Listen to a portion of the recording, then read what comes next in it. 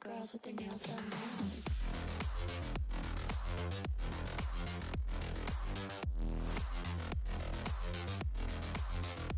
Girls with their nails done. I like the girls with their nails done.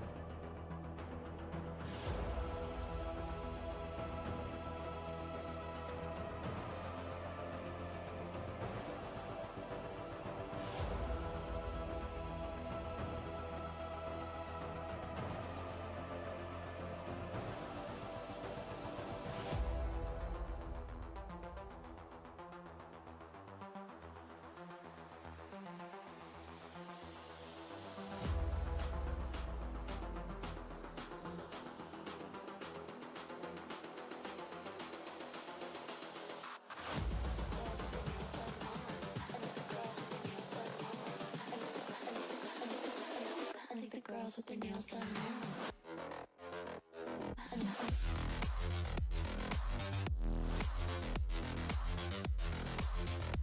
Girls with their nails done. I think the girls with their nails done.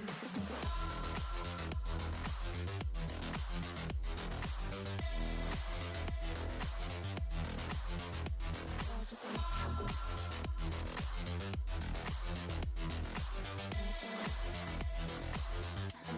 with their nails done.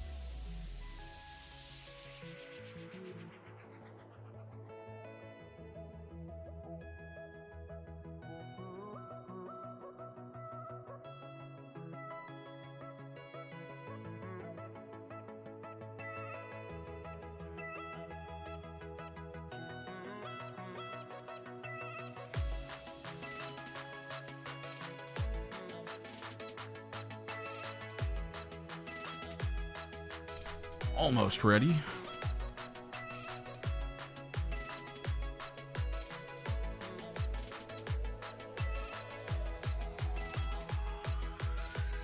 Just making sure all my links are posted up properly. Good. Yeah.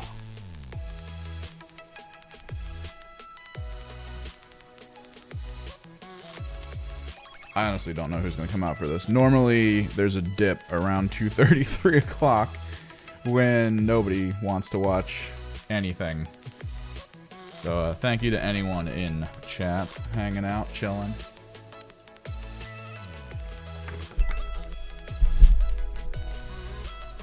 We've already built a bunch of the stuff because, again, I got the box Saturday And then an electrician was supposed to have fixed a problem going on in this house, like, Friday. And he didn't show up. And then he was like, I'll be there Sunday. And I was like, alright, cool, I'll stream Monday. And all of Sunday, didn't show up. What's up, Sealy?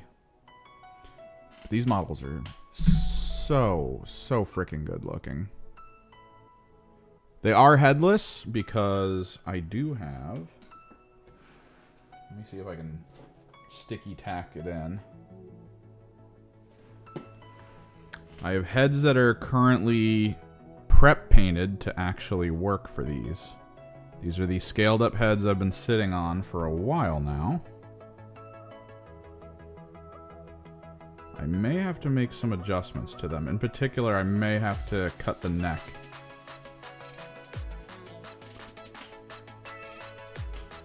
I'm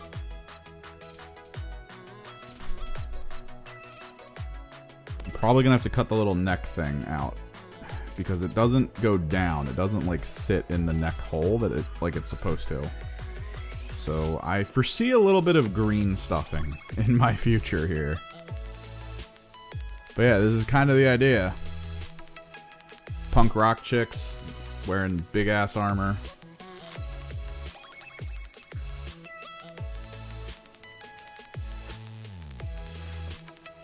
And we did more than enough heads in my initial pass of painting to cover all of this, which is good.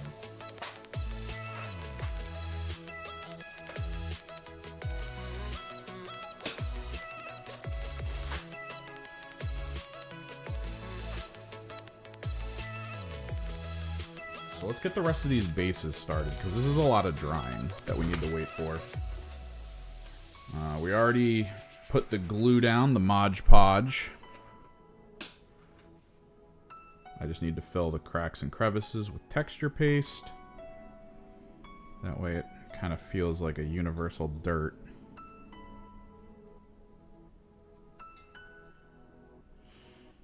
Since all of this texture is important to have in first, just because once we get to painting, a lot of it's based on light and color. So all of this is pretty much going to be made pink.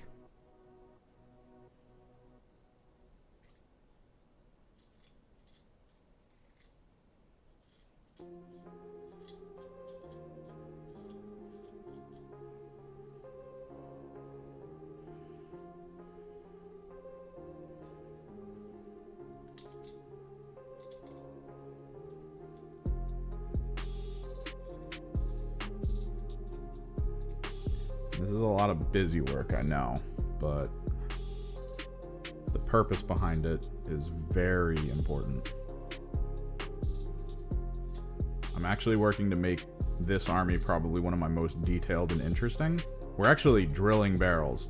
Something I have made fun of. I've called those people psychopaths. I've mocked them. And now I have joined them. Get some small grit texture on the surface.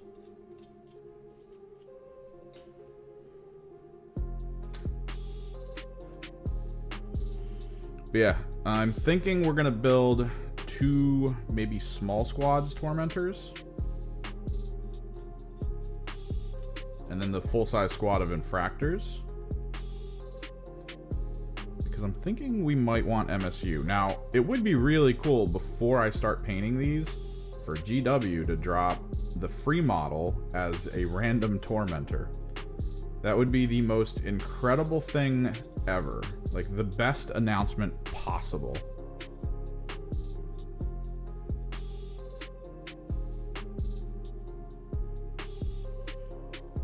Because technically, the loadouts between 2 MSU tormentors is pretty much the same. The only thing you need to swap is the leader. So you could technically magnetize if you really wanted to. But because the stuff I'm working on involves a lot of lighting, I can't exactly go for magnetization in, like, good ways.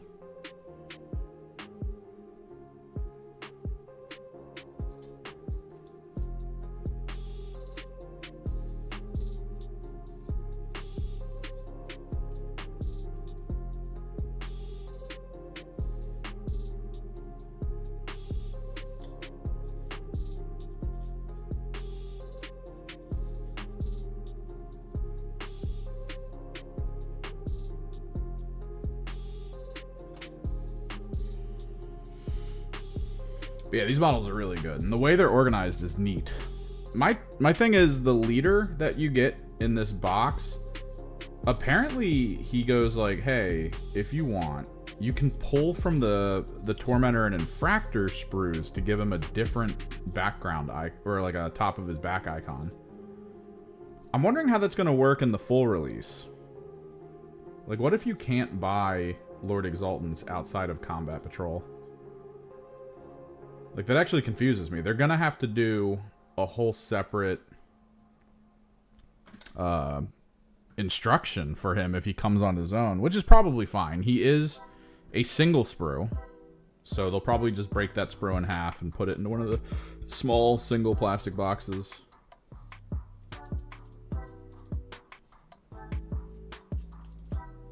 But yeah, with our leader, we went with the Spear and Whip combo. No ranged weapons. We're going to put him at the head of our melee squad, most likely, and have it kind of move around the field. See what it can do.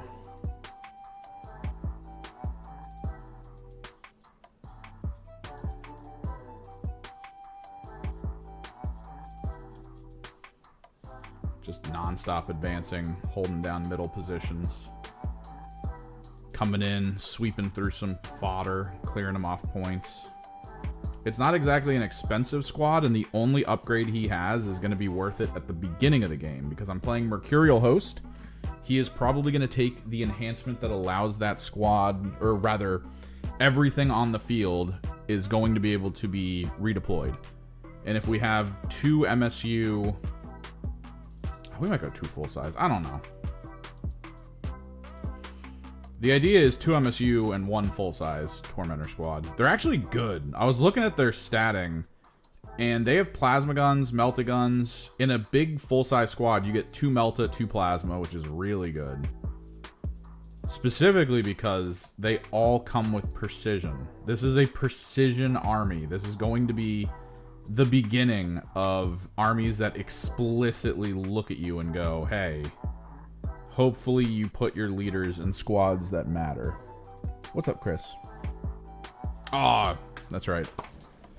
I got so excited making the freaking stream after the technician left. There.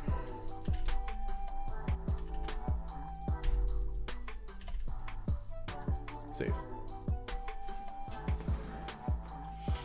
Like, I genuinely wanted to go live Sunday with this and just build all day for you people, but the electrician was like, yo, I'll be there soon. And just never showed up. Called like 2 hours later and was like, I got pulled into an emergency job. I was like, cool, thanks for telling me now. Because I have to pull all of this crap out in order for the electrician to get to where he needs to go. So I had none of this table set up for streaming. Just couldn't do anything all day long.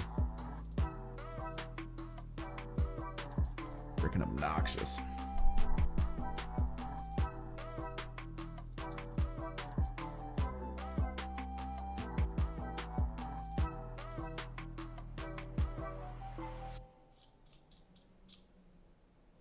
Okay, let's get this basing done.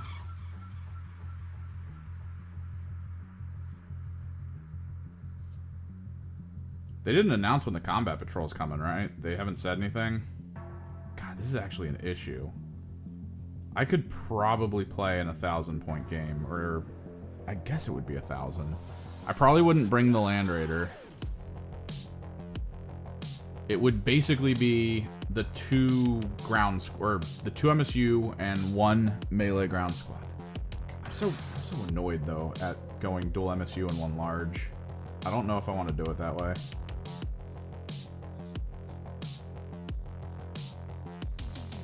I feel like what I could do with the double MSU is put them forward to block, or even just do the 1 really large squad to block, and then put the 2 small ones kind of in general positions. And then when I redeploy, I would just pick up the whole large squad, drop it in a spot where I'm like, oh, they can definitely do work over here. It's good.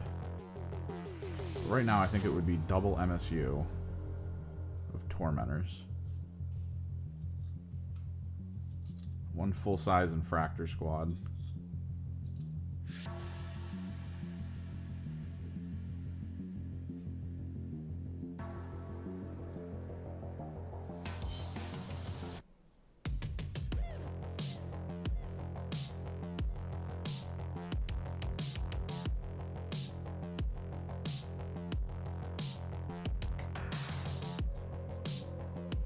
Hopefully the company that I was talking to who's sending me an airbrush actually sends it to me. Like last week they were like, yep, I'll give you the shipping details once they go through.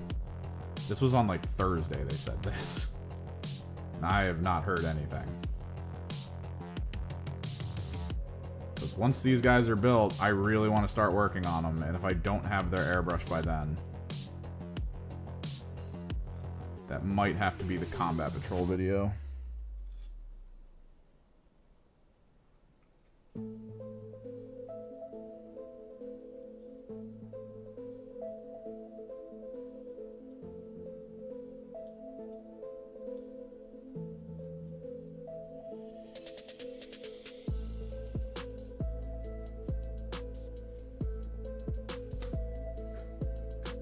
But how's everyone doing? This has been quite awesome for a battle box. I think the only battle box I've purchased other than this was the Court of the Crimson King, one of the Christmas battle boxes for the Thousand Suns. So like not really a battle box. It was more just like them trying to offload all the Magnuses they had in stock. No one's buying these. I think that box equated to the Rubric Marines and the Sorcerers you got out of it were the cost of the box. And then you got like a free Magnus. They genuinely wanted Magnuses out of their inventory system.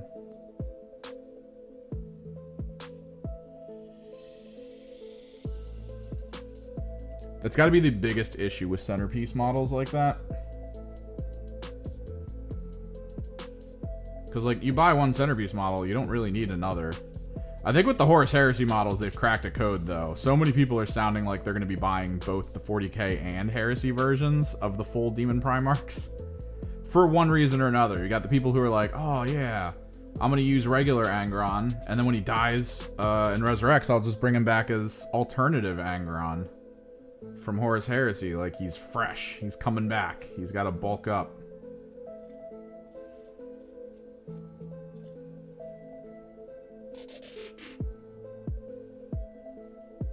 I mean, I got freaking Heresy Fulgrim, so I'm good. Have they said what size base Fulgrim's gonna be on? It should be the same size base all the others are on, because that seems to be the norm. But the biggest curveball they could possibly hit us with right now is if they were like, oh no, he's on a smaller base or something, or like a slightly larger base. Oh, that would suck so much. Because Angron... Both Angrons are on the same size base, is what people seem to see and understand about that.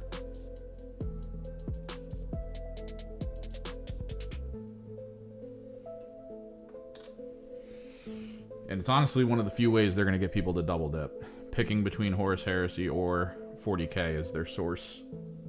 That's how I got all my rhinos, dude. Those rhinos are like $51, the Horus Heresy ones. They come with everything. They come with stuff that you don't get in the 40k range just because there's no reason. Like, why would I need a Volkite launcher on my Rhino? Like a Volkite gun.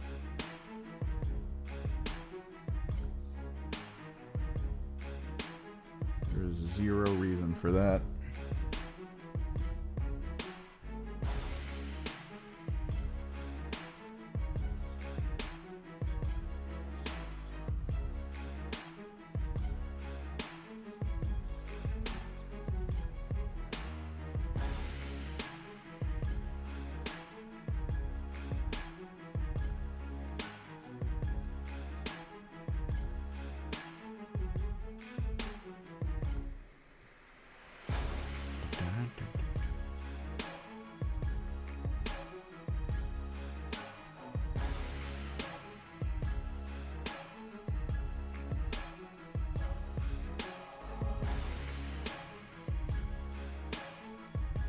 But yeah, the Noise Marine builds are actually really good.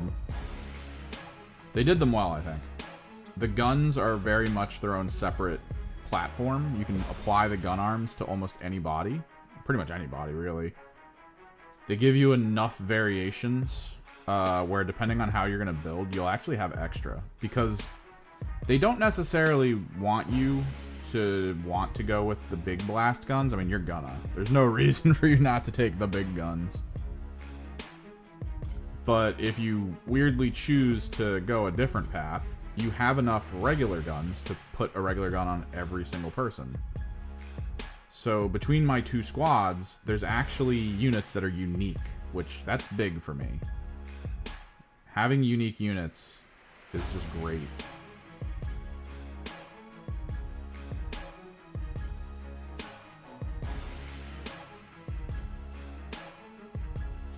Now granted, you go for 3 squads, you're pretty much just going to be adapting the backpacks at that point to look slightly different on the different bodies.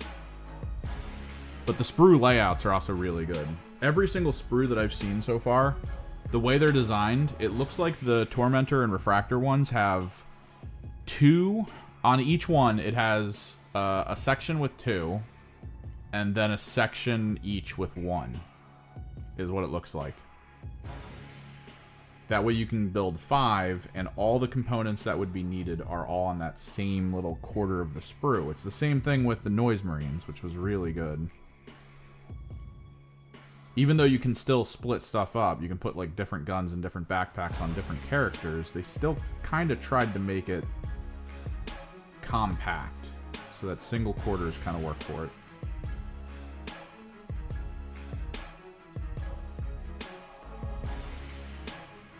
Personally, it would be great if you could custom order a single sprue of that.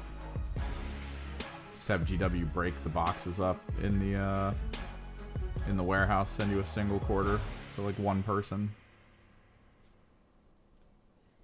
Because again, if I can get a Tormentor as a free model of the week or month or whatever, that would be super pog, because it would be the greatest way to have 1 model allow my 2 MSU Tormentor squads to become 1 larger squad without needing to magnetize a single model.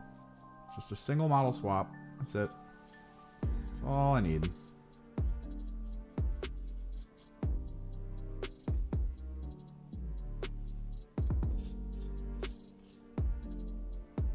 These bases are going to be done and drying by the time we're done the Tormentors. They should hopefully be fully dry. Just combine everything.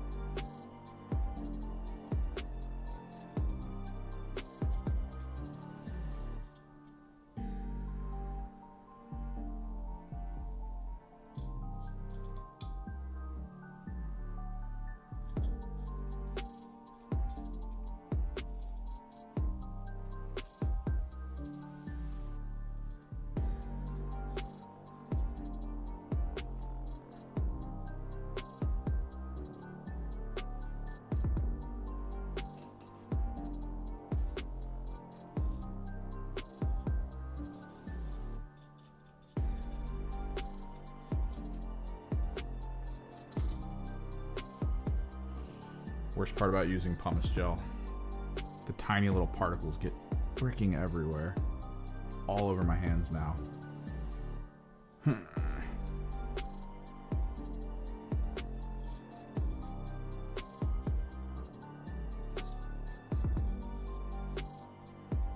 Part of me really wants to get this stuff fully painted by next weekend. I genuinely want to be like, in the Discord for my local group, I want to be like, who wants to take a game Saturday against my Emperor's Children at 1,000 points? Because if the Combat Patrol is not coming out yet, if the new boxes for the rest of the stuff isn't coming out yet, like, I need those flawless blades, and I need that extra squad. It's just how it works. I need Lucius. Technically, I don't need a Cacophonist. I have zero interest in a Cacophonist. Even though they're really good in Noise Marine units, it's like, I don't know. I kind of want to limit leadership roles on this team.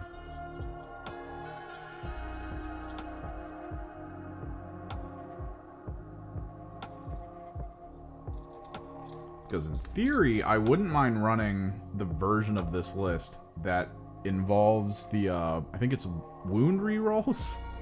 It's like +1 to wound or wound rerolls. But only one leader can have it, and it's based on whether or not he fully killed another unit. But the Warlord starts with it. So Fulgrim is always your Warlord, and if there's no other leader in your entire army, that wound reroll is always on Fulgrim. Although, granted, the other leader in a Refractor squad is probably not going to do enough to warrant getting his hands on that buff. So it's not that big of a deal. Lucius in a Flawless Blade squad, though, could possibly take that over. Which isn't as big of a deal. I mean, Fulgrim's probably going to be in first. Lucius will probably go in second.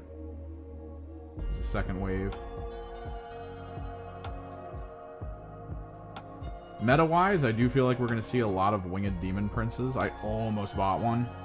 Almost. Technically, I bought it to run it as a on-foot Demon Prince. Because I was going to use it as a sort of lone-oppy, obnoxious unit that hangs out in the midfield. Gets missions done. A very expensive mission objective user. Who occasionally, you know, just kind of hangs out. Like, that's the thing. His ability doesn't require him to run into melee. It's useful. It's 100% useful. But if he doesn't go into melee and just kind of hangs out in the area, he could perform an action and then let the squad near him get a plus to their AP. Because it's an aura that triggers it. So as long as he's within a certain range of the melee in the midfield, or wherever it's happening, he's good. He can get some missions done and just provide some bonuses.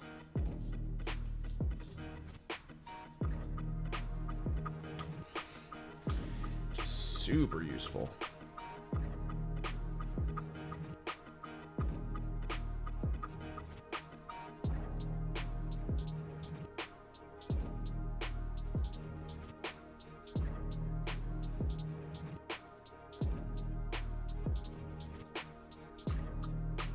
Guessing GW restocked their US store recently. I just got an email like an hour ago talking about how the stuff I've had on wish list for Underworlds is finally back in after months. They gave me just long enough to see that no one in the local area is really interested in Underworlds right now, thanks to the changes they made.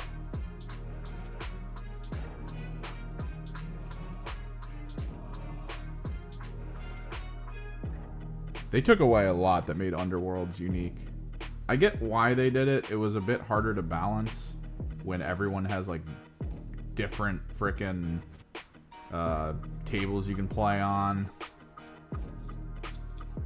Like different surfaces, different maps. It's a little annoying.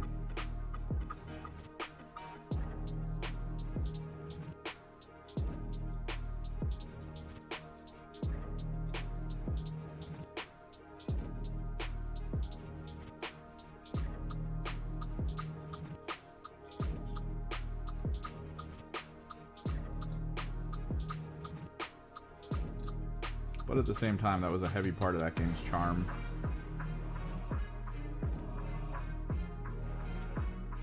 That and I don't even... I think my teams, if I bought the thing that I had on wishlist, I think those teams aren't going to be in the competitive circle for a while.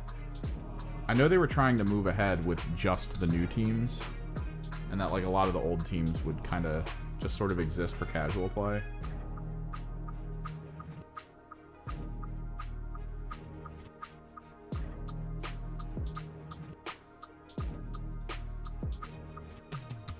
At the very least, the paper they put out that was like, here's all the teams we're not giving cards to. I'm pretty sure that those teams are just like non-existent anymore in a competitive scene. You can kind of play them, but like not really.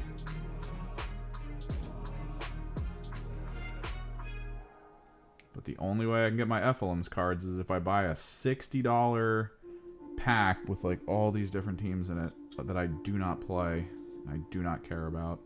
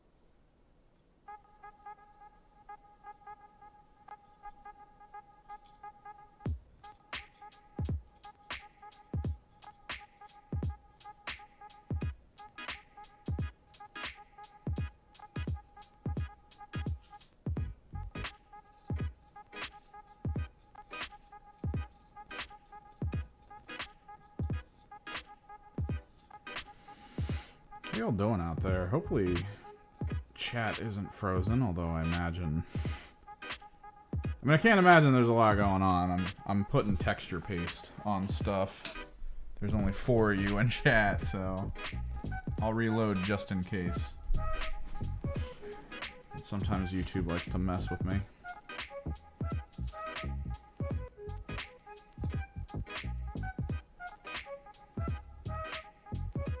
YouTube's getting annoying. So, for my editing job, the one that actually pays me to, you know, pay rent and eat food. What's up, Adam?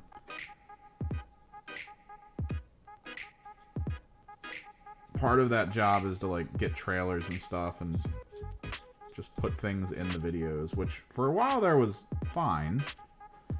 But YouTube keeps changing its compression so that the places where you can get those videos from can't work anymore. And recently, the best one we've been using, suddenly, like, if there's age restriction to the video, for some reason they're just unable to get the video.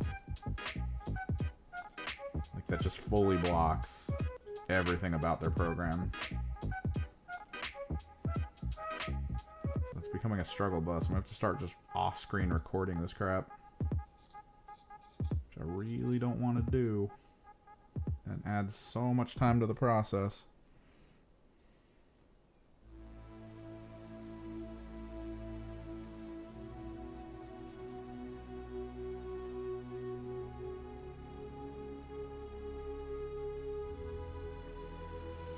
What you up to, Adam? Anyone else got a Slaanesh? Freaking Champions of Slaanesh box out there? You guys building? You guys got a fun paint scheme in mind? I still think because there's the common theming of satyr feet on all of these characters and models, I still think getting like Beastmen heads and using them in place of the regular heads is actually a really interesting possible theme. Maybe like they're wearing the beast heads or something. Because they are satyr-like. I mean, that's the whole thing. Satyrs are usually part of that whole excess and pain and pleasure concept. So it works. Oh, here it worked.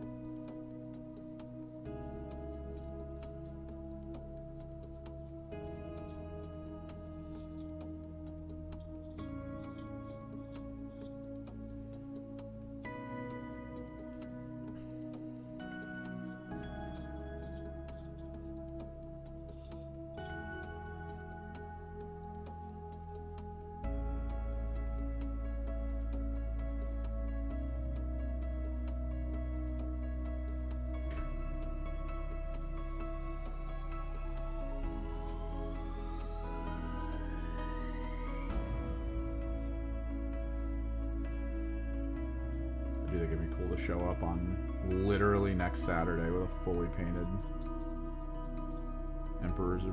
Emperor's Children army and just be like, let's play in a 1,000-point game. It's fully decked out, Fulgrim on the table. I know who would take that game. The moment I say I'm gonna do it, I know exactly who's gonna be like the first one in there. He might even be, if someone else chimes in as like, yeah, I'll play, he might step in and be like, I would actually really like an 1,000-point game. Even if I have to wait for this first one to go through, I really need an 1,000-point game against Emperor's Children. Because he's a hefty tournament goer. And I'm pretty sure he knows that the tournament scene is about to be inundated with rushdown frickin' Slaanesh. And he kind of wants to see it. He wants to see exactly what Rhinos with Noise Marines can do. He's going to want to see how I deal with, you know, doing mission objectives and all that stuff, which sadly, dude, I kind of hate that frickin' there's no good model from the AOS line that I can run as frickin' Chaos Spawn for this army. Like, I don't want to just do Ogrins again. I think that's kind of dumb. But I might have to. Honestly.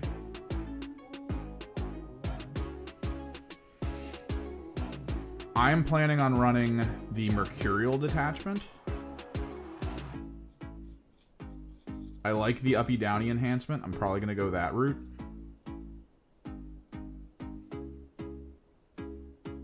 And the fact that Mercurial is, I think it's what, reroll, advance, and charge or something? It's something stupid. Like, it's so powerful with this army.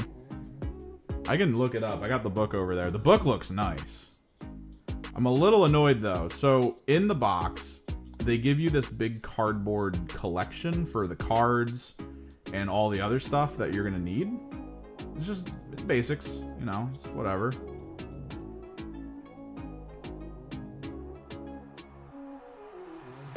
And it had this really nice pink elastic band holding it together. And my first thought was, oh, that's the band holding the codex closed.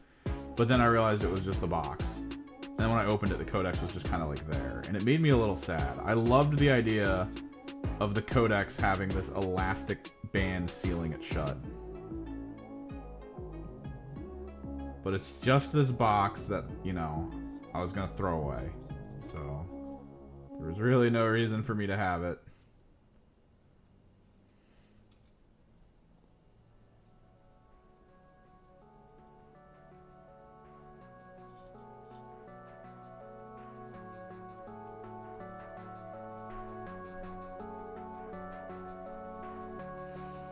Yeah, we can kind of go over it. Let me just set this down. Clean my hands off of all this little glue before I start touching my frickin' codex.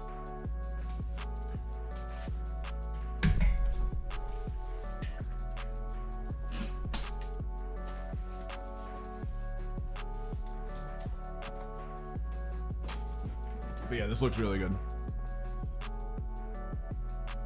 Like, I love the rose inlay, like, metallics. The art they chose was good, although it is a little washed out and gray. Still good. Oh, the back. So nice.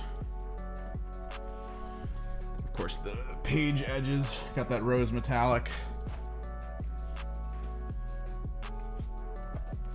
All their lore play and stuff, just crazy, dumb, little like, they were in the warp forever situation.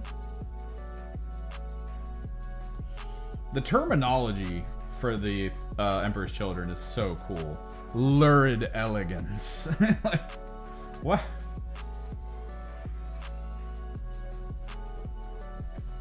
So yeah.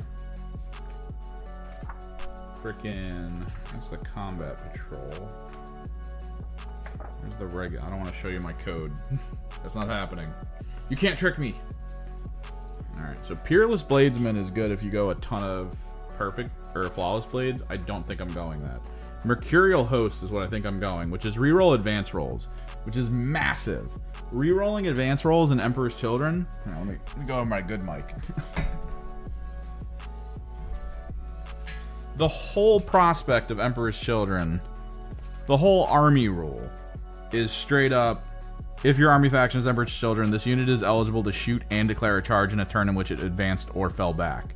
The only trick is it cannot target a unit it was within engagement range of at the start of the turn, and it cannot target a unit that was the target of another unit's charge or attack this phase.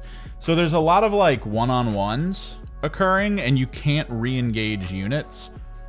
The whole point is to sort of get in there, have a second target to move to, so you can fall back, let the Noise Marines do some work, and then, you know, you go do something else over there. Or a second squad kind of like pops in. So that's cool. And then Mercurial Host is straight up reroll your advance rolls. Everyone rerolls advance rolls. And there was a rumor going around that there should be a balanced data slate that drops pretty soon. And almost immediately after it drops, it's going to enhance the Mercurial Host to reroll freaking advance and charge. I'm going to double check that it's not already out. Balanced data slate.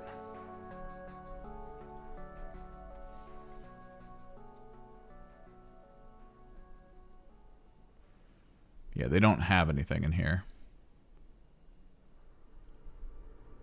It's a rumor, though, so may or may not happen. Who knows? But yeah, the one leader I get is going to have Tactical Perfection, which allows me to redeploy 2 units. That's all I want. Genuinely, that's all I want. I want to be able to infiltrate, deploy 2 MSU units of Tormentors, and then pick them up. Have the person I'm playing against just be like, well, I can't scout, or I was hoping to put infiltration units there, but I guess I can't, and then be like, yep, and then at the end of it, just pick them up. They've got good abilities, too. I can give people sustained 1 on melee. Like, it's just generally good things. And they get a uppy downy. Single unit uppy downy.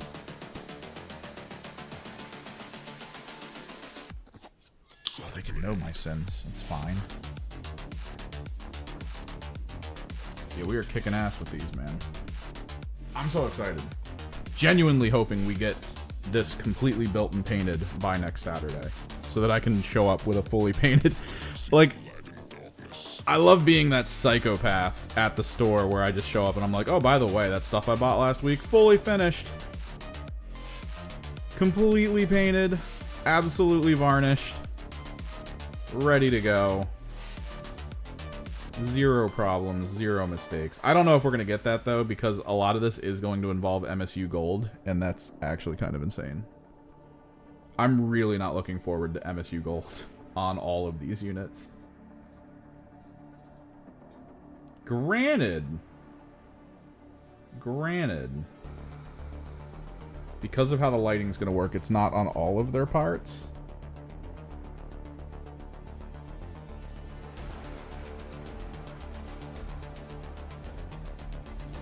Still, it's like I'm going to have to hit all their shoulder pads, a good chunk of their backpacks.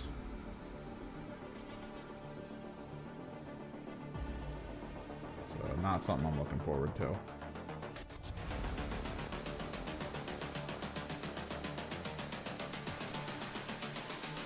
But yeah. These models, let me pull up this screen. They're so good, man. The detail in them, just all the little things. The way they go together, the fact that all the Noise Marines, it's the bodies are all monopose, so there's that. Some of them have different shin covers, though. There's 2 models that can get 2 different versions of their shin covers. You can either do a completely... Stop that. You can either do a completely blank shoulder pad, or you can, you know, get the speaker and cymbal, which... fantastic. You get all the different gun barrel heads, which I have more. I have like, I think 6 or something more. I am putting golden coarse pumice gel on all the bases. That's after I apply cork to them. I basically glued down a cork brick.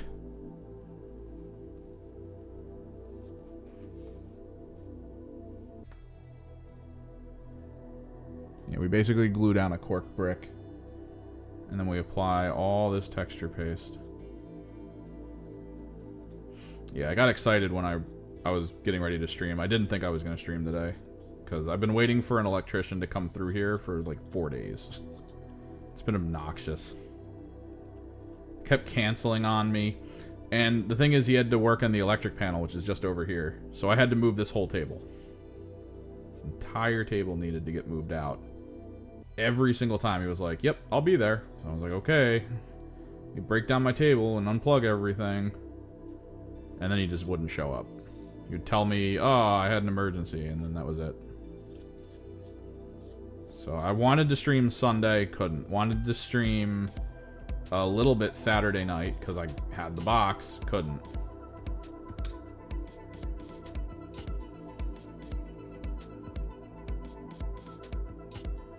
The crop top armor is the flawless blades. And I don't think I want to use the female heads on my flawless blades.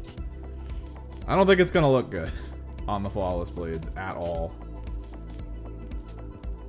Because they're all like twisted and awkward looking. Some of them might get them. I don't know. I'll maybe paint enough when the combat patrol is coming out to be able to get at least a few flawless blades with female heads. Because some of them are just straight up like, these are my abs, and they look weird as hell, because drug-induced. The way the bases are going to be painted, I could technically show you on Fulgrim if I wanted to pull Fulgrim back out. Which, maybe I'll get him for you. And then just set him over here, and hopefully he doesn't break.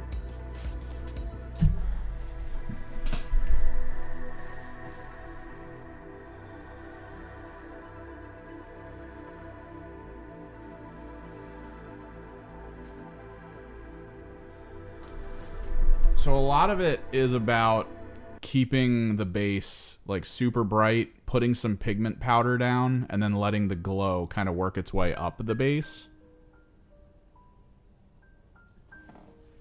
into like the vaporwave concept we've got going, where it kind of breaks. So a lot of it's going to be built around the airbrush. What we're doing right now is mostly just about textures, okay? It genuinely doesn't matter what this looks like physically, because this stuff dries down to being like sandy a little bit, like big chunks of sand. And then you've got the flat surfaces with the corkboard. And the corkboard, before we got on stream, I finished placing the corkboard on, and I hit it with Mod Podge. I don't know if you're familiar. But Mod Podge is basically watered down Elmer's glue, and it soaks in and doesn't dry. Specifically the one I buy, it dries matte. So it's kind of like candy coated shelling for the corkboard, so that the corkboard doesn't fall apart after I paint it. So very key important part is that I do not want this corkboard to just suddenly be like, and I'm done. And to kind of like fall apart, reveal all the undertones and stuff. I need it to remain pretty solid.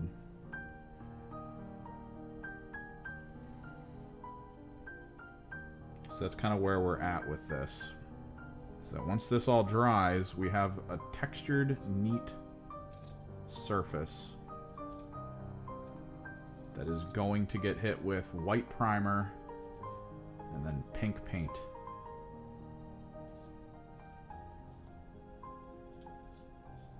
And then the textures are the big things that kind of grab the pigment that I'm going to apply to it.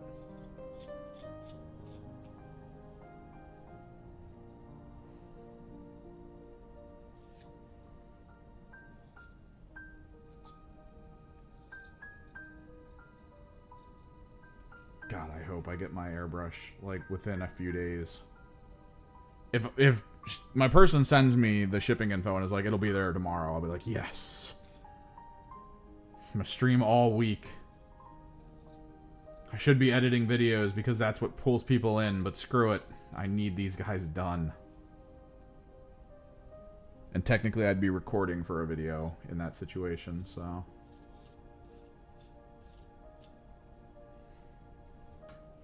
Worth it. Because they do want me to put a video together probably to show off the product. They weren't really clear. I asked them a lot because where the job that I work, where I edit for another channel, we deal with like groups like this all the time, and they're always very specific. They're like, hey,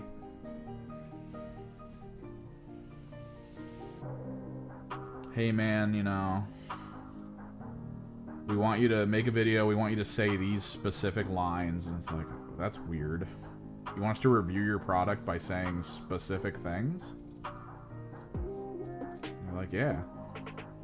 Okay, I don't know if you know how reviews work, but alright.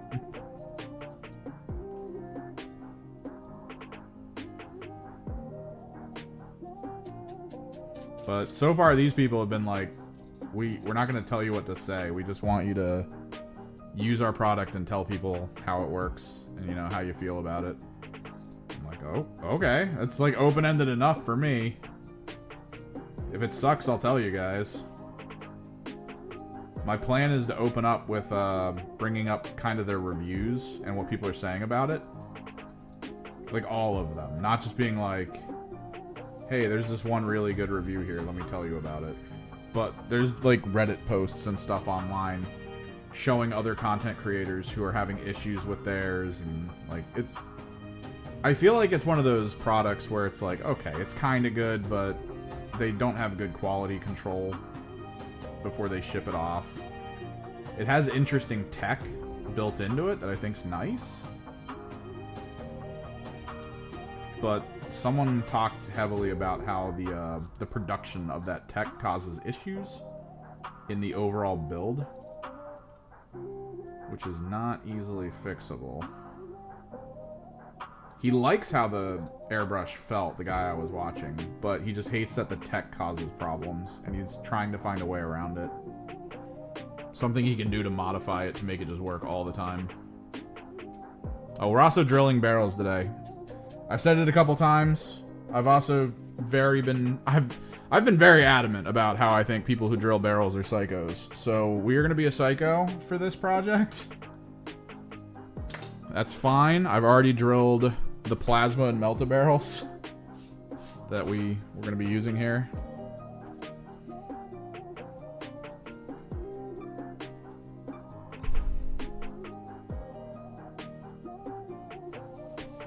Thankfully, the barrel holes are about the same size that I need to use for the pins that I'm going to be putting in all of these bases. Because when you use cork, you kind of want to have a reinforced way of gluing the character down.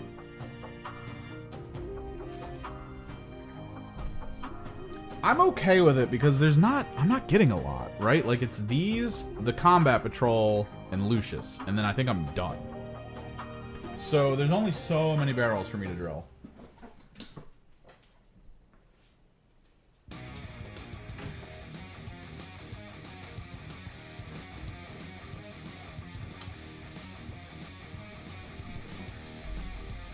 Yeah, also world eaters are just guys carrying chain axes, so you're kind of lucky there. My problem is I play Thousand Suns. I've got the full frickin' 60-man rubrics. Although a good chunk of them use flamers, and those flamers don't seem to have barrels built into the weapon. Sort of. Let me grab... This was the sprue we were working with.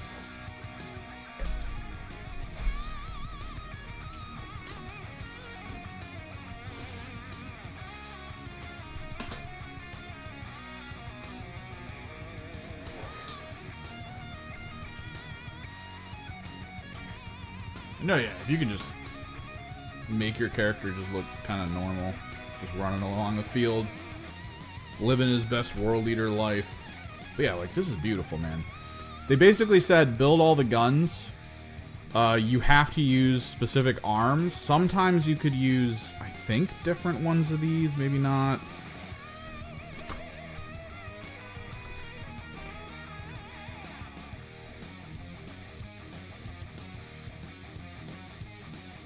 Nah, it doesn't. You have to use specific ones. You can have different heads, though. Like, you could put the one head on the different guns, because these are actually designed basically to look exactly the same for the connecting point. So the whole thing with the Noise Marines is you build the body. Sometimes you have choices for the shin guards. You then pick one of these guns. So the gun, they all have unique takes on visual aesthetics. You can put them across different bodies. The first team I built, I used the guns that were next to the bodies, right? Like, I just used that. The next team that were built, I built the bodies, but then I picked guns from different spots to apply to them, so they're all going to be very unique. Oh god, GSC, yeah, I would... Anything with las guns or auto guns, I would not drill barrels for. Screw that. But yeah, so you get some uniqueness to it. And I don't have any power sword user, because why? You really want full blasters, because these are 18-inch range. The power sword user gets a 12-inch range. You can't 100% verify that you're going to get within 12, so the only way to get the bonus shots from 18 is to just give your leader another blaster. So everyone's a blaster. There's two of the better ones. So now we get to go to infractors and whatnot. All the leaders I'm going to make are going to have the whip and I think the plasma gun, because the only other option is a bolt pistol. So they're all going to be whip plasma. And this is what I was talking about earlier. So this is the leader build. This is the normal thing that comes with him. These come with the infractors and like all the troop choices. So I don't know. I guess they're just going to get rid of this section here. Or at least this section here, maybe. And just cut this down when they release this guy solo. Because there's no way they're going to be able to put these in the box with him. These are all on here. They came from the troop box thing. Every single one of these sprues has the little eagle on it. No, yeah. It's very Infernal Master-y. It was glued on way better than the Infernal Master, though. The Infernal Master's cape comes in like 4 parts. That's one piece, and then a shoulder cover.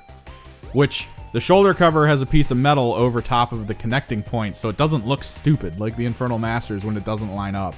You have to use sprue goo. You have to use green stuff if you build the Infernal. This one's one solid piece. It's perfect. So perfect. So we went spear and whip, because the whip is extra attacks and the spear has the lance rule. So it's really nice. Put him in a squad of refractors and just charge.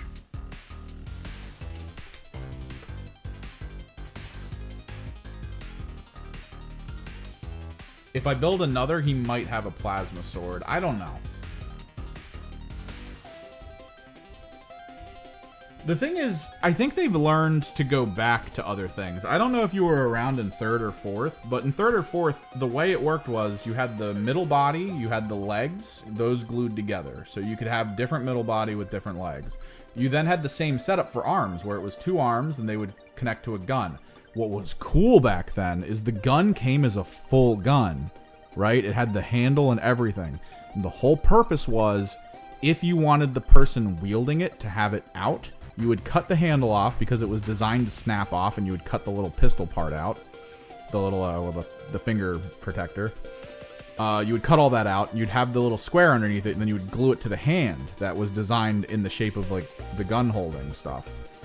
So that was cool, because if you didn't do that, you could glue it to like their back, so it looked like they were carrying the gun, and it was fully complete. This was the same way with chain swords, because the chainsword hand had basically the knuckle guards and all the general stuff, and you had to snap off that part of the chainsword that you wanted to glue it into.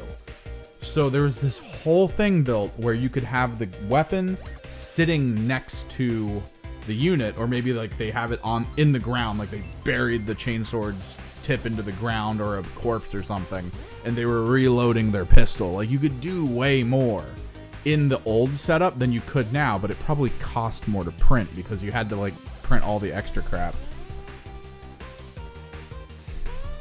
But dude, I loved that because the way they were designed, right? The arms were kind of like very flat, very like L shaped, like slightly L or full L, and you could always cut at the mid part of the forearm, right, to then turn it, because they were designed segmented. So you would take a really thin razor blade and just pop it off. You could turn it so that the person's holding the sword sideways. Maybe they're underhanding it. Like, you could do crazy stuff. And that's kind of gone in this. Like, this is very monopose. Like, you can kind of adjust how the arms are, but like this shoulder pad with the cape is over top of this, so this has to go down. The forearm for this was actually part of the midsection of the body. So, like, it's cool looking, but at the sacrifice of adaptability.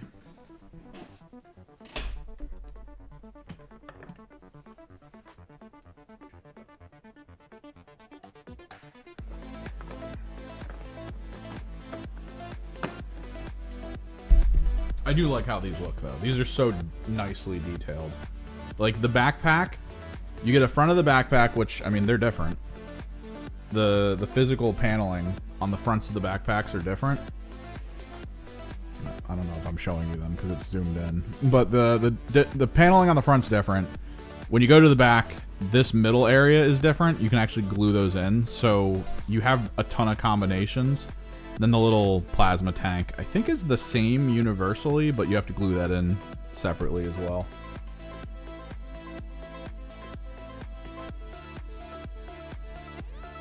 But let's see what we can do with Tormentors. Because I think these are going to actually be pretty good. They do look monopose for their mid-bodies, which, yes. You do get to pick different loincloths for the leader, though. That's nice.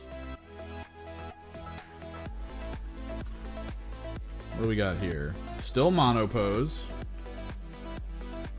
Yep. So it looks like the goal is to monopose all the mid-bodies. And then we will apply the guns after. This is the part I don't really like, but I also kind of get. Is that I'm going to need to make sure to trim the right arms. Thankfully, this is huge. Thankfully that the arms for the Melta aren't the same as the arms for the Plasma. This is an old problem they used to have where they were like, all right, well, if you want the Melta, B30, B31. If you want the Plasma, B30, B31. You're like, no! You had to kind of make other arms work for it, and it always sucked. They got fun little details I can't wait to put on. They got like syringes and stuff. Ooh, this will be good. So let's produce this first rack of 5, I think. We'll get used to it, and then maybe we can up the speed, but we'll see. Let's get this leader at least completely cut out. Let me see what anything special here. Thing is, we do have enough of our little punk rock heads that I don't need to worry about heads right now. That's good. It's very good. If I do end up having to go back and be like, all right, let me get the actual heads because I don't like these for some reason, we'll figure it out. We'll do it. But until then, shoulders are all good. I can kind of make the leader backpack first, I guess. We'll figure that out. Zoom out for you guys so we can trim without needing to constantly zoom in and out. This is the way the Tormentors are designed. Again, it's 4 quarters. There are 2 bodies on one of these and then 1 body on the others. So every single one of these is going to be 5 units. They are all the exact same thing. They can either be Tormentors or Refractors. So this is kind of the design, which is nice. It's good. It works.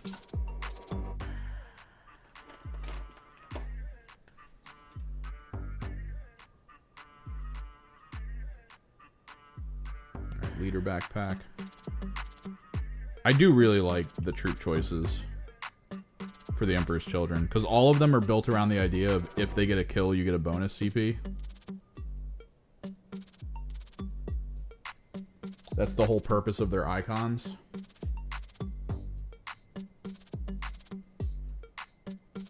Which symbol do we want on these guys? Maybe we do the eagle wings for my Tormentors, and then we do the Slaanesh symbol for my Refractors. Oh yeah.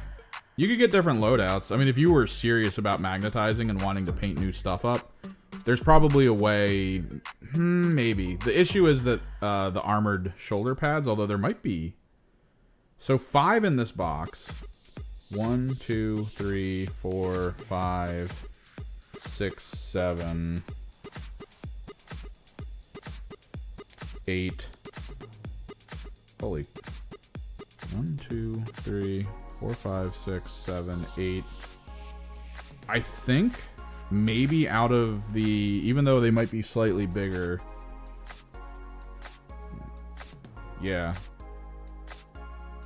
The Noise Marine boxes gave me a bunch of extra blank shoulder pads. You might be able to glue an entire arm to a shoulder pad with a magnet in it that could go to the shoulders, and you could probably swap between Tormentors and Refractors, as well as have one guy who can swap from a leader to like a regular unit. But because I'm lighting stuff, I can't do that.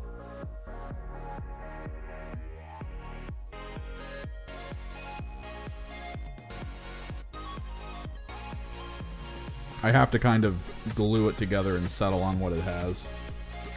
I really do not want to paint magnetized parts to be lit.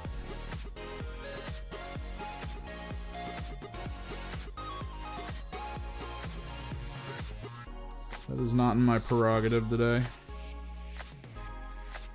Ooh, they got like armored shoulder covers. That's neat looking.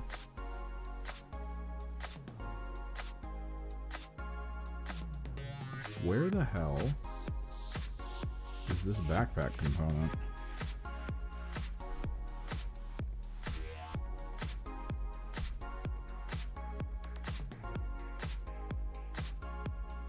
Oh my god, okay.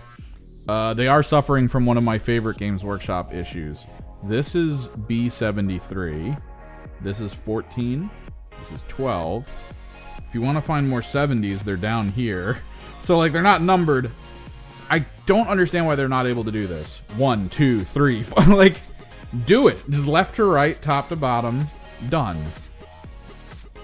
It doesn't matter that in this book over here, like, the way in the book it reads is like the parts should all be next to each other, and they are not. Here we are. B74. Whereas if they parted it numbers-wise as like a left to right, top to bottom on the sprue,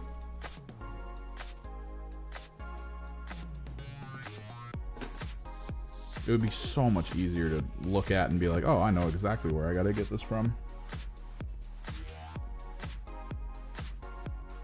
We gotta be careful with this. This is a very flimsy part. Weirdly, I will say this. There's some plastic that was in this box that felt different from other plastic. Like it was a different color, a different feel. So I don't know if they're doing something with their mix that's a little weird. Or maybe printing for these boxes kind of pushed them to the limit.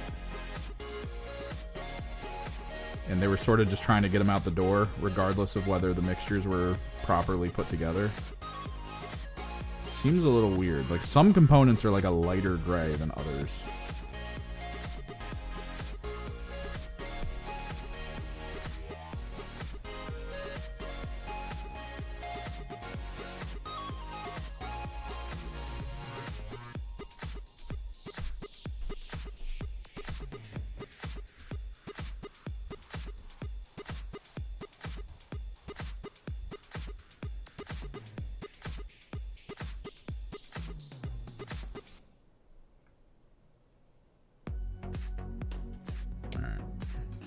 Leader backpack.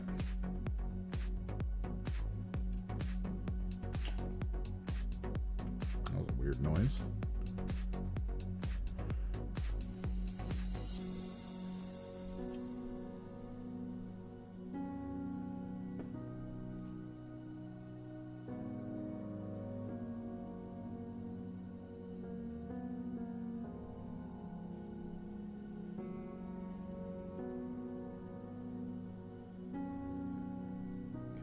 Attach.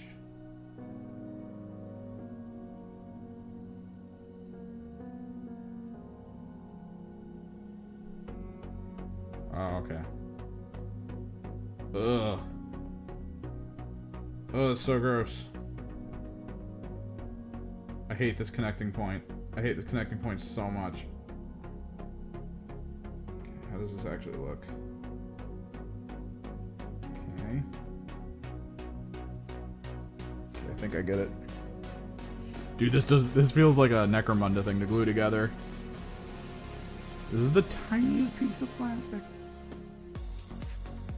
And then there's a groove on the back of this that it's supposed to sit into that isn't related necessarily to the claw. The claw is supposed to go forward a little bit. But yeah.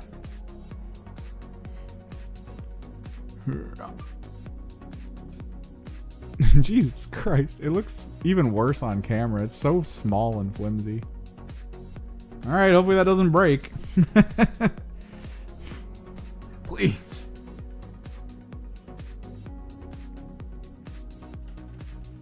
Alright, so that's the leader backpack. That's good. If you don't take him as a leader, you just put the regular panel on, so that's fine. But yeah, leader body, because it's got a hero stone. Everyone loves a hero stone. We're looking at B1, B2.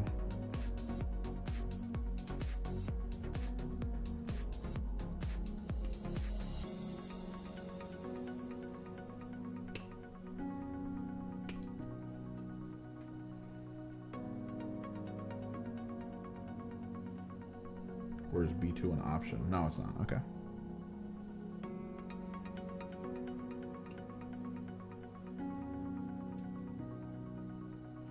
So to all those out there that play, if you weren't planning on playing into Slaanesh, were you planning on doing specific things to counter them? How is this going to adjust your list? It's basically my idea.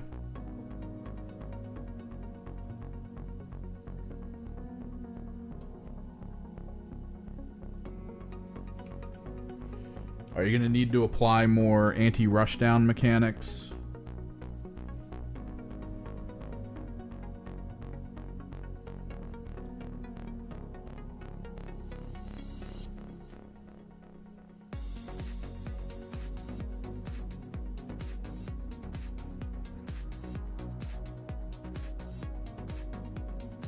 Where's this loincloth? It should be on this side. And why is this backpack that way? Hang on, I need to look at something.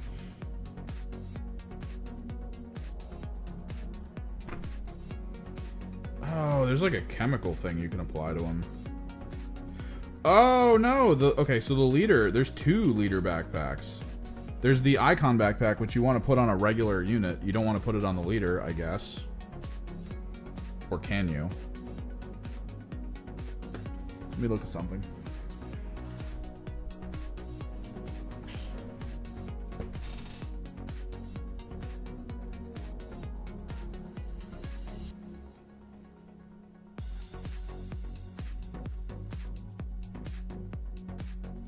Does anybody else notice that the smell of the codex, like a brand new codex, is like weird?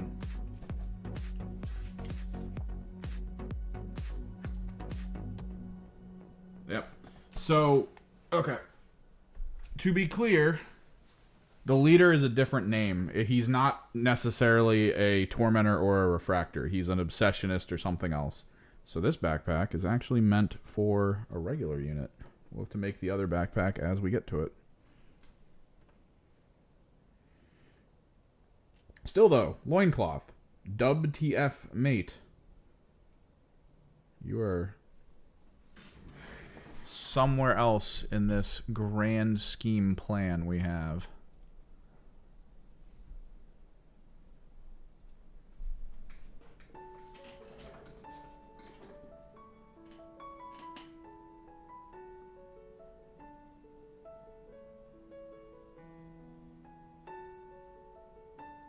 Oh, there it is.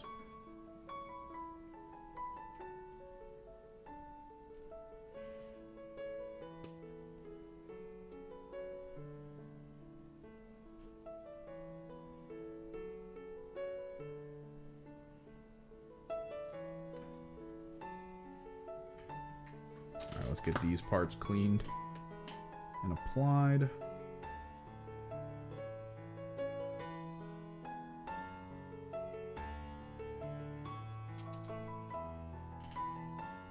I used to have a soft grit file. I just don't know where it is. So now we just try to use this relatively dulled X-Acto knife. Also a good option. Although in my opinion the best option for this, if you have the time, Tamiya. Just apply a little Tamiya to all the parts that are like a little bit raised. And Tamiya will melt the hell out of them. And put them right back against the surface. There were so many models I had from Underworlds that had atrocious mold lines. Like, there's some on here, which is a little weird because this is a brand new mold, so don't know what's up with that. But there were some really atrocious ones on my Underworlds models. So after I glued them together, I just took Tamiya and I ran them all along the mold line. Just the entire, like, wraparound of it.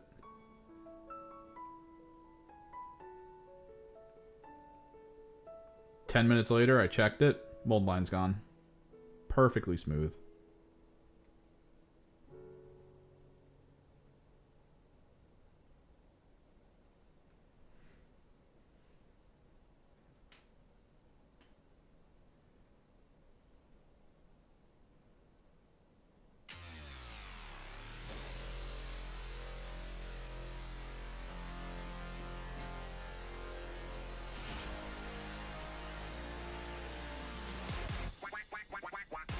Oh, duck step.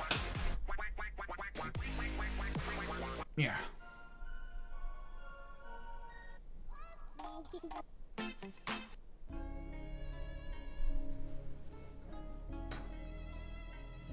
Because I'm wondering, when things like this get added to the grander scheme of 40k, because unlike Kill Team, 40k, it makes most of its meta shifts based on what people have access to. Right, like, Thousand Suns were dominating pretty hard because there wasn't a lot of good rushdown armies. I think there were some that were kind of starting to spike up, but nothing powerful enough to overwhelm a poised and efficient Thousand Suns player. Now I barely see Thousand Suns take tops at anything because there's so many rushdown options. And they don't really have the ability to counter it. Like, I did a lot of work into a Space Wolf army, and I mean, Space Wolves have had some pretty big changes and shifts recently to try to, like, put them into some good balance. And no matter what I did, I just couldn't find myself in a position to get points. I couldn't find myself in a position of slowing down his points gain. Like, it was brutal. I just got rushed down and it was over. Puppy jail. Puppy jail.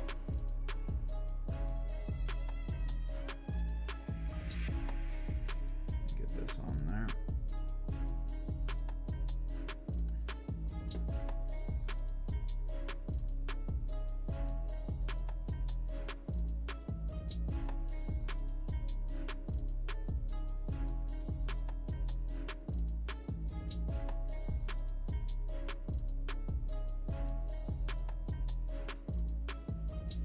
So yeah, as things shift, you have to adapt, or else you're not gonna, survive.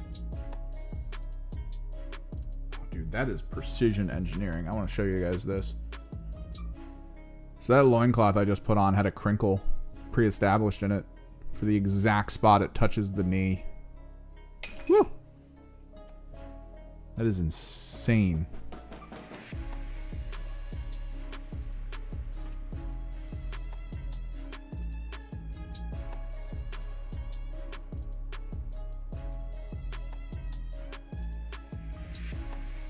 Now that Thousand Suns, or now that Emperor's Children are in, I know they don't have a lot of anti-tank. Do you think we'll see more armor?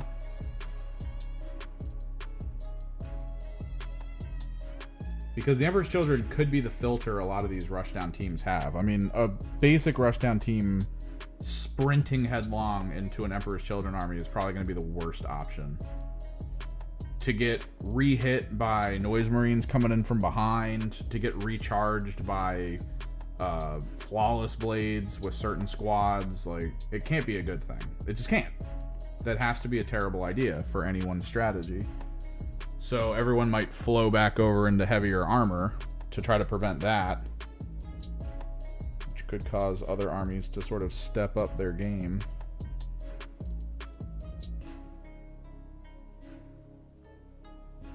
All right, let's get this whip. The whip. Which, this whip has so much detail. Friggin' all of these Emperor's Children whips are so crazy looking. I'm almost sad that I didn't buy the Emperor's, or the Demon Prince to make an Emperor's Children Demon Prince. I was going to use green stuff and some wiring to make a whip. Like, I was going to apply the green stuff to the wiring and then twist it to get it to look braided. Because the braiding detail looks so crazy on this. They all have it. Even the whip on the main leader has just so much braiding function.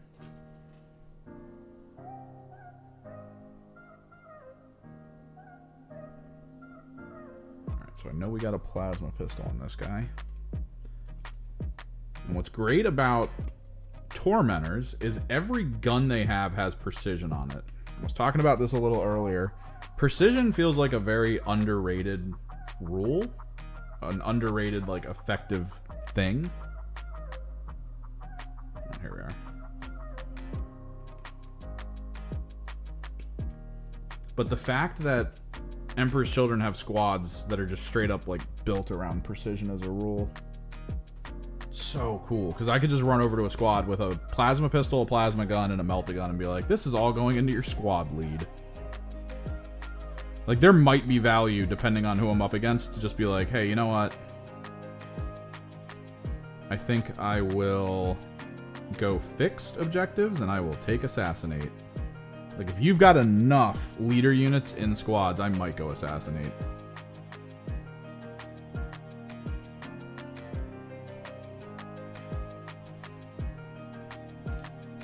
Although I do feel like a lot of the meta has shifted away from having a ton of leaders. People kind of feel that, which sucks because I do play Thousand Suns, like I said, and we really can't. We're not allowed to. There's so much value in our leadership that we have to take them.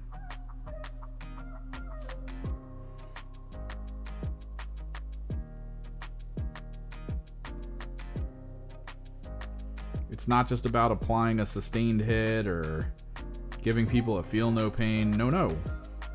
The core mechanic of our army is built around, needing to have enough leaders on the field, and that really sucks. All right, let's drill this pistol barrel like a psychopath. No, I might need a smaller bit.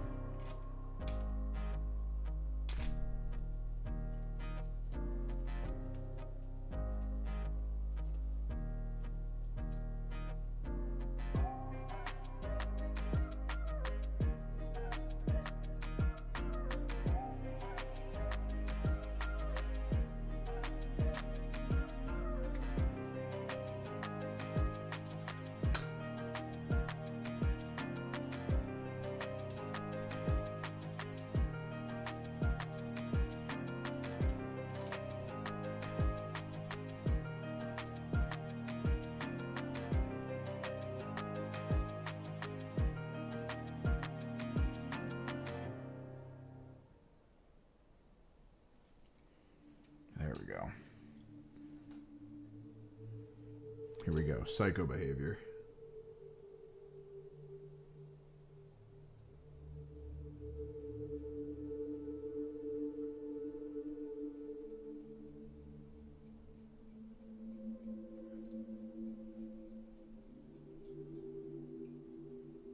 Oh my god. I don't like that I'm good at this. I don't. This isn't something I want to be good at. It's gonna be so impossible for you people to see. But the drill, I lined it up so perfectly that the outer part still has like a little taste of the barrel. Like it still has a little bit, just a tiny little lip of it. It looks so stupidly good.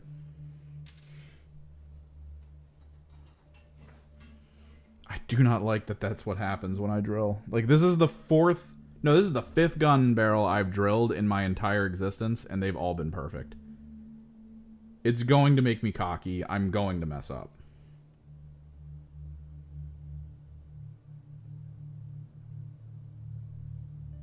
Get these braids going.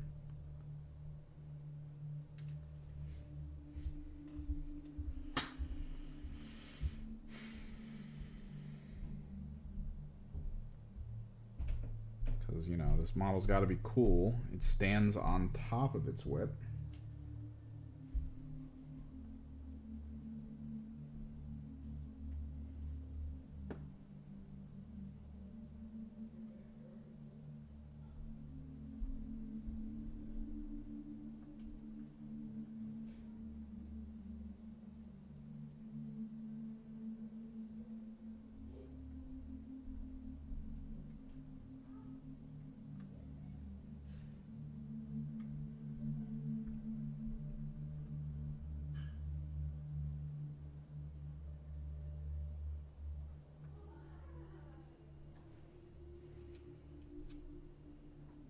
Plasma pistol arm.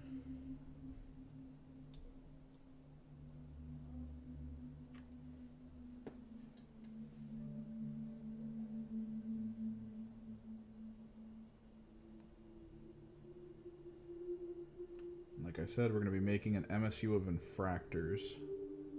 2 of them. So technically what we're building here, we're going to have to copy for a separate squad.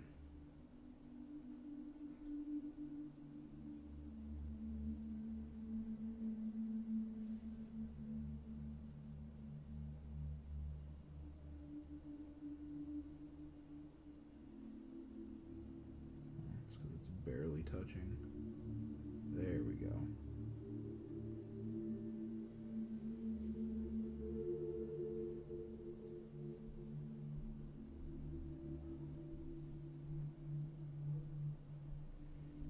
Alright, we get to pick some shoulder pads.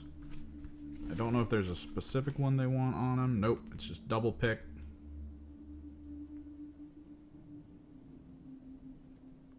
And then 72 and 75. So let's see what we got here. 5 units, I kind of want to know if we have 1, 2, 3, 4, 5. Yep, we do. We will have 5 symbols. I do like the actual symbols.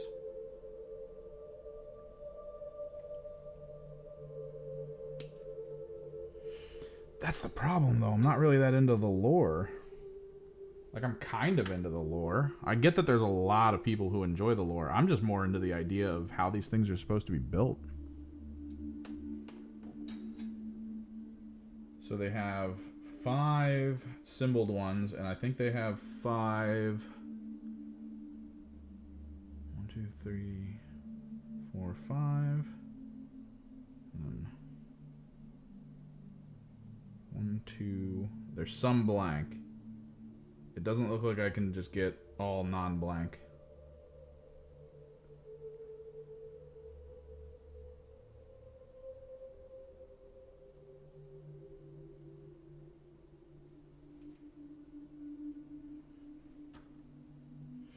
I mean, I'm trying to get people to talk, but I mean, we don't have enough people to converse, I don't think, at this point. Or at least enough people interested in the conversation of how we think the meta is going to change in terms of list building for teams that are already established to, I guess, prepare for the coming of Emperor's Children. Like, how much do you think is going to change for a lot of lists in preparation for Rushdown? Do we think there's going to be any conceptual adjustments for people thinking more about, like, oh, they're going to come with a ton of transports? Are people going to focus more on the idea of a decent frontline tar pit?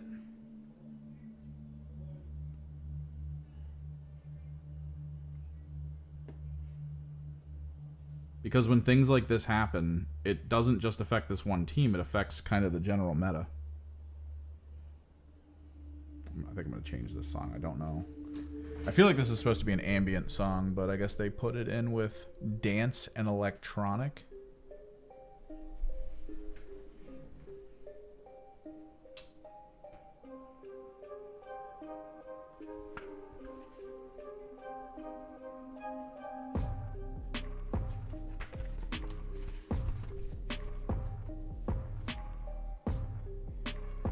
So 72, 75.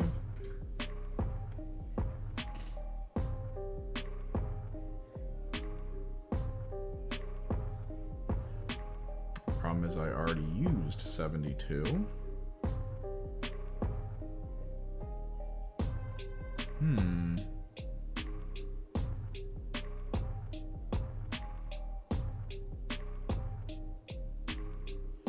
Possibly the first spoke in the wheel. I guess it's not that big of a deal. You're supposed to use double. And I'm thinking, how many backpacks do they actually give us? So they give us 1, 2, 3, 4.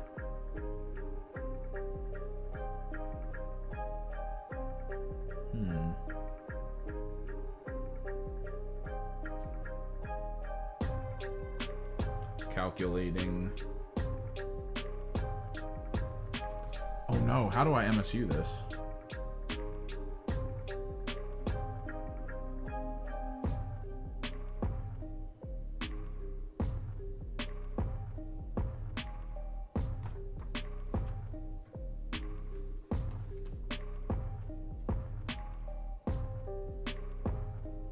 I feel like I'm missing something.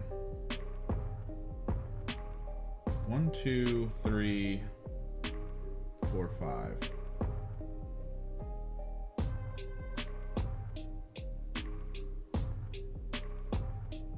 Uh-oh.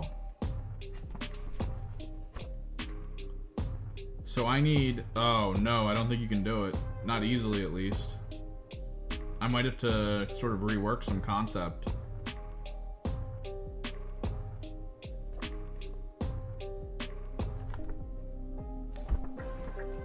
Well, okay.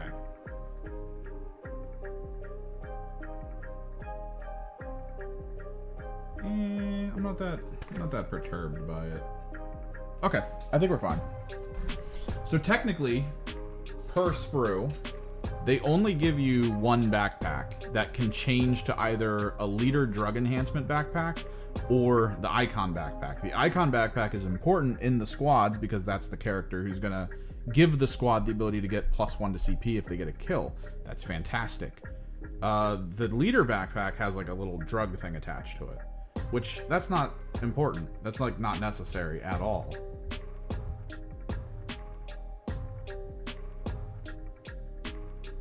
So instead of going with the sort of drug backpack, I can kind of lean over here and find a really cool looking backpack. Maybe this one. And my tormentors won't have the drug fueled backpack, but my big squad of refractors will.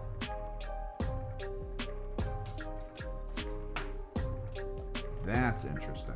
Okay.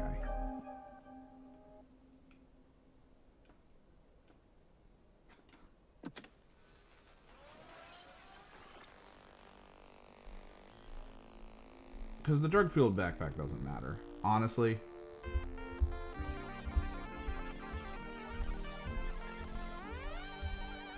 I mean, he has a whip, he has a pistol. You know it's the Tormentor leader.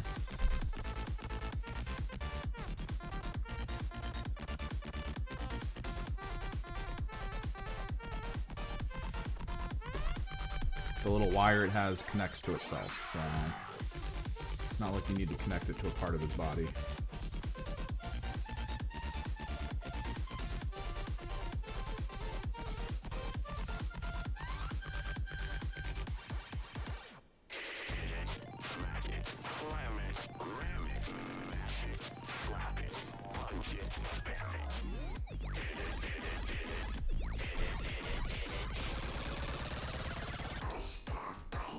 Problem number 2 might be this shoulder pad.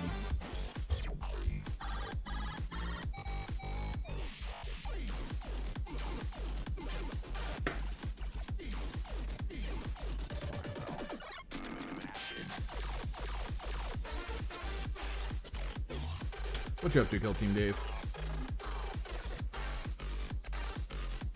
You gonna be getting any of the new teams coming out? Either the single purchase ones, or are you looking to get the whole new big release?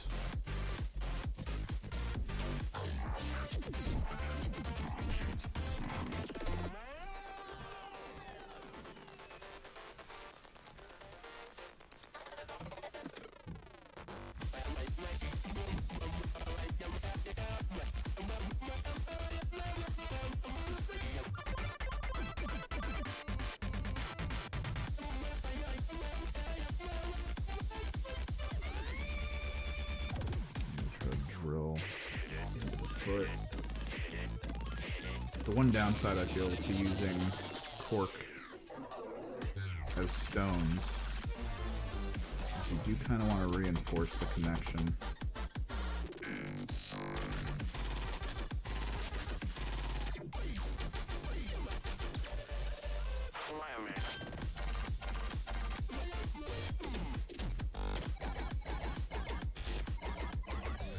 Break this whip.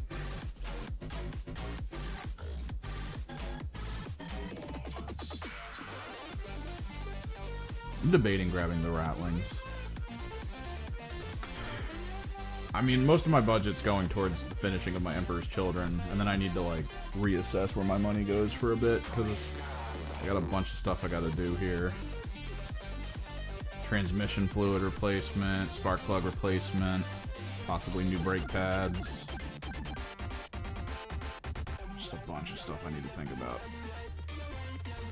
So that might be it for my purchasing for a little bit, especially because I got to think of storage. I'm running out of that as well. I might actually sell my Gene Stealer Cult. Honestly, I might talk to a buddy of mine who was thinking of getting back into 40k, but doesn't want to really like push that hard, I guess, to get in.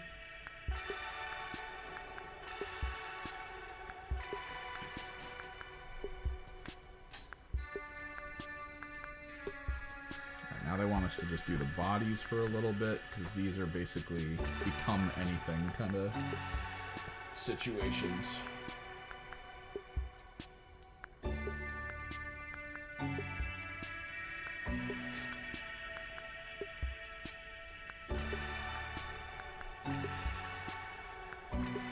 I'm at that point where I know that it kind of sucks, actually. Because the demons are basically becoming a what they're calling a live team, where they have an index, they have updates for it, they have 4 new detachments in the index. Like it's a decent bit. It's almost like the codex is out. You have a total of 5 detachments and you have all the units. But a bunch of them got put into legendary. There's this assumption that maybe the next release of, you know, Warhammer, there's no demon codex at all. There's that idea for it. It's just a weird thing. Makes me a little worried. Because I do want one of those like weird underhanded teleporty sneaky teams. And this team's gonna kinda have that, but my fully Zinch demon list, oh my god. What I just did at a game not that long ago, just constantly picking up my units and putting them back in weird places. Oh, so good. Like, you can't chase down units you can't catch. Just saying.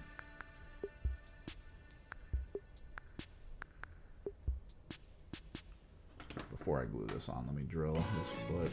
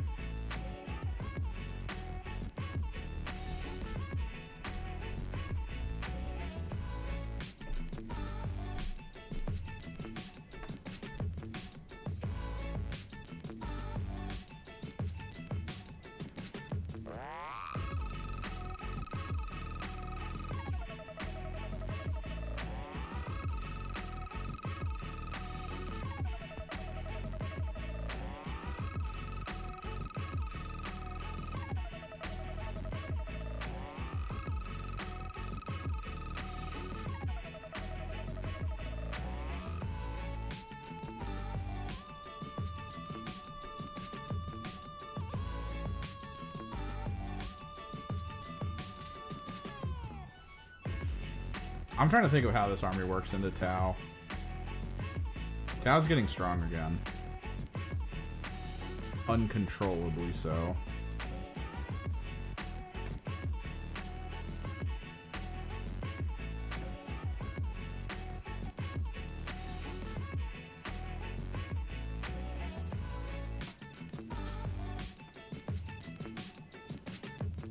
I watched a tournament recently where Tau just dominated.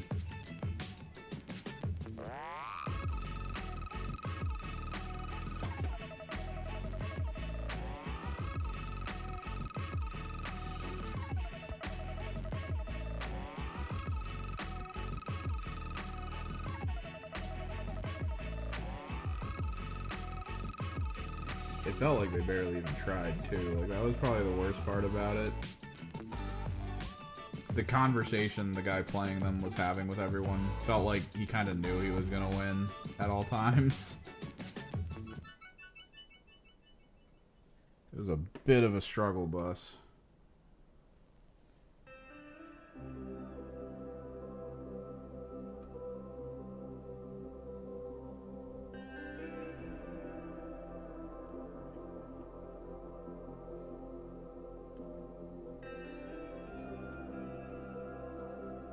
Let's get these 5 bodies out. So I do feel like they're all next to each other.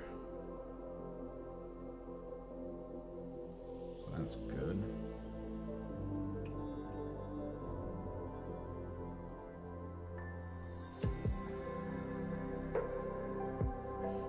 So why do you think Games Workshop thematically went with making Slaanesh characters in certain squads look like they were just Aldari heads wrapped in skin? Like Drakari heads. Like, that was the one thing I noticed about the cone heads that everyone was complaining about with the flawless blades. They're like, oh, that looks dumb as hell. It's like, yeah, I agree. but it also looks very Drakari, which is odd, right? Because Drakari is kind of just like Slaanesh elves, right? Like, it's just how it is. So having that kind of a crossover, at least in terms of a visual aesthetic, is a little weird.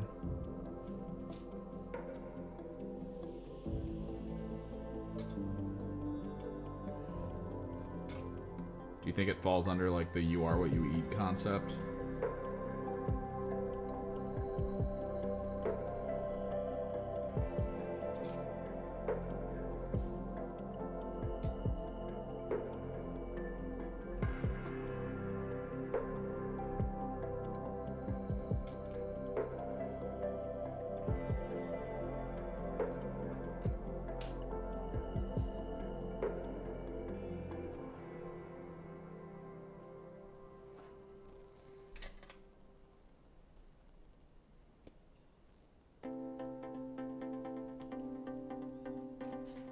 It's just one of those really awkward visualizations. I don't know. I like that some of their armor does look kind of old and new. Works out because of the Horus Heresy Land Raider and Rhinos I purchased for this team, so that's nice. And, you know, Horus Heresy Fulgrim just chilling back there. It's a good visual aesthetic concept.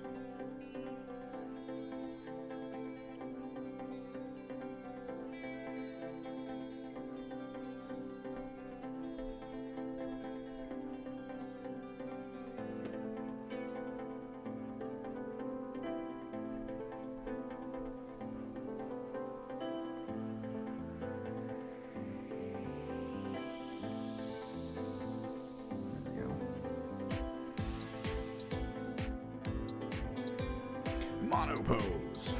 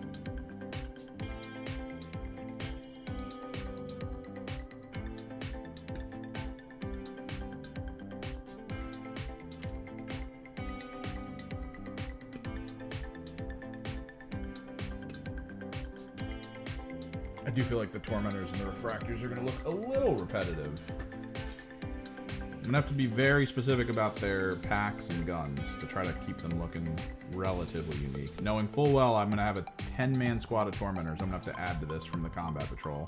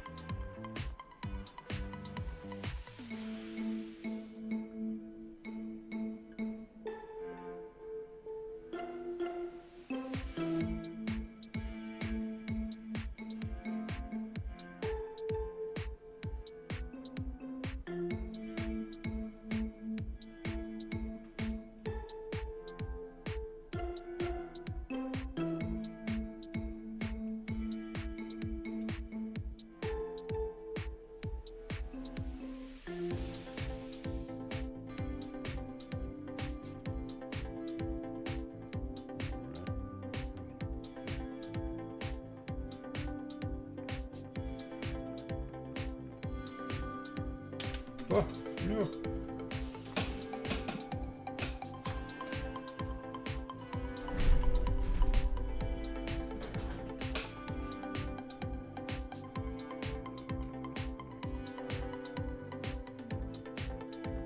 My one friend's trying to get me back into WoW. I'm almost tempted to do it, although I need to make videos. And I know if I play WoW, I know how my brain works. What's gonna end up happening... Oh yeah, they are indeed here. It is Emp Children Day. But I know what'll happen if I get back in. I had this whole issue with WoW where, because there's a monthly fee attached to it, my brain goes, well, I paid the monthly fee. Let me get the most out of what I paid for. And that's basically me leaving it on 24/7, constantly trying to find things to do in it. Even if there is like kind of a limit of, oh, you can only run this many dungeons and do this much stuff in a day. It's like, all right, cool. But I could go grind for some equipment and things. The kit's awesome. We are moving over to the Tormentors and Refractors, which is a little less interesting. The Noise Marines were really good. But the first speed bump we've kind of run into with the Noise Marines and Refractors, or with the Tormentors and Refractors, is technically you only get one enhanced backpack per sprue of 5. Which might seem like a big issue, at first at least. But they want you to do the leader with like the little Emperor's Children drug vial. And you only get one of those packs per 5. So you have to make a full-size squad if you want to go that route. My plan is to MSU, like we were talking about, 2 tiny squads of Tormentors. And then we're going to do 1 big squad of Tormentors beyond that.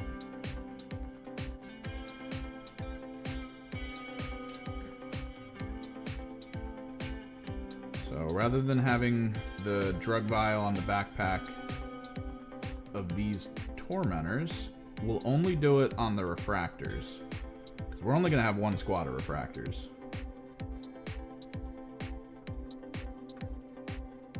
I think the end game goal is to have 2 squads, or 1 big squad of Refractors, 1 big squad of Tormentors, and 2 small squads of Tormentors.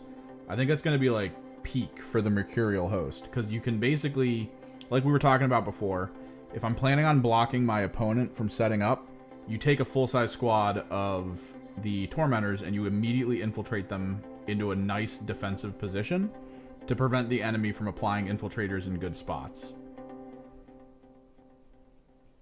And then I'll be using, in the Mercurial host, I'll be using a enhancement that allows me to redeploy 2 units.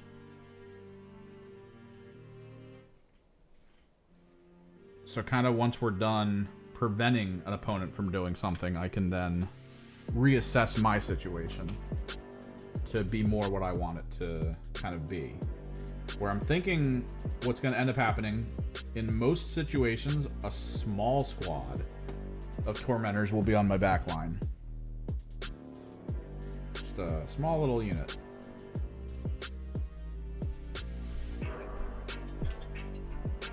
It'll sticky the objective, and then it'll spread out looking to prevent any kind of deep strikes. So, key play there. That's how it's supposed to be.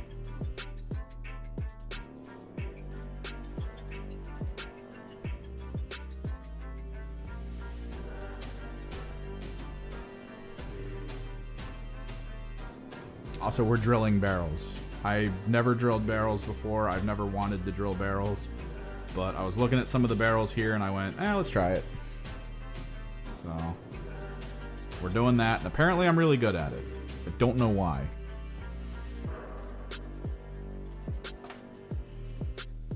We just drilled a plasma pistol barrel and it is flawless. It is so good looking.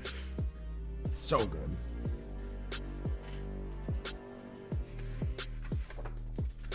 I'm very happy with the results.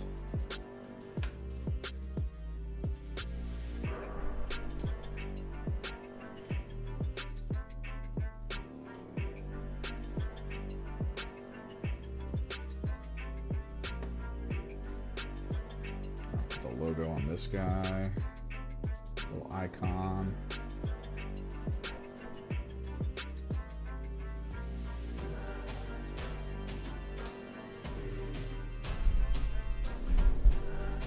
No. I had this. I bought this for Fulgrim because Forge World model, you kind of want to pin those. And I just had it, and I went, oh, I wonder if I could just do the barrels with this. And I did. Like, I lined them up with my thumb and finger, and I know the exact size. This is good for the larger guns. The one I have over there is good for pistols. And you just put it dead center of the little plastic bit, and you kind of make sure it's lined up, and then you slightly turn to kind of notch it, and then you just go. And I've done 2 plasma guns, 2 melta guns, and a plasma pistol so far, and they're all flawless.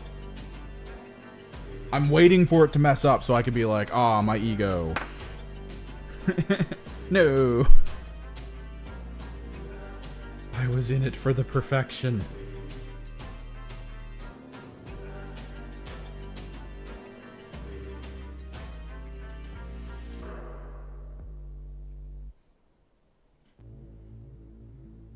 I'm kind of mad that we finished my Emperor's Children frickin' rhinos before we got to here.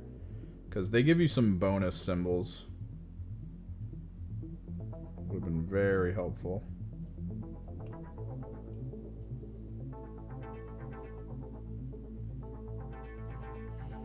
No, yeah, I just used the tip of the frickin'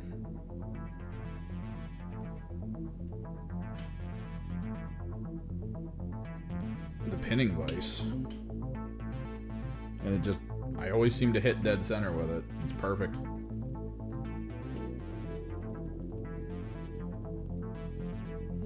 Because I already know, like, guide holes are a thing for this kind of stuff.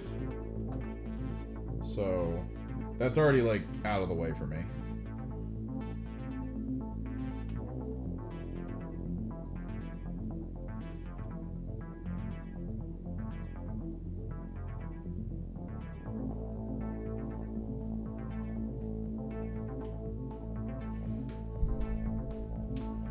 Yeah, I can show you some of the stuff, but the way the Noise Marines are built, awesome. Perfect. To anyone who's a fan of Noise Marines, you get a lot of cool function out of that kit. You get a lot of cool adaptability, a lot of cool ways of making things look really good and unique.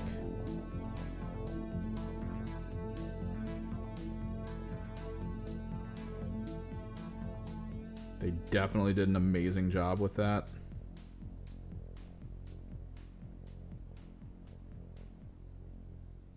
Refractors and Tormentors, eh. They're the fodder units. I don't expect them to be amazing. But yeah, here you go.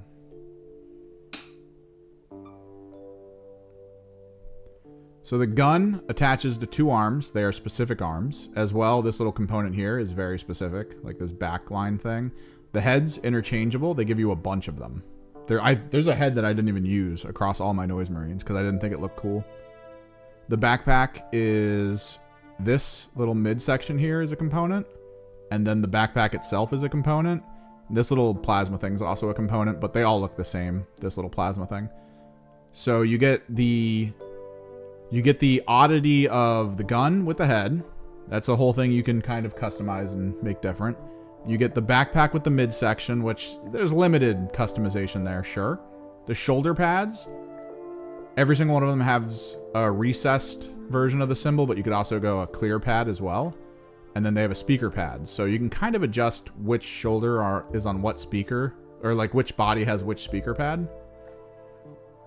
So you do get some decent variables out of this. Some pretty good variables.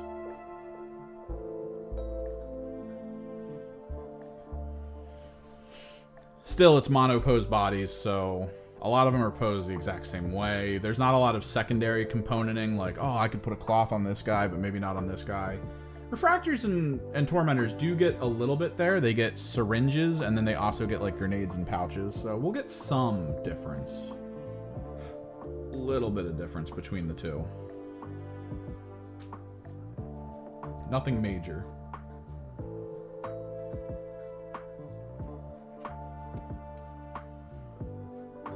But rules-wise, I love Tormentors and Refractors. I love how hyper-focused they are on the thing they're supposed to do. It's just so perfect. Again, good theming.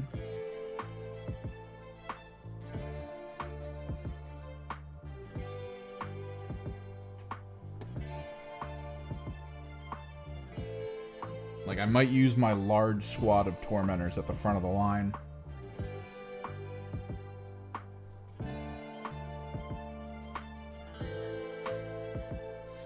Just because you'll have 2 Meltaguns, 2 Plasma Guns, and a Plasma Pistol, all with precision on it. If you can position that squad well, I don't think there's a single person who has, like, any kind of team with a leader in it who would want to put them forward. That is a scary prospect. Like, being the one to get the drop on a Death Guard team that has all the different leaders in it and just being like, oh, I'm aiming specifically for your leaders with all of these Meltaguns and Plasma Guns. It's like, oh, Jesus. You can just strip a Death Guard squad down to, it's just a Death Guard squad now. I do have heads already painted. I actually have 1 extra head. I was worried that I didn't paint enough, but for the leader, all the Noise Marines, and all 20 of these guys over here, I have enough heads. So we are good. We are golden.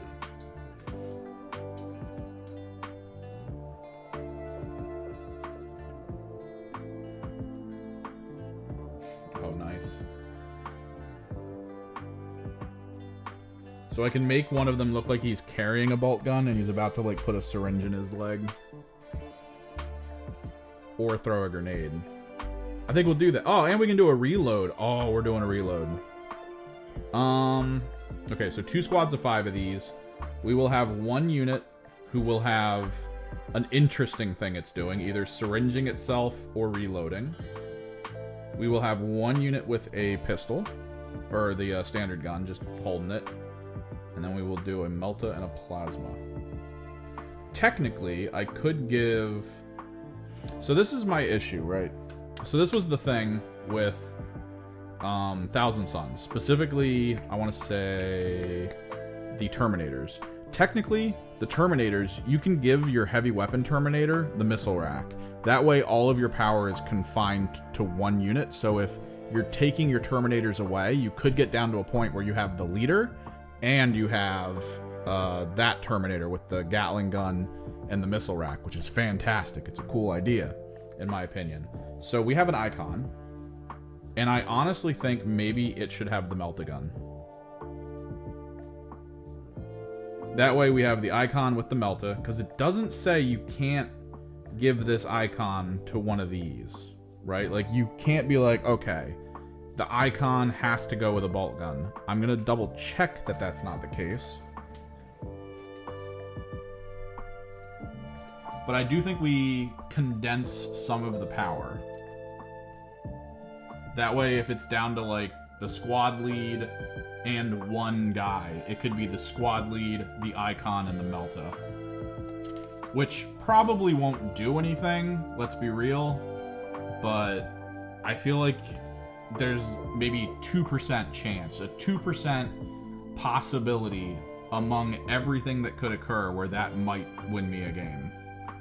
And I think I'm okay with that.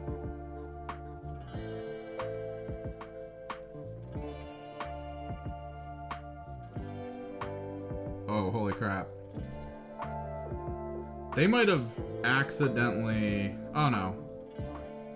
Yeah, okay. 1 Tormentor can be equipped with 1 Icon of Excess. It doesn't say he has to have a bolt gun.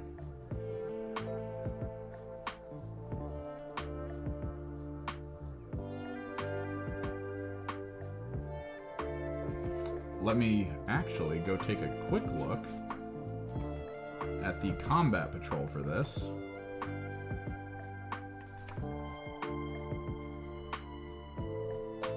Where they explicitly say who has what.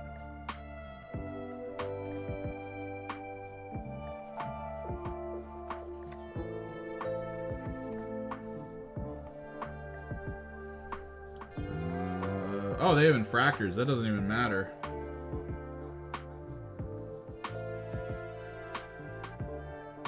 So the infractors I'm going to be building with this box set, I'm not going to build out of the combat patrol because I'll already have them, so that's fine.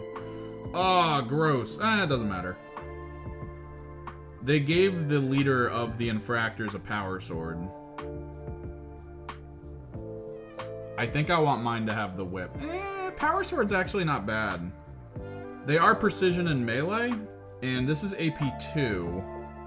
Still, they're all 1 damage. I'm dropping 2 attacks, same strength. It's just a drop of 1 AP. I don't know. I feel like I still want the whip. The whip.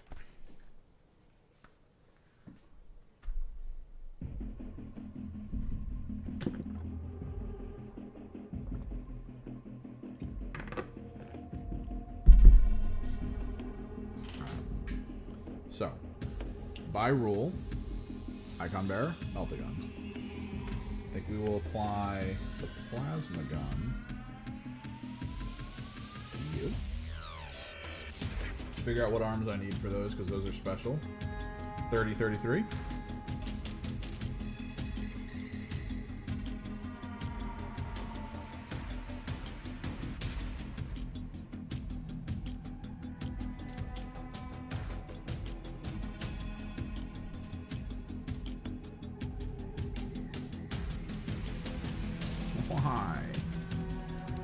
Why are you all over this thing?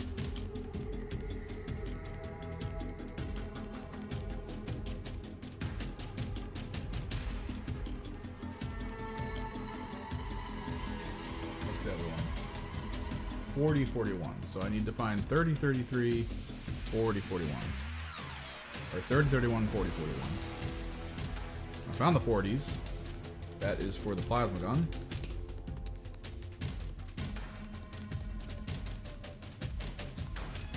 '30 should be on the same bracket then, because that's where all of the special weapons came from. There they are. 31? Where's 30?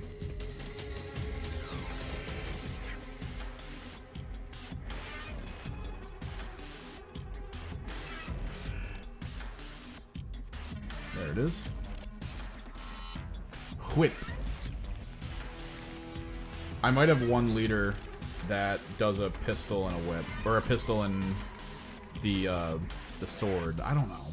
I'm gonna get 2 exaltants, and I kind of want to just switch between them based on how I feel at the time, because I think I'm only gonna ever use 1 exaltant, right?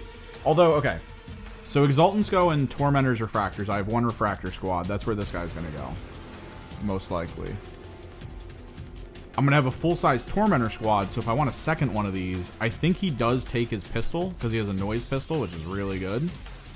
And I think maybe he goes Power Sword? Because he's not gonna charge. He's always gonna be the unit that gets counter-charged.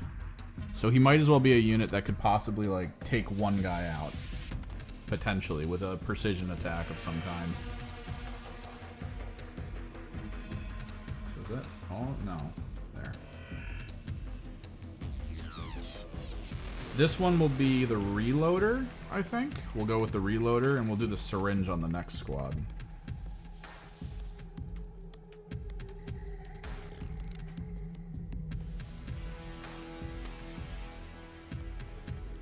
So reloader is 13 and 14.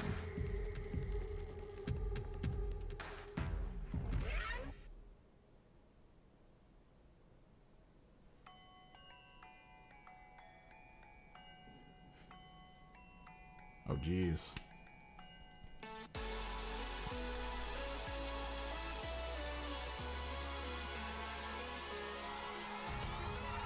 I don't know if that's something to celebrate. I mean, getting past is great, but it's definitely one of those, like, this is a point of weakness I must focus on situations. Alright, let's pick a gun.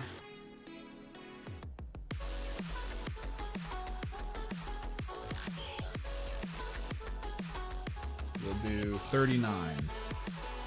39, oh no. 40, 41? Oh no. So yeah, 2 of these arms are actually meant for these. So these 2 I can't use. So this squad's gonna get, and maybe it doesn't matter. Maybe it does. They do look slightly different. We'll do 50, 49, 48 in this squad.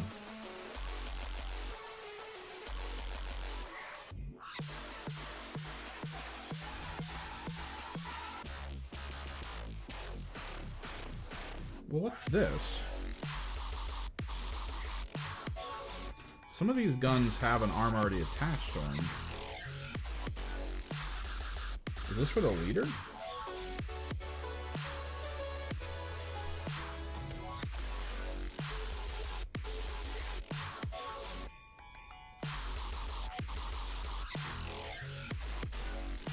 Okay, I'm hella confused. Oh no, okay, so that's what it is.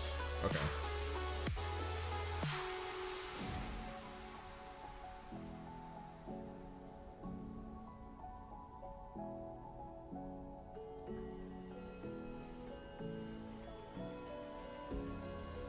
$48, $49.50. I need to find $48, $49.50.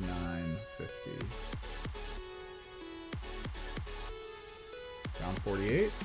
Means hopefully 49 and 50 aren't that far off.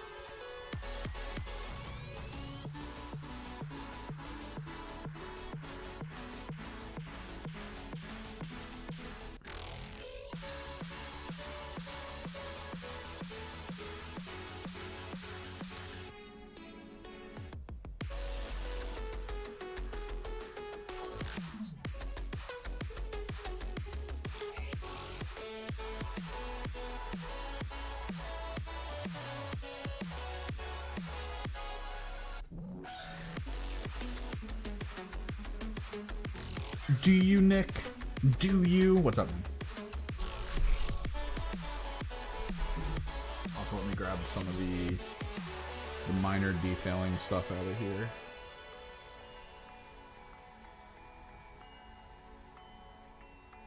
Let's grab some grenades, some pouches. I'm going to keep the stims to the refractors, I think.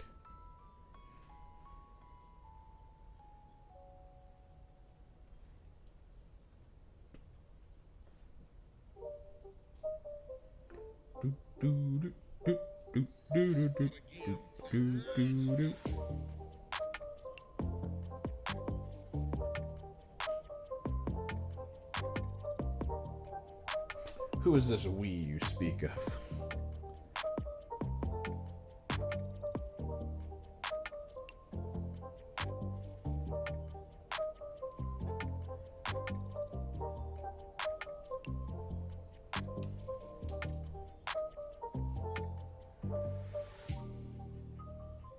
Let's give them a little extra detail. I don't want to overdose it, even though we are working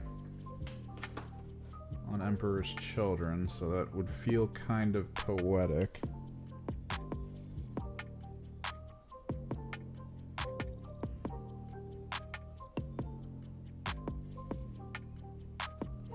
Orcs also hate math, so I mean, I guess that works out.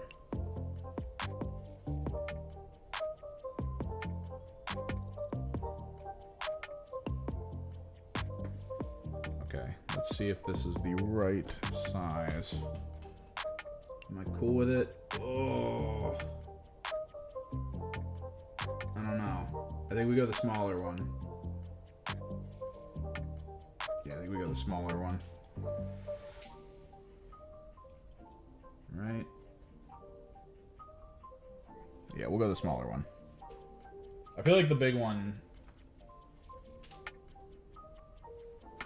leaves such a thin outer barrel that it's a little dangerous.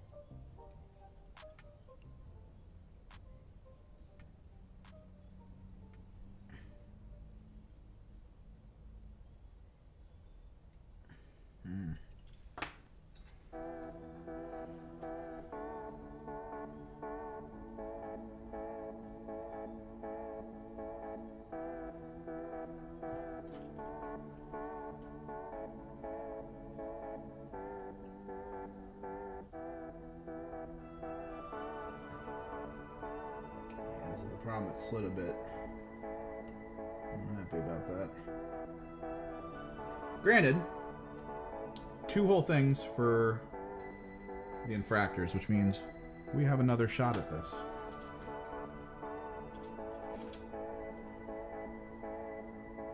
Yes!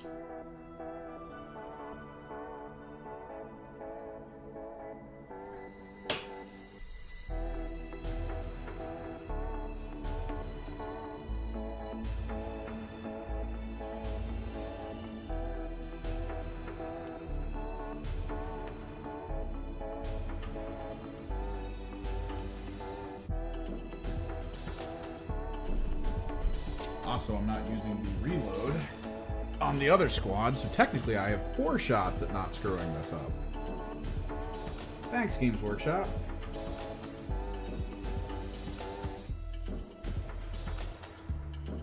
Let's get serious with this one.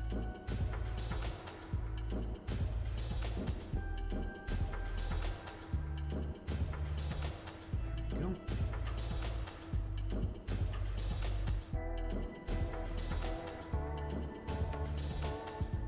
I might actually want a smaller bit than this. Like, this is dangerously big for this. Wait, was the other bit that I had smaller? No.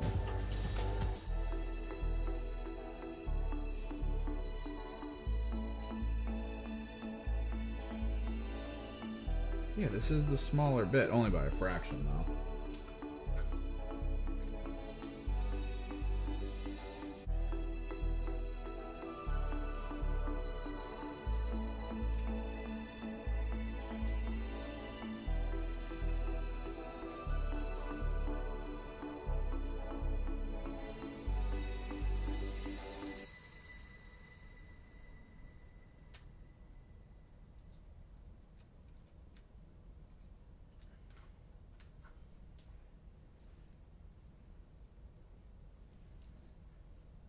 Welcome in, everybody.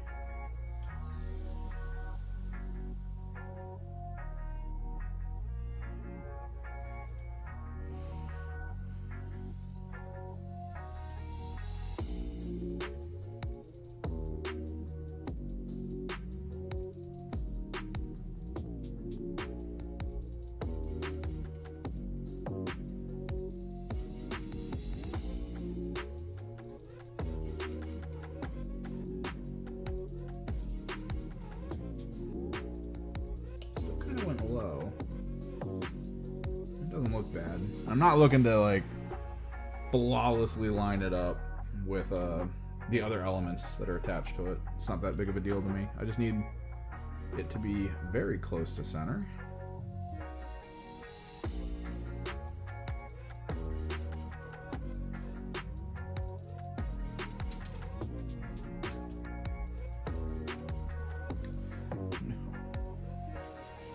Dropping it knocked one of these things off my table. Why?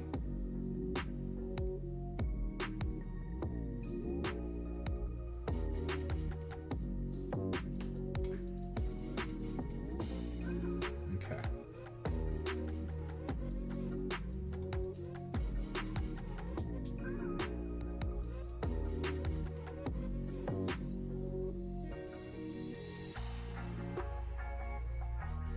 Again, no reason to glue the heads on. You got enough.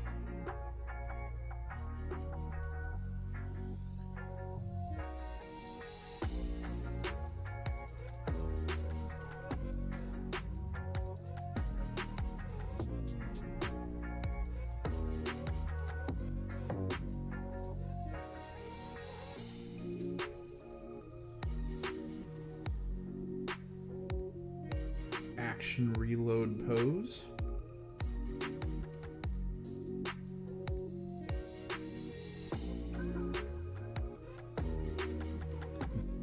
Beautiful. Just so beautiful.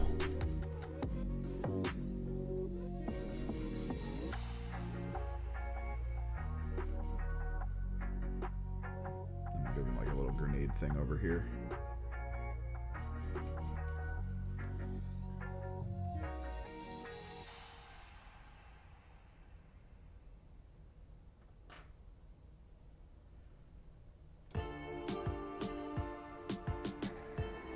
So I think I calculated it, and I think I have like 1,100 points here. So I could do an 1,000-point game. I could honestly do it gray. I'm pretty sure people at the local store would appreciate just playing into them so quickly after release. But again, I'm a man of really wanting everything to, like, feel like I put a ton of effort in.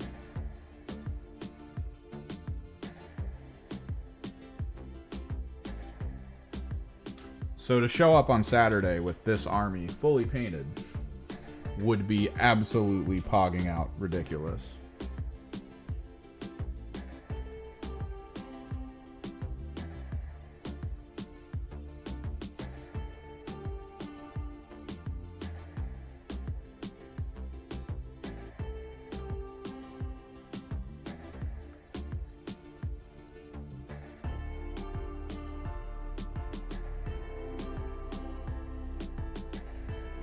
I think I did that with, I want to say I did that with my, I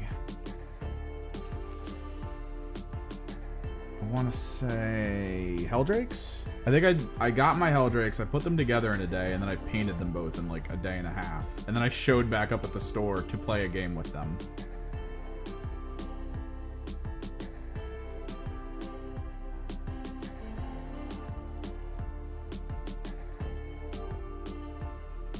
The store manager was like, wait, what the hell?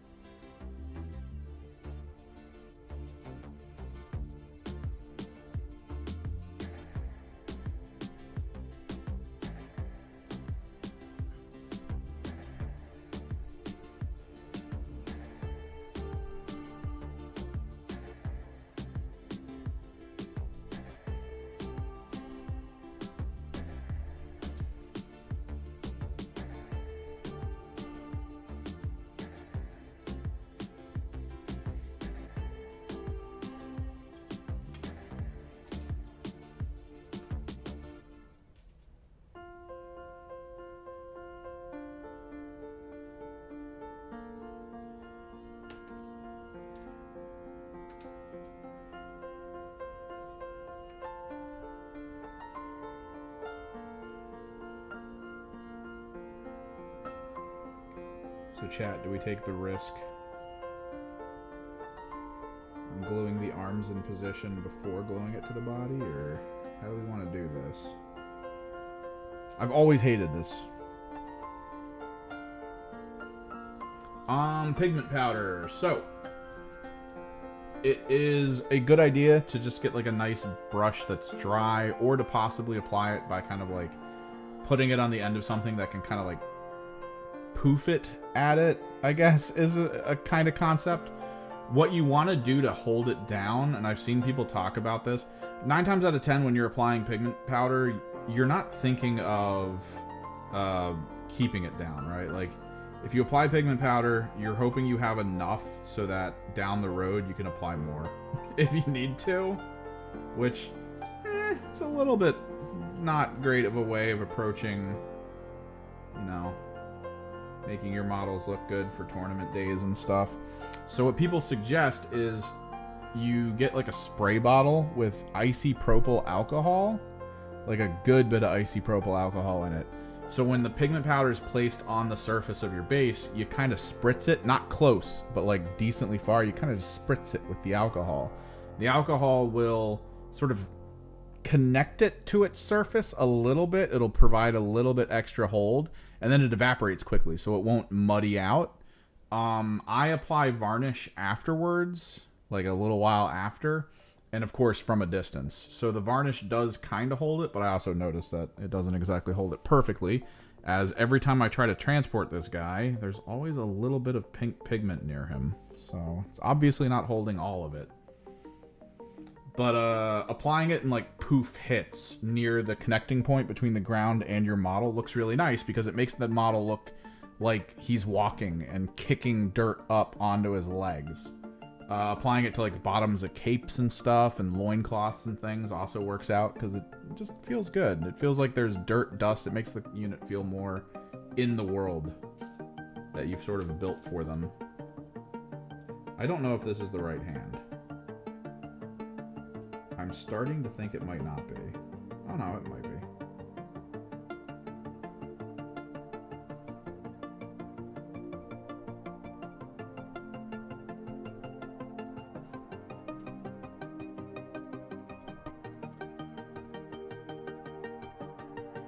But yeah, my buddy has like red pigment powder that he used on his Custodes, I want to say. And his opinion on it is like, it looks really good, but if you move them too quickly or jostle them, it's going to fall off. At which point he just needs to put more on. And there's really nothing he can do about it. And I think that seems to be everyone's general idea. Although, in future, right, I don't know how much you bought, if you bought like one of those super containers, or if you were maybe looking to get something weird, maybe to add to it. If you go to a local art store, you might be able to find chalky pastels, right? These are basically bricks of pigment in the form of sort of like a big crayon. But they're very chalky, which means they kind of crumble and fall apart. And if you get like a mortar and pestle or put it in like a plastic bag and like hit it with a hammer, what ends up happening is you can get pigment powder of any kind, any color, any type for super cheap. Like, consider what you purchased. Consider the cost and value of what you just purchased with that pigment powder you're saying you got. And think that a single stick of chalky pigment in the form of pastel is probably $1. Like, it's so stupidly cheap to get the pigment.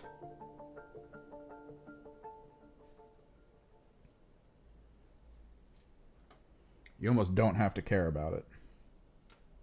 So if you want to like add more pigments of different kinds to what you purchased, that might be a good avenue.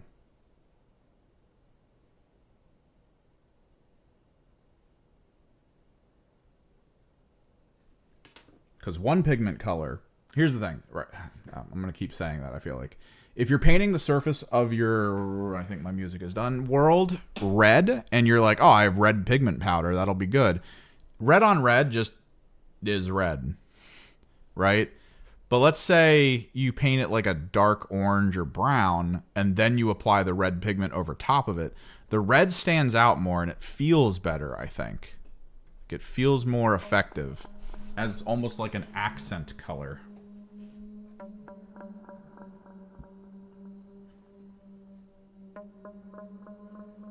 Because my one buddy kind of did red on red, and it looks fine. It looks like it's dusty. But I feel like if he did maybe like a darker brown or orange, like as the world color,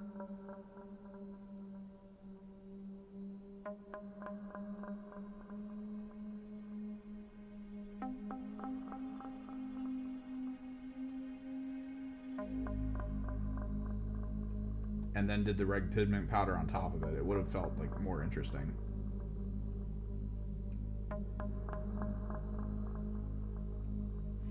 But then again, you do you. Like, that's kind of the whole point of what we're doing here, right? It's not about achieving perfection, unlike the army I'm playing. It's more achieving what you want. And we're playing with little plastic men on a table. The running thing that annoys the hell out of the guy over at Wargames Live is how many people pop into his chat just to like rag on the paint jobs from all the people playing on stream. It's so stupid too, because a lot of them are just really good. Some of them are basic, sure, like just very simple colors, nothing too extra. And it's like, yeah, it's probably what they wanted. But then people will pop in and be like, oh, blue next to white? Who does that? It's like, dude, shut up. That guy does it. That guy is at a tournament. Meanwhile, you're at home watching on TV, not going outside.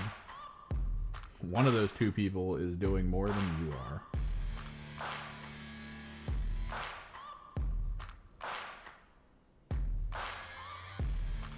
This is the right hand, right?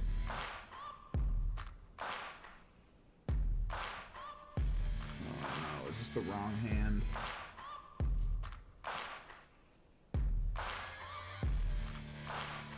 This looks right. This feels right too. Holy crap, that freaking snapped in almost. But yeah, that's something I've recently brought up with people who are asking me about pigment powders. Because I saw a guy do it on YouTube, and I've always thought, like, I feel like pigment powder and all the ones that I own are basically just chalky pastels that have been broken down. Because I've done that before. I've used broken down chalky pastel.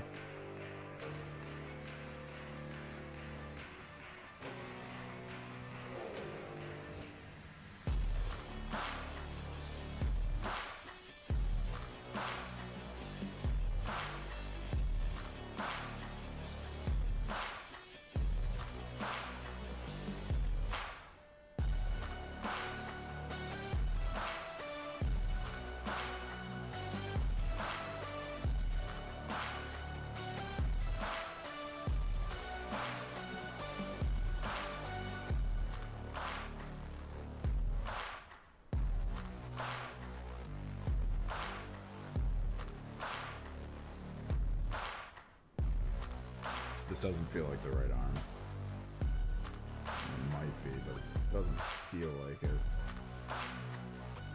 Oh no, it is. Okay, I figured it out.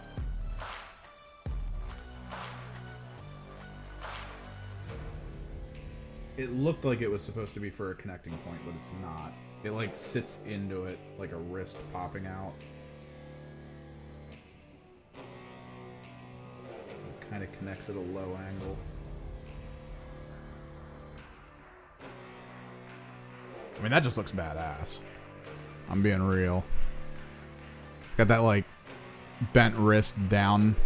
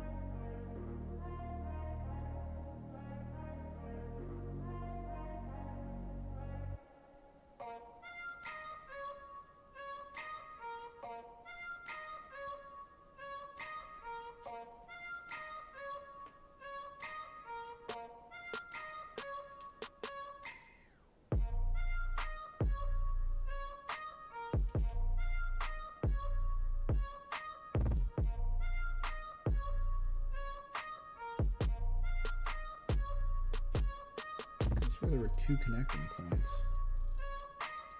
Guess not.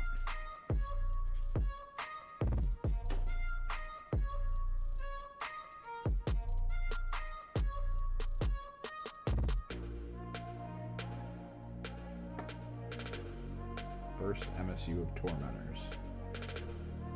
Just about done.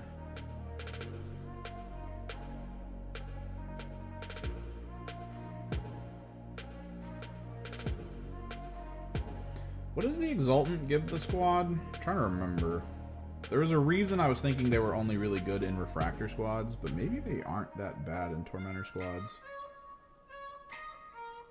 For some reason, I had this idea in my head that Tormentors could only have one Melta, one Plasma.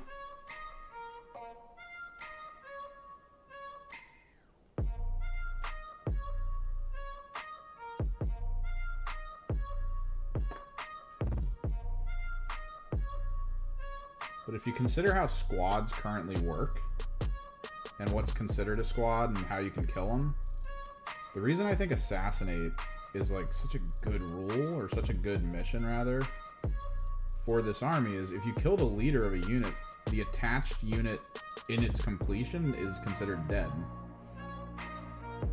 So when you have situations of like, I need to kill X amount of units or whatever,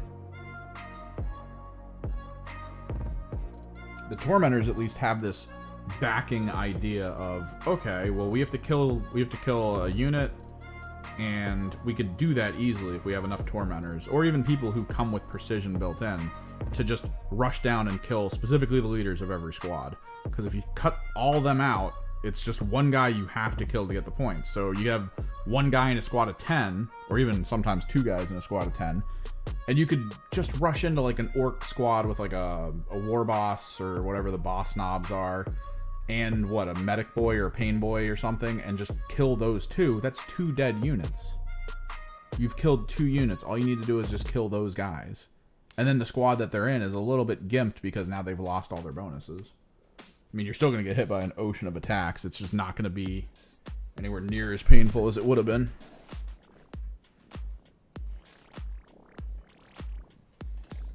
Alright, let's get these shoulder pads out.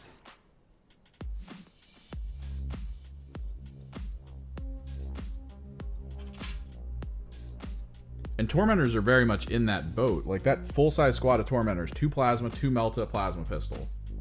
Think of that guy going into any like weird unit that just is like, oh, I have this leader in it because the leader gives them fights first. It's like, okay, cool, I'm just gonna shoot him out of that squad. He's dead now. Have fun with your fights first.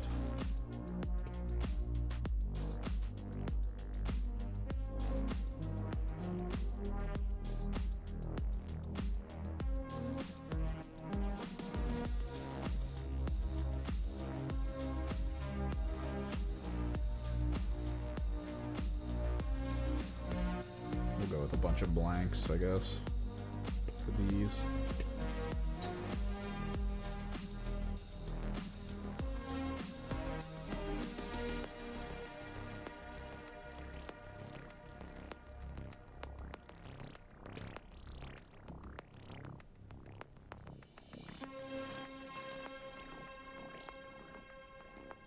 Kind of want one more thing that someone would be carrying.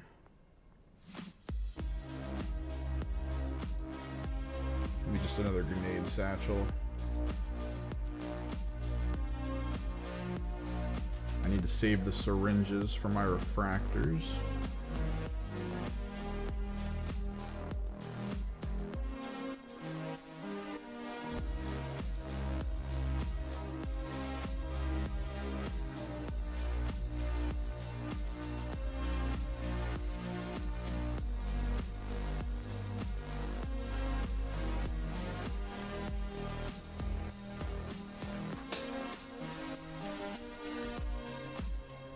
Yeah, I can't wait. Ugh, I'm so wound up for it too.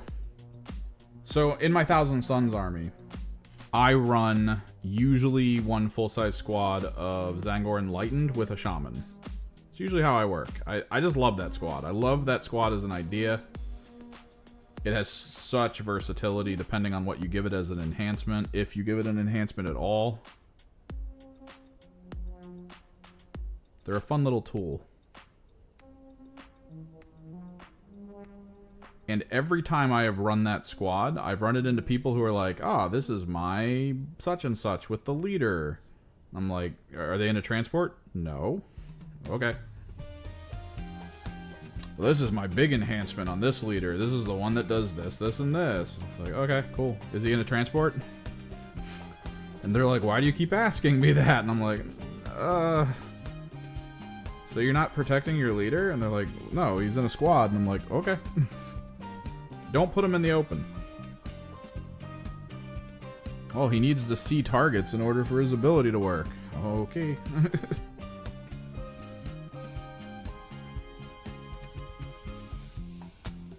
Let me move my 12 inches with this squad here and fire a bunch of slightly not as strong autocannons at you, and I am targeting just your leader. Have fun with them.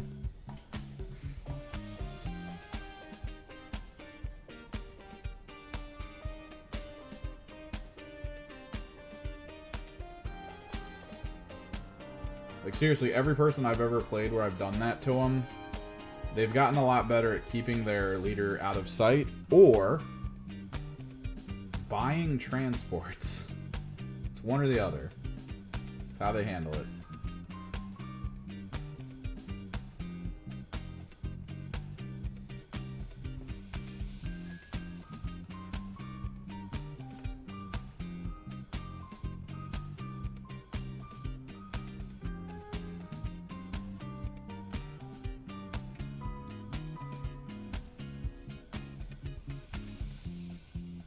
Because no one else in this like entire region that I play in uses any kind of precision at all. Like they've just opted out of it.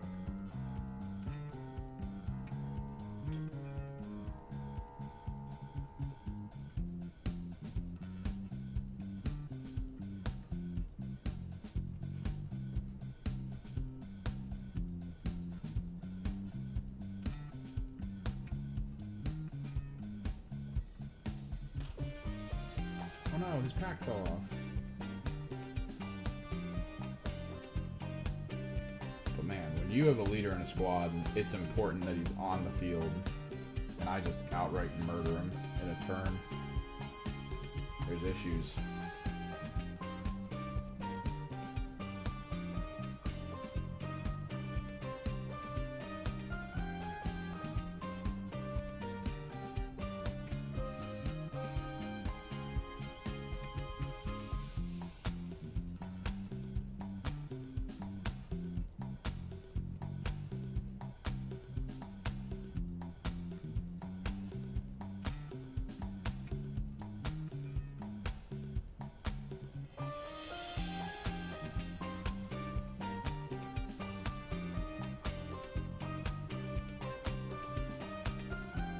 I need this to be sealed down. I do not want this to fall off after I finish painting everyone.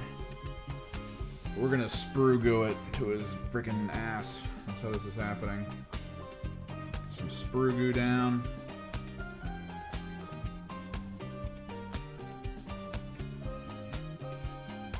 Sprue goo is pretty much plastic that melts other plastic and just combines it with more plastic. It's a gap filler. There we go. Let it do its work. If you ever have any Tamiya and you're getting close to like the end of the Tamiya, cut up a bunch of sprue plastic and just drop them in there. Occasionally shake it or stir it. Let it sit there for a few hours. Eventually you get this like bonding agent that will seal gaps whenever you're trying to put your units together.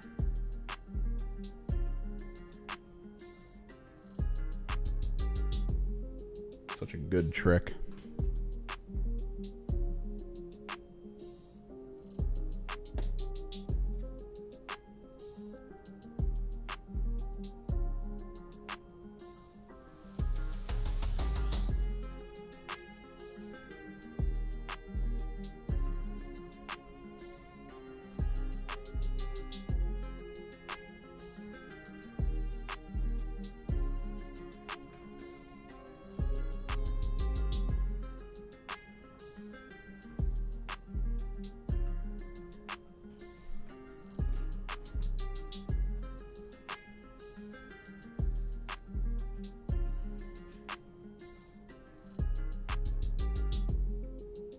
Thank God my window's open. I've used so much E6000 plastic glue and sprue glue today. Oh, I'm surprised I'm able to hold a conversation.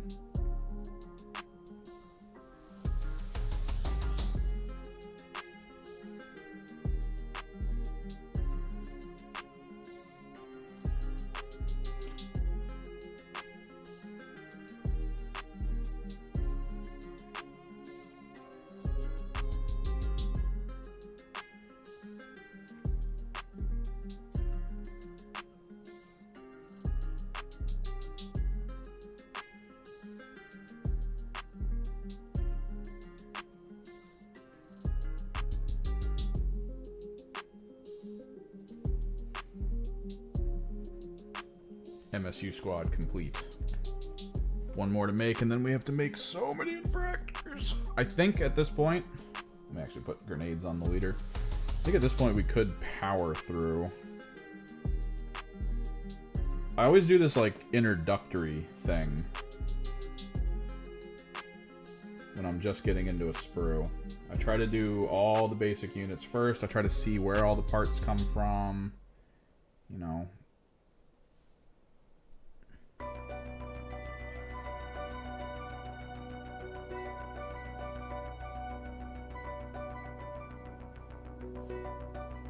Where I would want to get the parts and how I would want to apply them later. Like, honestly, the next MSU group probably go by fairly quickly. The Infractor group, that'll probably fly by. Because I'm just going to get all the bodies together. We're just going to go nuts.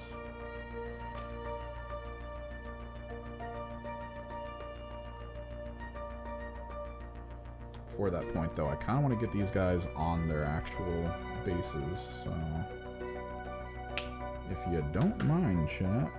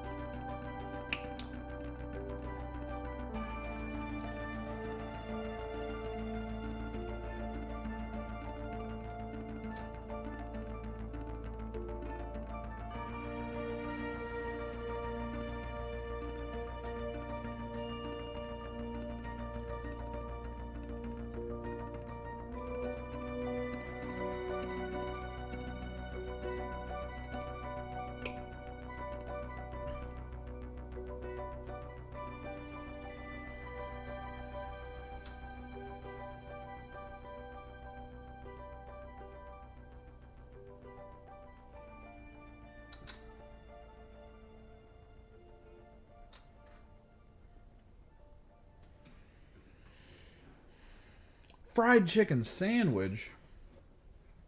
Is it Nashville hot or is it just crispy chicken or something? Or just like a pan fried?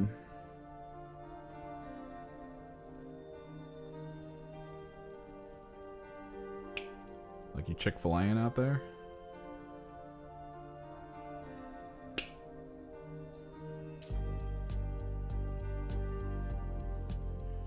There's a new place that opened near me that does Nashville hot. Oh, no, it fell. Or did it?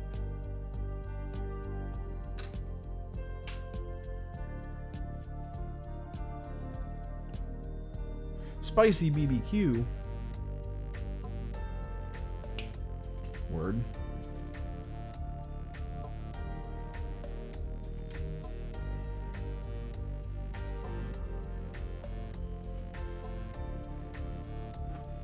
Definitely needs to be shorter.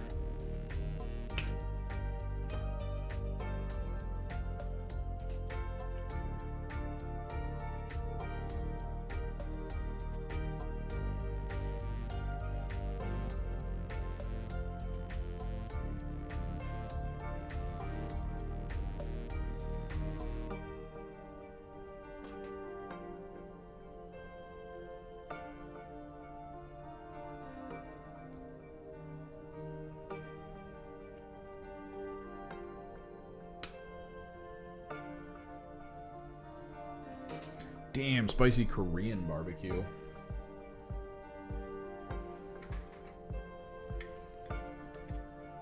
A buddy of mine and I tasked ourselves with trying to like invent an adult version of a BLT, and we figured it would kind of be like banh mi. Like it would be pork belly. Maybe like a spicy pork belly.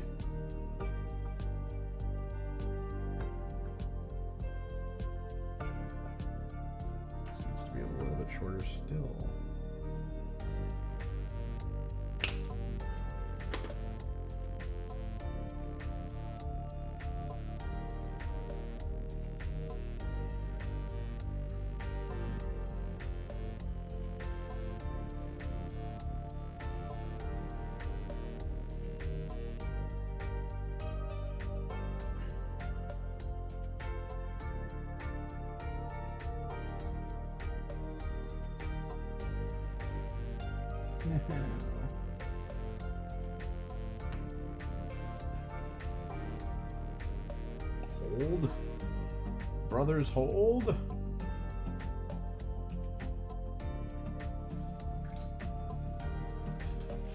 It was that we came up with, like, it was like some kind of spicy, no, it was like some kind of marinated lettuce and what was it? Freaking oven roasted heritage tomatoes or something. Oh.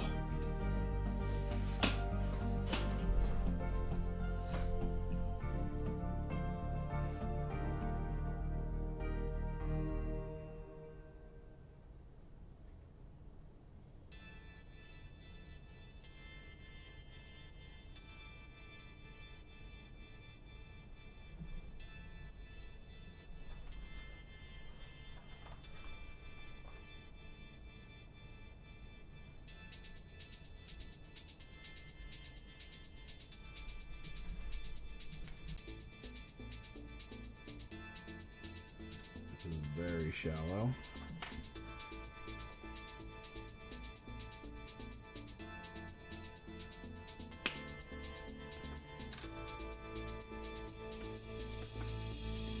Broshi.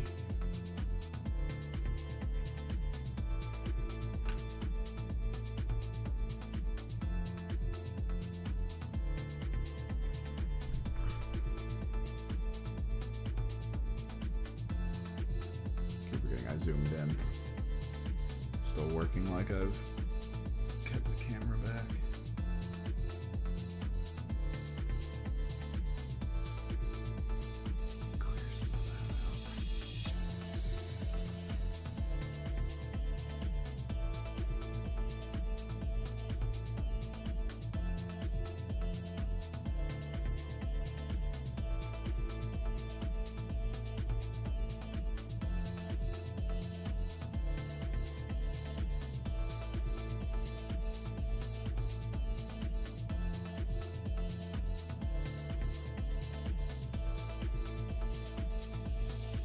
Even if it doesn't look perfect right now, we do apply more of the texture paste once these guys are a little bit more dry. That way we can kind of work them back into the ground. I told you, man. 8-bit dough is solid. They do good work. I might have to get a new one. I either need to get new thumbsticks, like the actual thumbstick covers,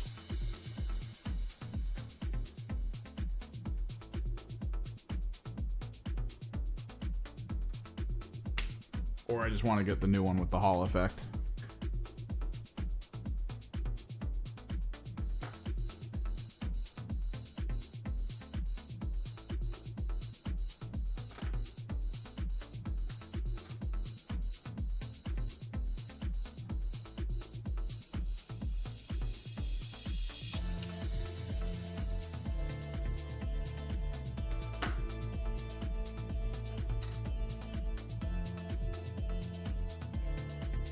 Because the rubber on the top of my thumbsticks is just like gone, basically.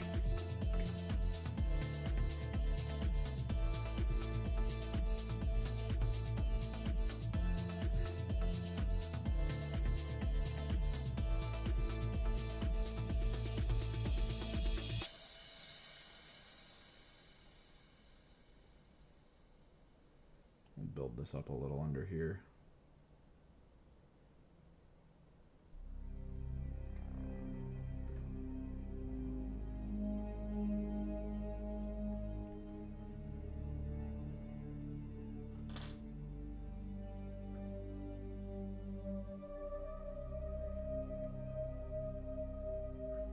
Perfect. Perfectly pinned. Might pull back the zoom.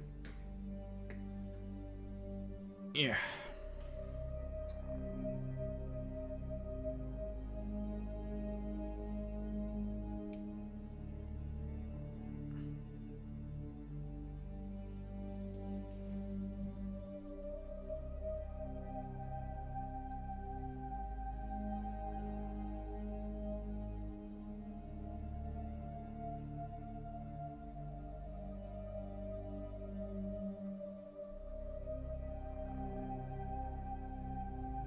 These are called tormentors. They're the Emperor's children, bread and butter. Sort of like fodder scoring units.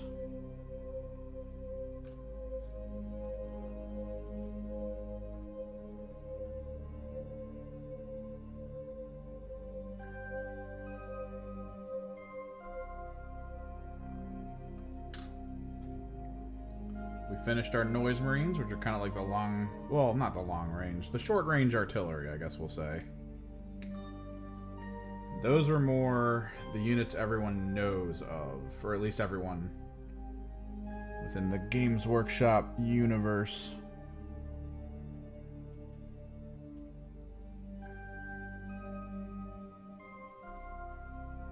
Hell yeah.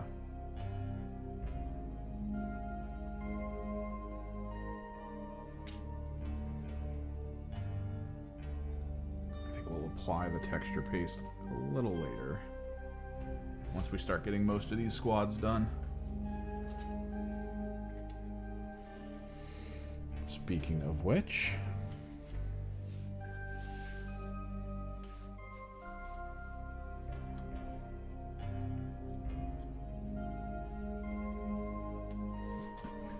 so we need one more MSU.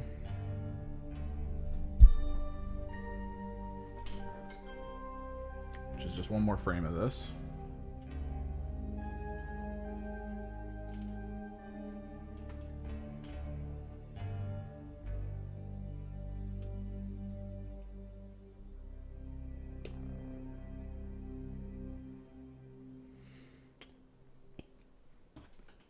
Yeah, Broshi, these units just came out Saturday. This is a launch of a basically new entire army, honestly.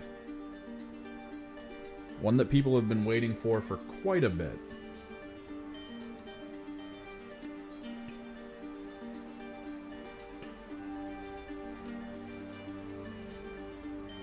With, dare I say, bated breath.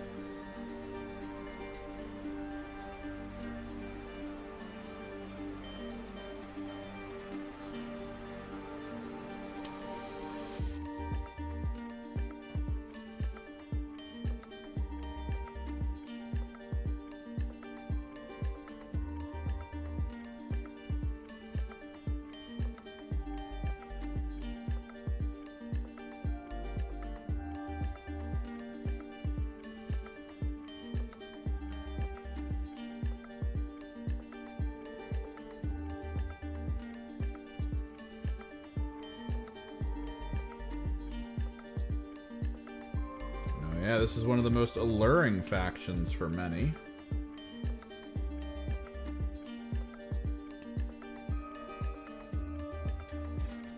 Always done in beautiful, bright colors. Visually, they're more my scene than most factions in 40k. I mean, I've kind of did what they're known for to my Thousand Sons, making them bright and interesting, because that's the whole magic side of things, and I think it can really work there. But you buy this army, you better be ready to make bright, crazy-looking stuff. Because that's what they're all about, man. Or you can just make them dark and dingy, because honestly, make them as you want.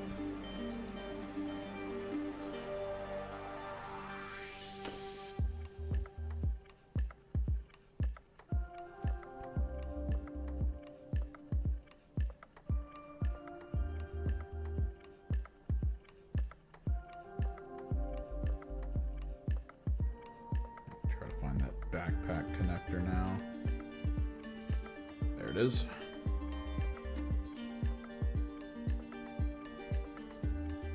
I love bright. I mean, this is their leader that I painted. This is going to be the army's paint scheme for the most part. So, bright is kind of the name of the game here.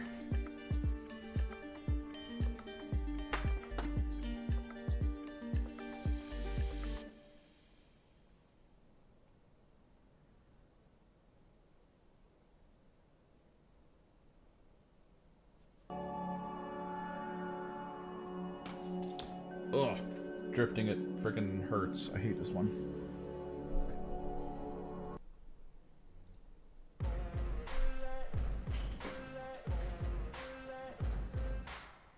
Trim a lot of the stuff that we want for other things as well off of here. Get all these syringes. Yep, this is a little liter. Big liter, little liter.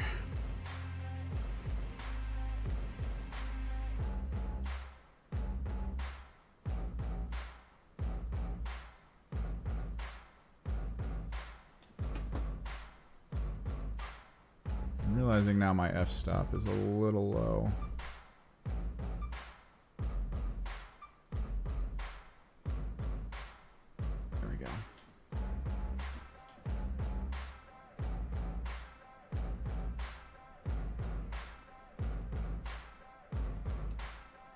Let's just power through, cut out a lot of these baseline bodies so we can at least get the core bodies together.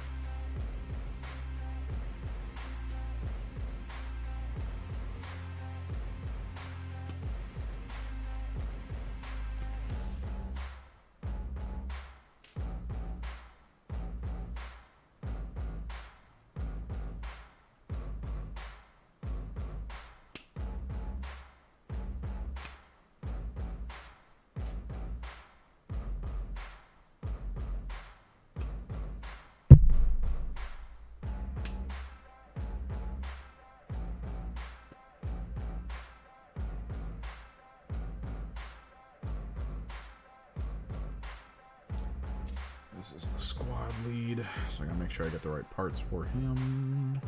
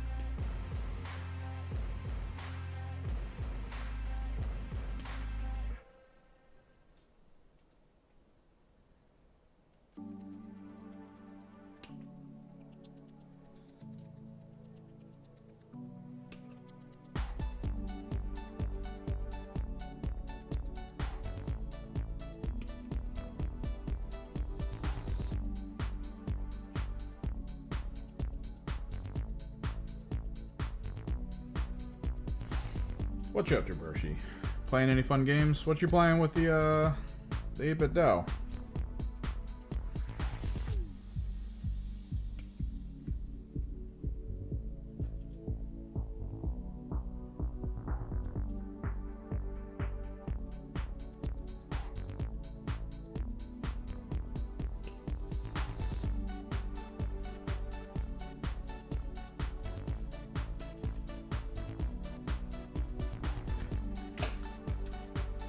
Man, that last podcast we did on the main channel that I edit for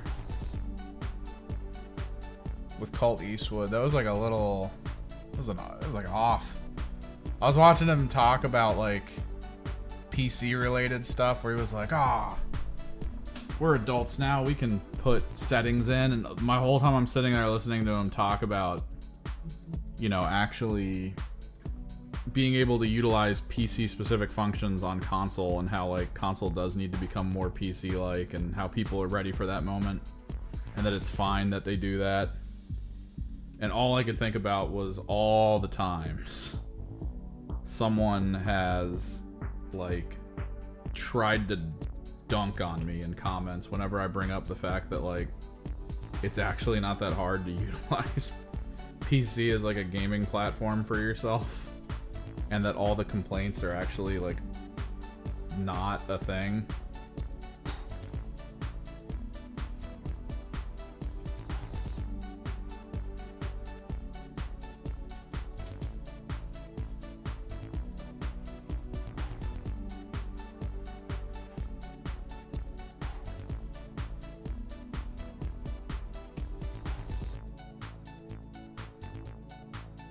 And he's sitting there doing the exact same song and dance, and I was like, dude, you're gonna get lit up.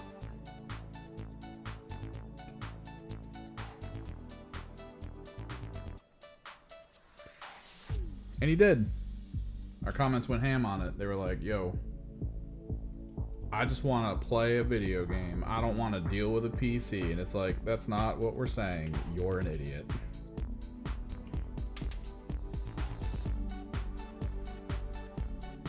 They're basically the same thing now.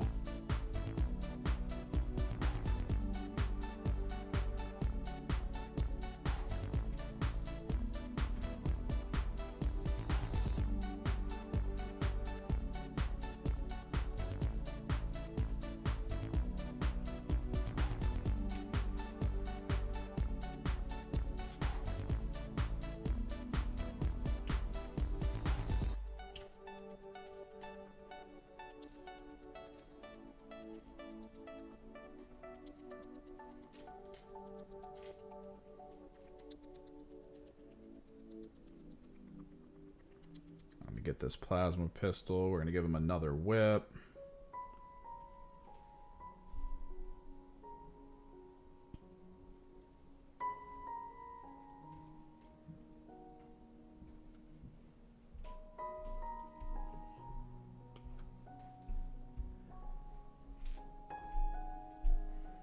Whip.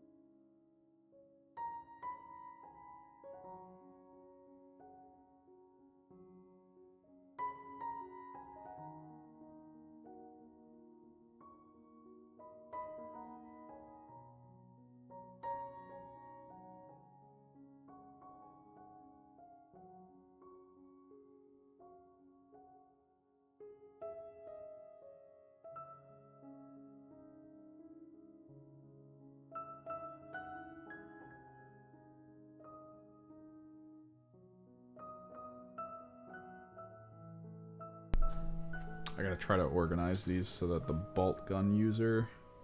Like, I don't want them to look the same, is the key thing. So, this is the runner. Different backpack. Good.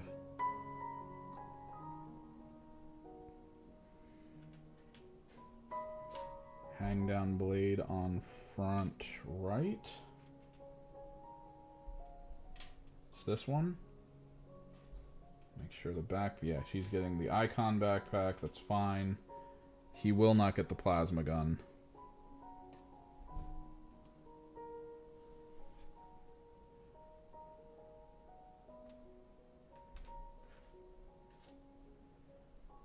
Maybe the runner will get the plasma gun.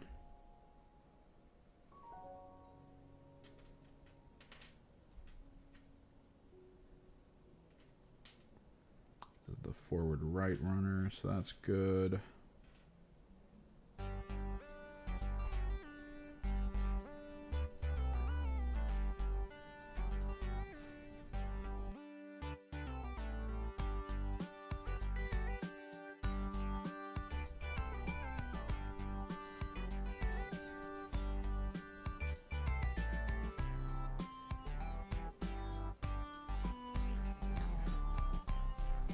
Whatever the hell this is getting skipped.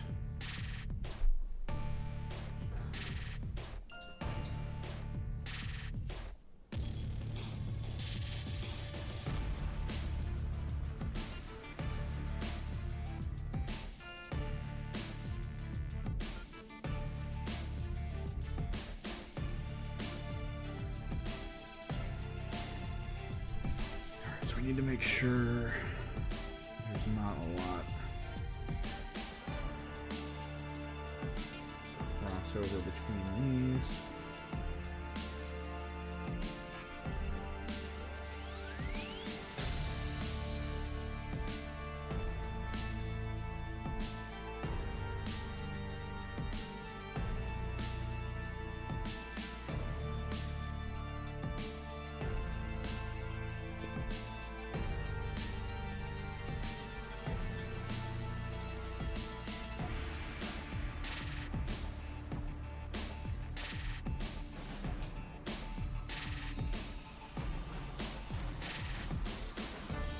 Like, I've seen a PS5 in person.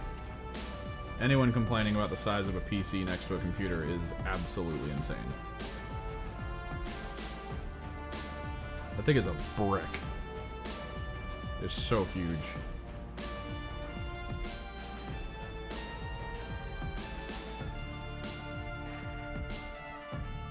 And it sounds like it's trying to escape orbit when you turn it on.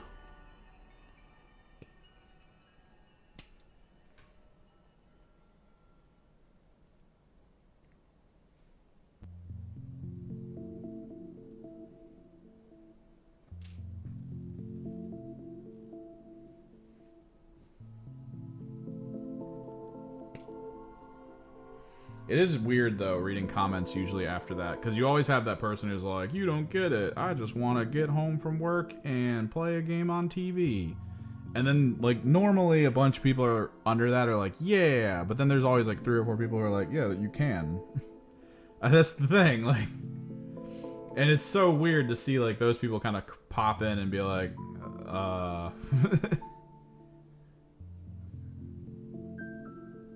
Yeah, no, that's what they're saying. So I need B24 and 25.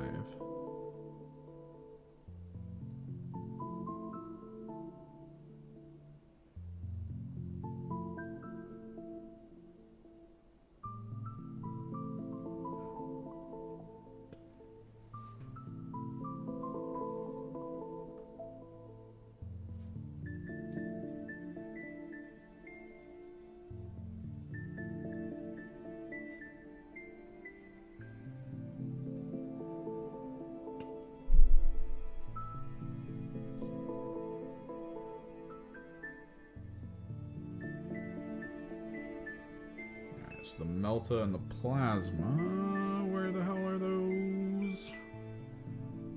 Where are those? Oh, I already cut them out. That's right. So those need...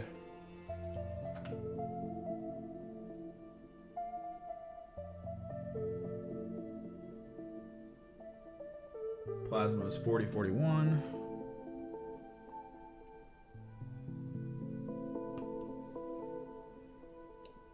You shall have the plasma. No. You're syringing.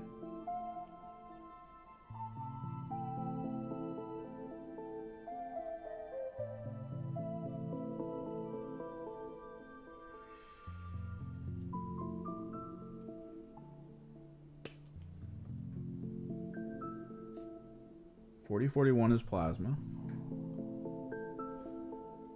Oh no.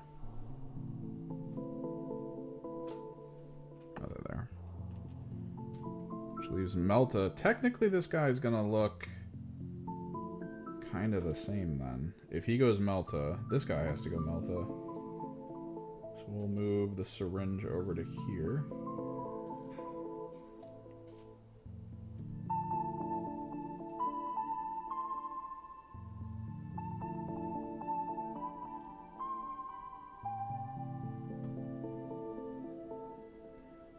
And then 3031.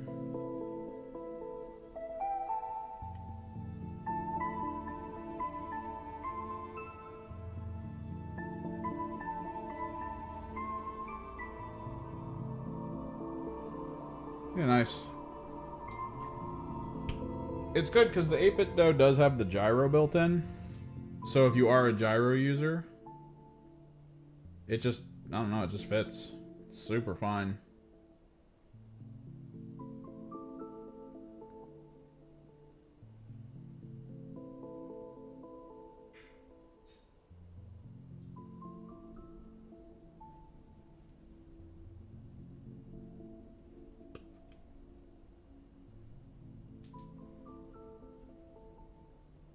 That should be everything.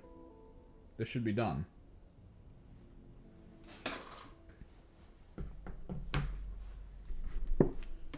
I remember them being good too. Like they weren't like awkward. It didn't feel like a third-party company attempting gyro and then failing. It actually felt like they kind of knew what they were doing. Alright, let's get some barrels drilled.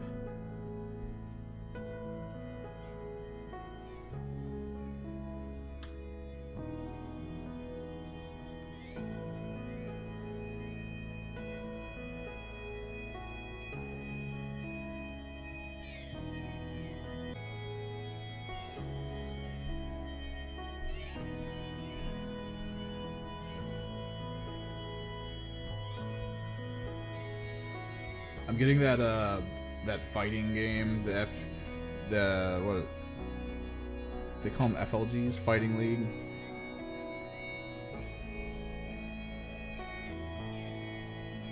I'm getting that drive to want to, once I get this done, just like once I get the 2K of this done, put in for some tournaments that I know I'm gonna lose.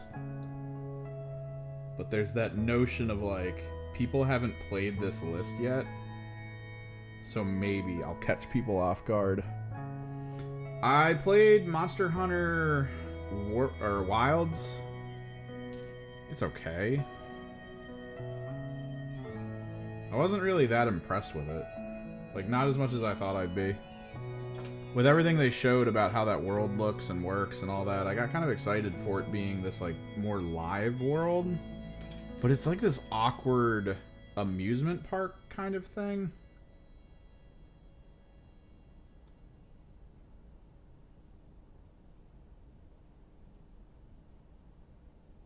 Ooh.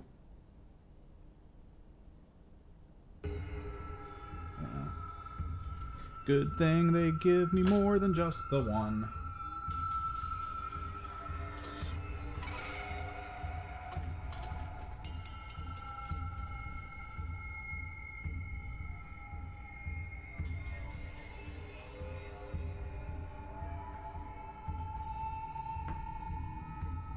Like, it's awkward when you're fighting a monster and then all of a sudden it goes from night to like daytime and the sun's just like whoosh, just like into the sky. My friend thought something horrible was what was happening. He was like, "Oh God, we're about to get hit with something huge. Something crazy is going on." I was like, "No, it just changed time." It rapidly changed between environmental events in a jarring and weird way.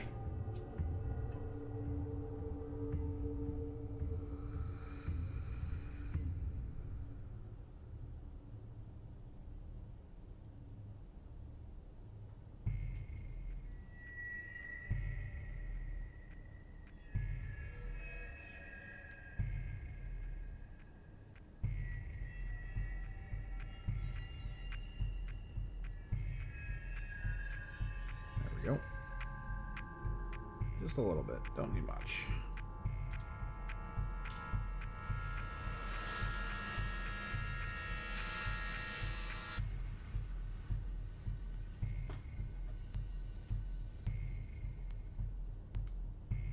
But yeah, we're at the actual endgame grind in that. And I think the problem is it's not interesting. So when I was at my friend's house, he was like, "I'm playing World of Warcraft again." My brain immediately went, "Oh, we should just do that."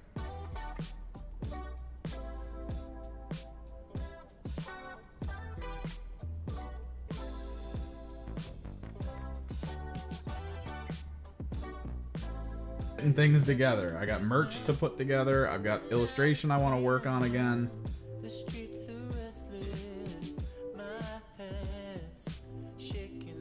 I got tournaments I want to go to.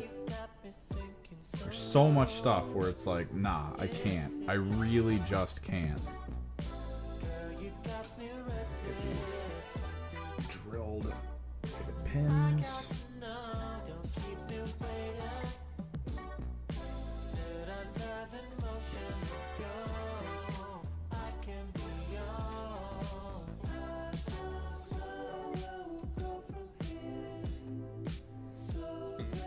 I don't know yet. I know there was like 2 that I wanted to sign up for, but then I looked at my schedule and it was like, you gotta be elsewhere for those days. It's like, oh, okay. If Too Many Games has another tournament and we're going to that this year, I'll probably sign up for that.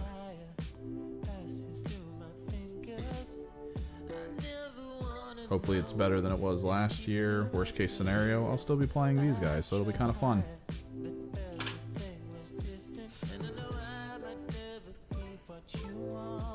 Watching people freak out about my army when I went there the first time was nice. It was nice. So many people showed up to that army with like 1 primer paint on their models and called it a day. Which is fine. A lot of them were apparently super new. Only one of them was like, this is my life. I figured out how to min-max the ultimate Imperial Guard army meant for 1,200 points, which was like terrible. It was an odd tournament. Hopefully they do better this next year with terrain and everything. Because by God, there was no terrain on those fields.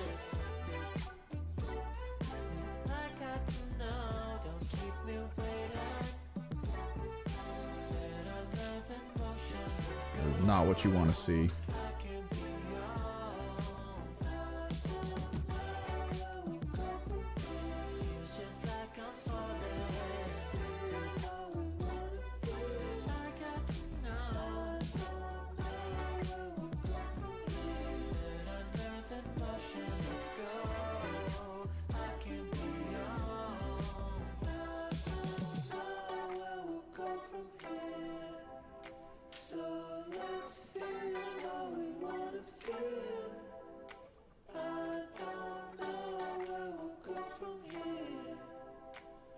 Just take a chance. I can be a man.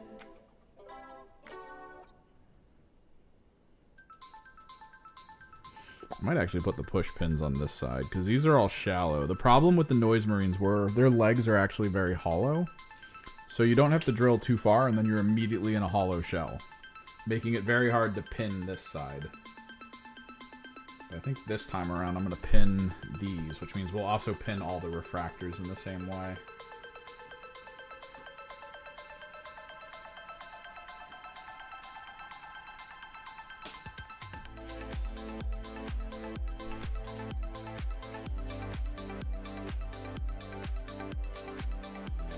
Let's get to it. Part by part cleaning. Shave off all excess.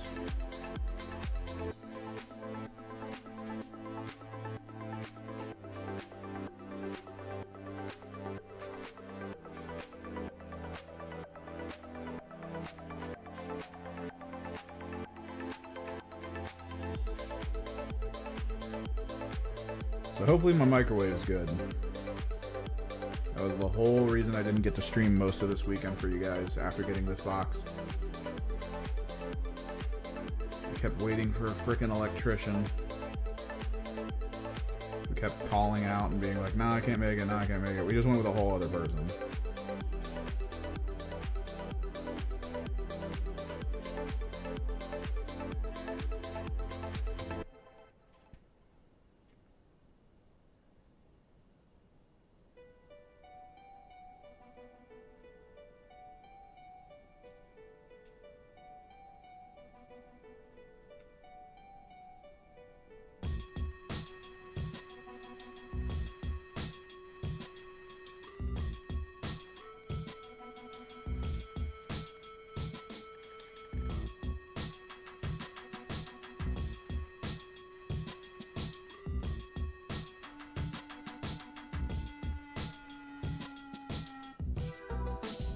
Yeah, man.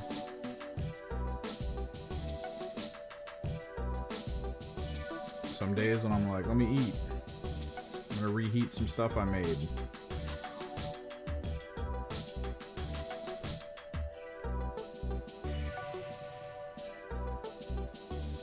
I hear a loud popping sound because the breaker flipped because my microwave popped the breaker.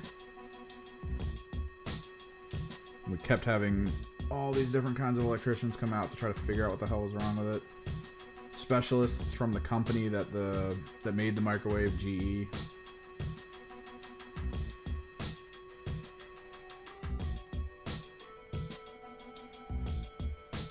Nobody could figure it out.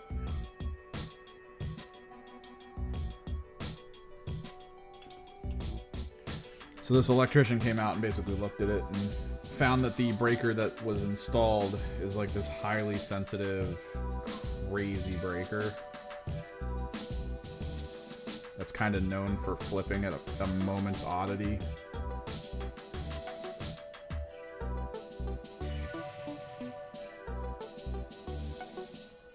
And he was like, nah, you're getting this different one.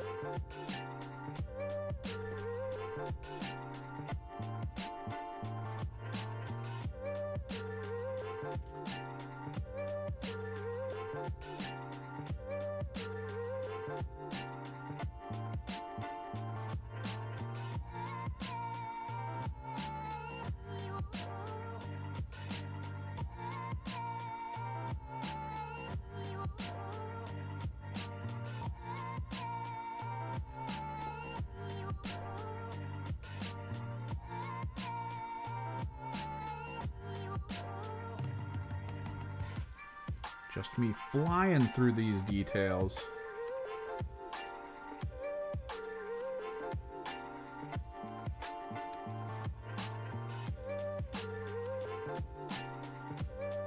I'm gonna need to clear some space for the refractors. We're gonna try to do all 10.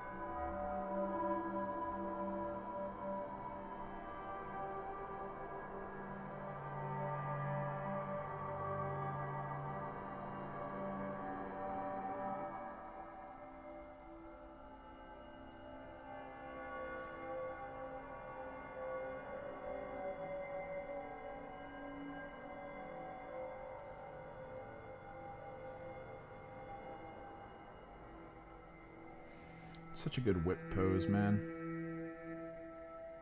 I'm happy for this army. I mean, I still love my Thousand Suns. I'm probably not going to full collect, at least in any meaningful way. I'm probably not going to fully collect an Emperor's Children army. Like, we're not getting more Mauler Fiends. I'm not buying Terminators.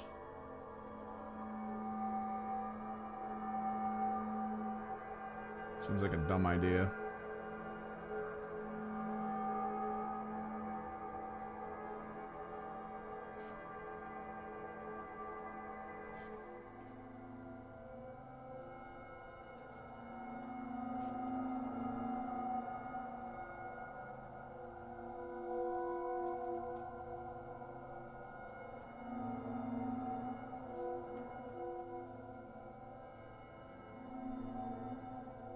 Shave all these shoulder pads.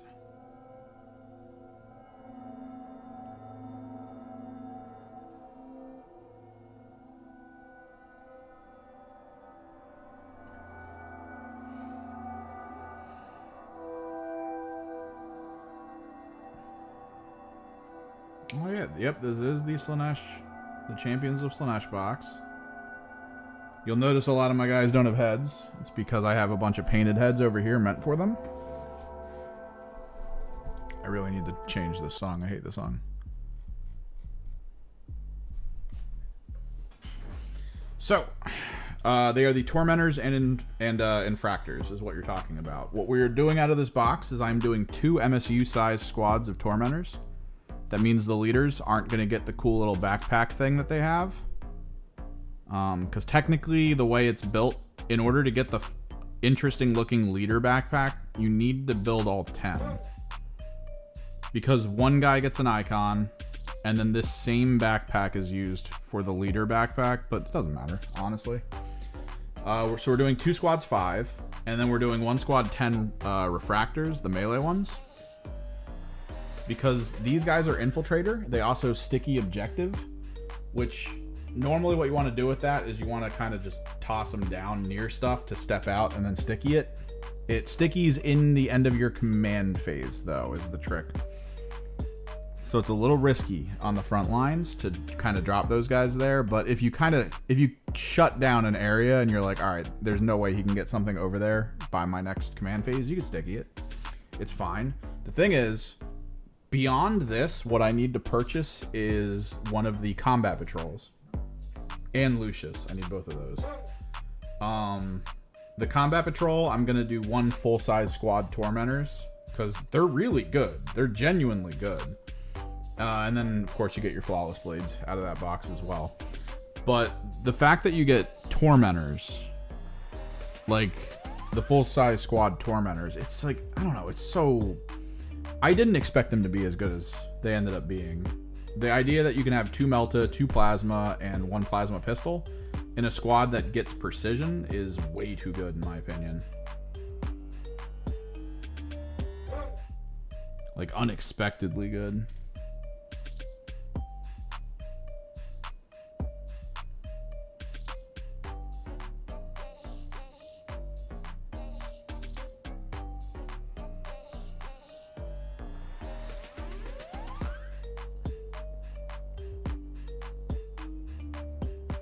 Refractors sound good, but honestly, in order to get the bonus CP, dropping a big size squad of Tormentors next to a squad with a leader in it and just melting their leader out gives you a CP. Like just an immediate command point.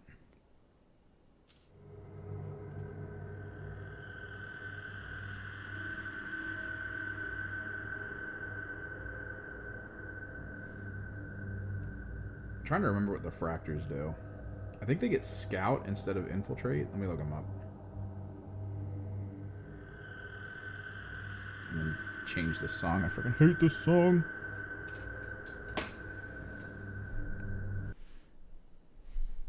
You could, okay. You could probably get away with 2 full-size squads Tormentors. The faction I'm using is Mercurial Host, and Mercurial Host gets the redeploy of 2 units. So if you have 2 full-size squad Tormentors, what you can do is basically drop them into the middle of the field, prevent any enemies from putting up infiltrators of their own, prevent scouting, all that, and then at the end, pick them up, take them away, put them where you actually want them, which is really nice, I think.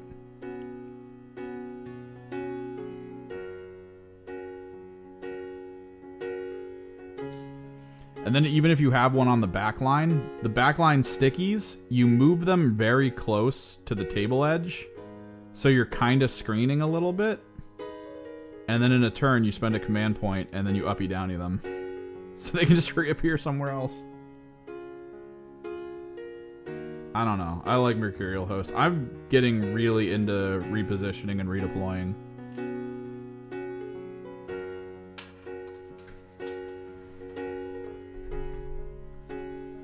I started using the Tzeentch Demon Detachment because I normally play Thousand Suns, and that has a lot of uppy downy.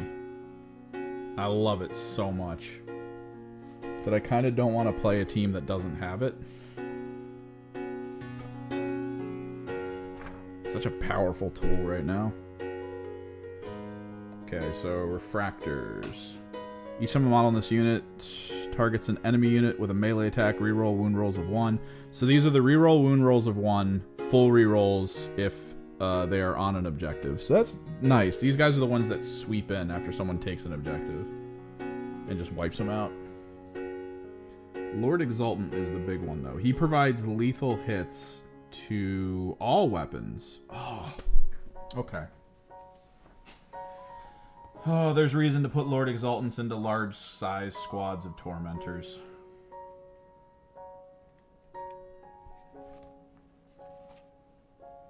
Lethal hits in melee is great, but lethal hits on top of precision can be pretty good.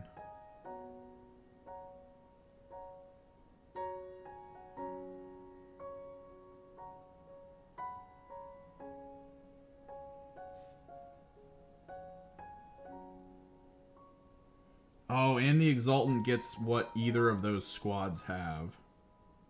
Neat.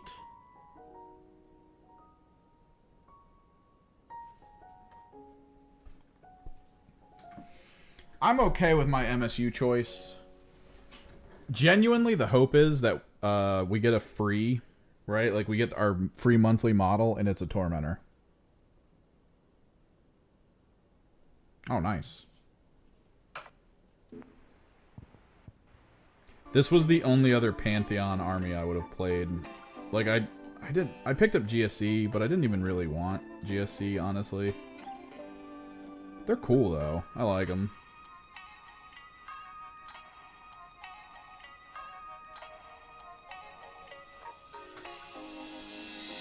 But I probably should have just stuck with Chaos Demons, even though they're kind of getting hosed right now. Although, weirdly, it's like good and bad. I have to assume that at some point, Games Workshop's just going to get rid of them, right? They're just going to relegate them to the Pantheons, and that's it. But technically right now, they're the free team. Like, if you want to play Warhammer 40k, but you don't want to buy a Codex, you play Demons. It's a bad idea. I'm not saying it's a really cool idea. It's a very bad idea.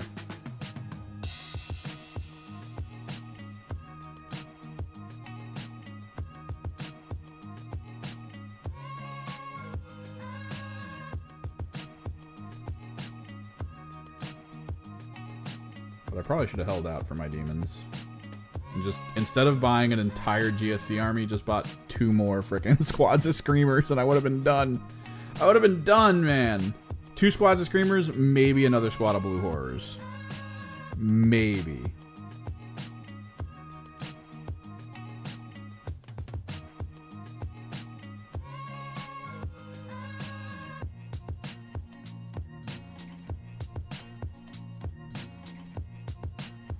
But yeah, I love the look of these models.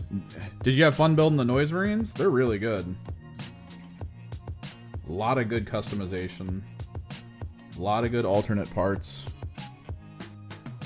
They did a really good job with the Noise Marines.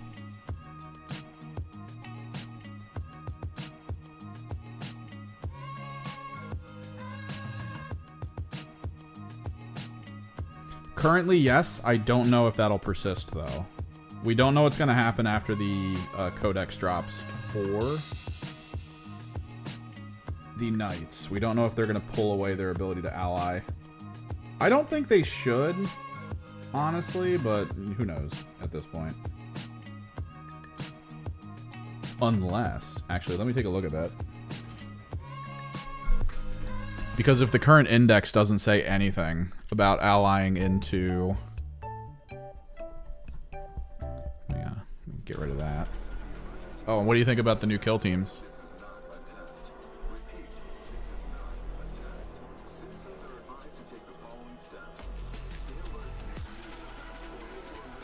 Where's Chaos Knights?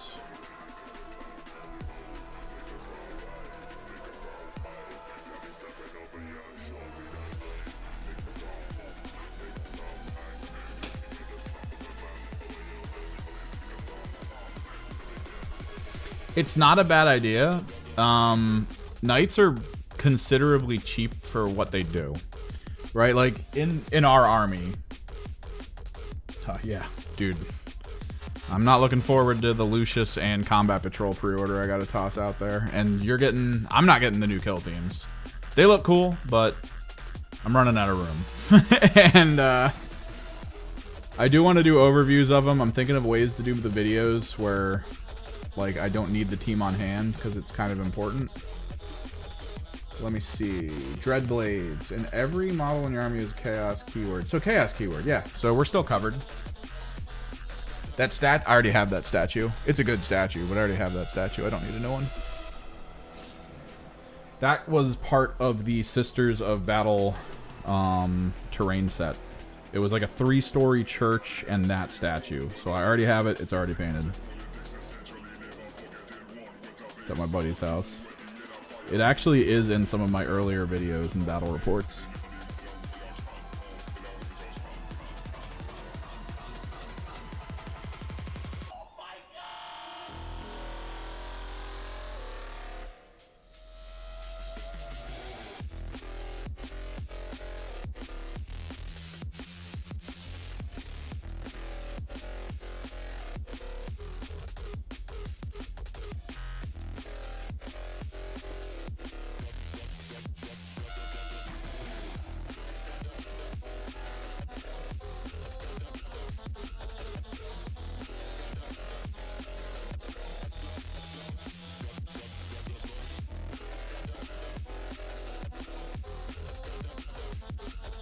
Yeah, just getting into 40k, getting this battle box. It's a good start.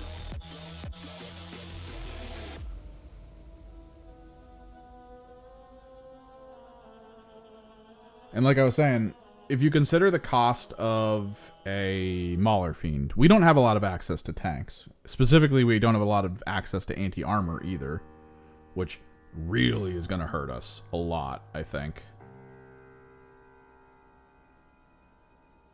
We're not going to have a good time into armor.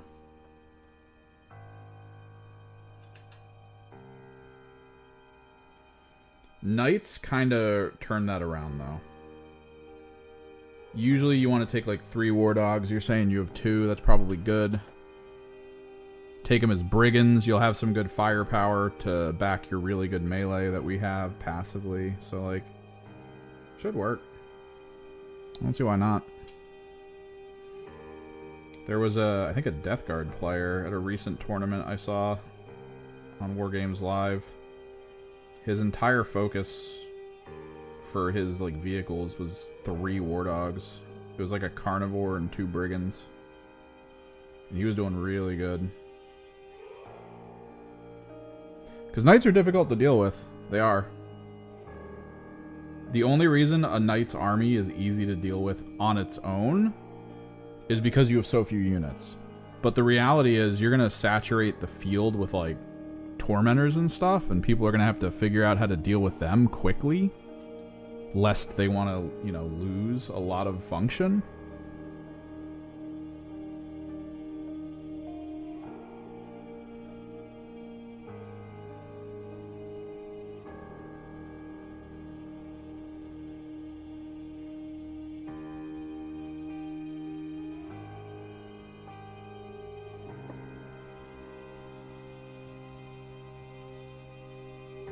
So because you have other things on the field that are more important than killing the knights get to kind of do what they want.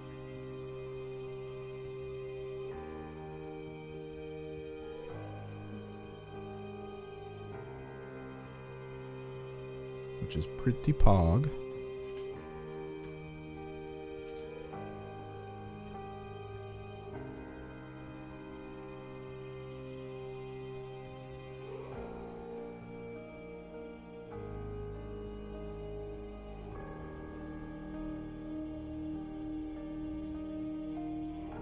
Oh, word.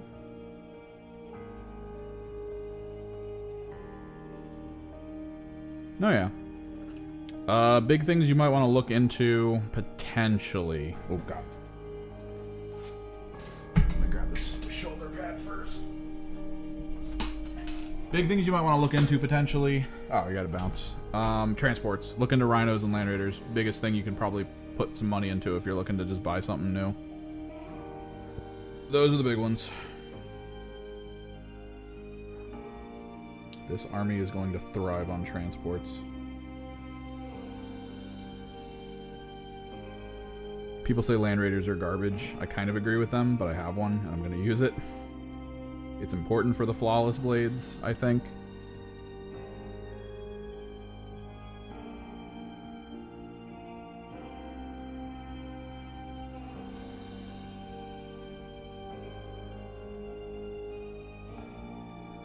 But yeah, that's the way to go.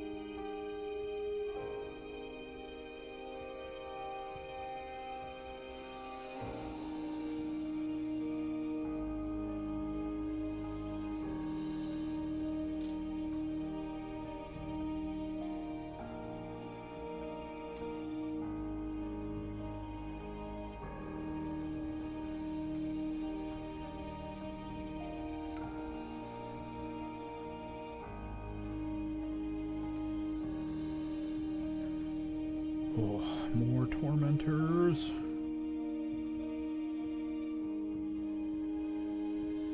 I don't know if I'm gonna get to the refractors. It's past dinner time and I'm getting hungry. We might have to refractor tomorrow.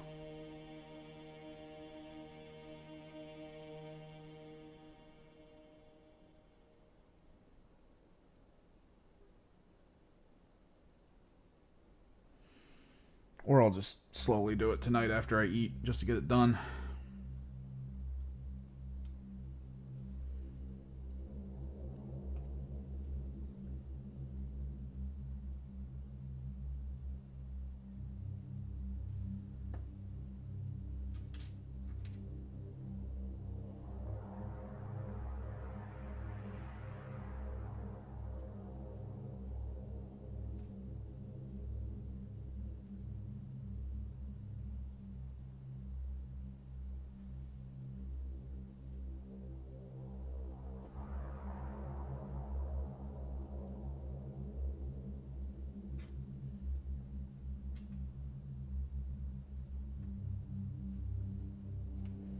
This should really get a lot faster.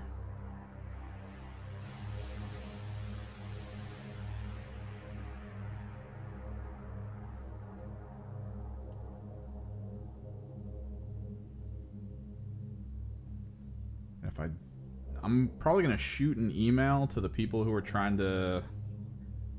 Whoa. All right, Broshi.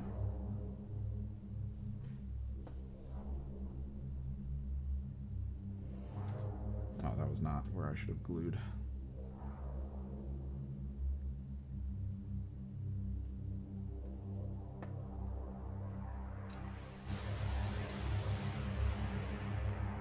Make some popcorn tonight. See if the house burns down from what the electrician did.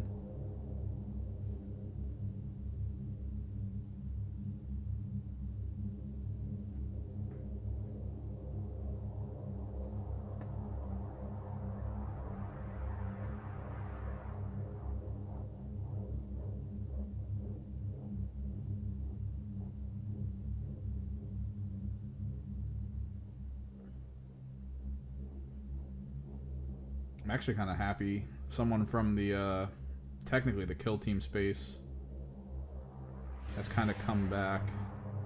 I mean, he's doing more hobby stuff now. And, like, more general 40K stuff. But he was gone for a while, and I was super worried. He's one of those, like, super jovial guys. And there's always that worry in my head of, like, those are the people I feel we tend to hear more about of, like, yeah, we found him this morning, and it's like, oh no.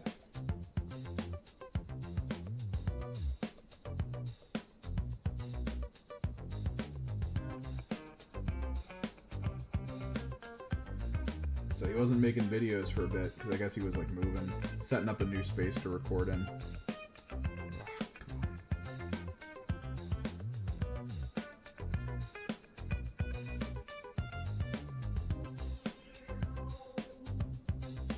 Started putting videos out a little frequently too. Last couple weeks he's put out some new videos. And he's like thin now. He's gotten really thin. So I guess he started like working out focusing on his health a bit. He's good.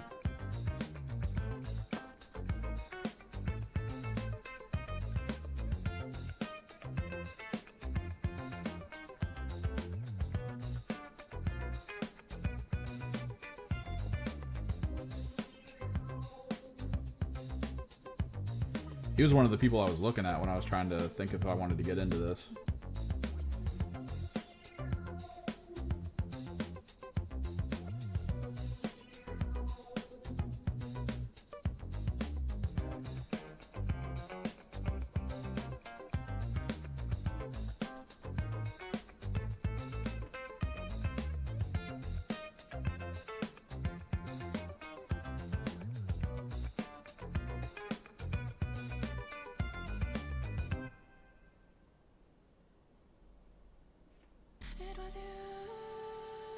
Contact the people who are trying to get me to set up affiliate links with them.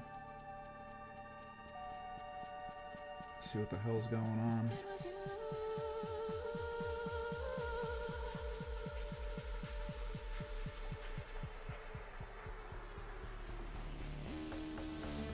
Like I said, I kind of want these guys painted. And I did fill everything out that they sent me last week. And they were like, we'll get you the stuff soon. We'll let you know when it's on the way. I haven't heard anything.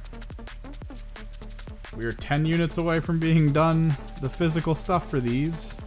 I kind of want to get really quickly into the painting. So, I don't know. I don't know how to approach this.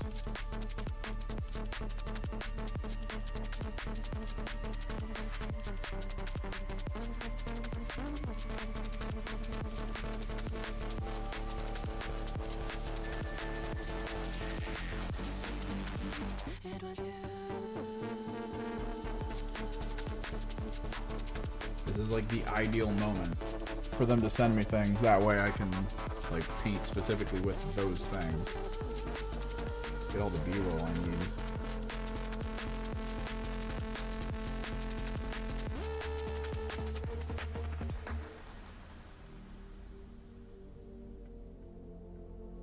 Because yeah, my airbrush is about to kick the bucket. I can feel it.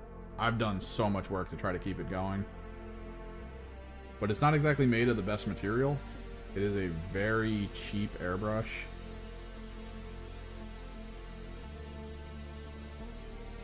I bought it because like many people who try to airbrush stuff, there's this like barrier that we all have in our heads of like, I do not want to spend, you know, $150 on something that's going to break day 2 and I'm not going to know how to fix it. So that kind of kept me away from airbrushing at first, but then I went to the local art store and they were like, yo, all our airbrushes 60% off. We're trying to clear this stuff out. Boom, immediate purchase. Shit was like $15. And it feels like a $15 airbrush, believe me. The amount of work I've had to put in to get it to like come back from the grave. Thankfully I bought 2 of them. So I bought one because I assumed I was gonna have a moment where there was just this huge mistake and I wasn't gonna be able to come back from it. So I was just like, no, I'm gonna need a second. And yep. Turns out I did.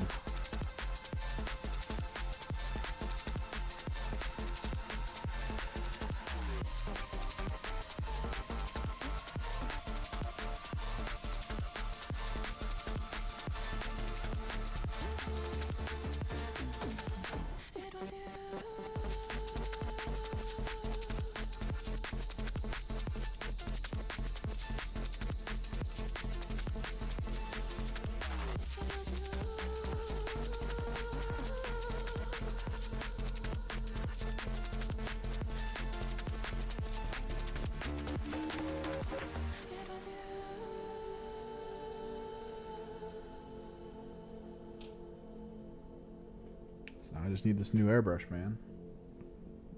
It's gonna revitalize my painting. But yeah, after the Emperor's Children, unless I plan on churning out some of the stuff I already have and getting rid of it. Which maybe.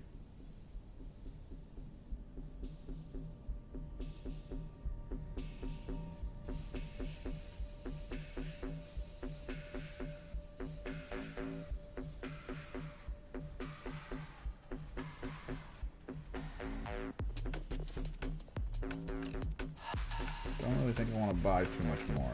So a lot of my paint projects are probably going to come down to if people commission me for work. Which is good. It means I can focus on other stuff. The channel's not exactly known for hobby.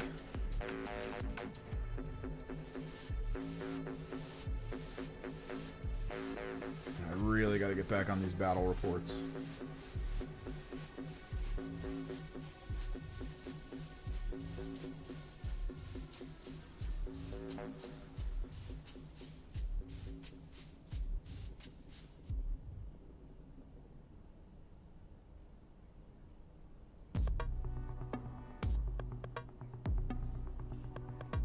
Stimulants.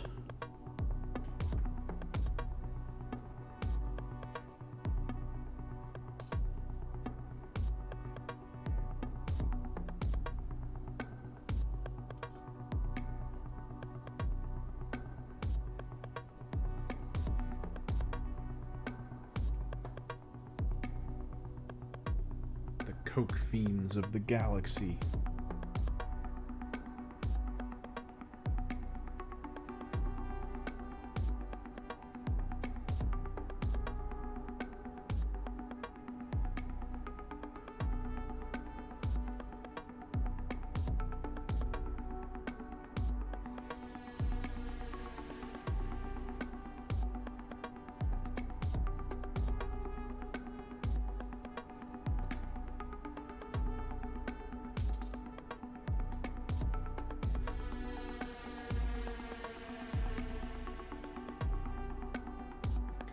Shoulder pads sticking.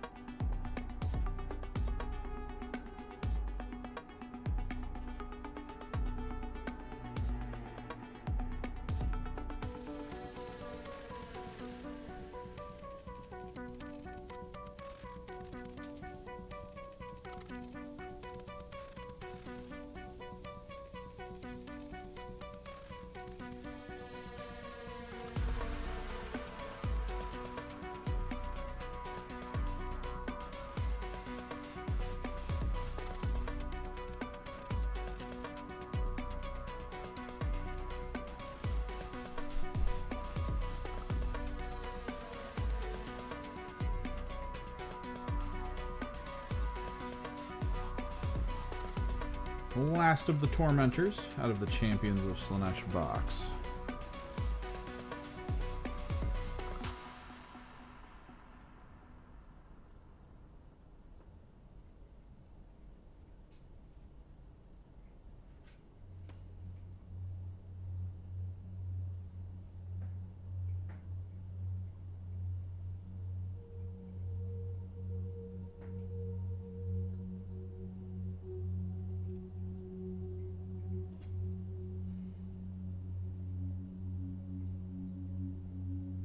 I'll probably call it. I want to get some food.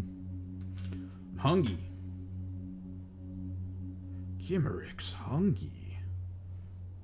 Oh, I was playing Mice and Mystics at my friend's house. We decided to start doing board game nights.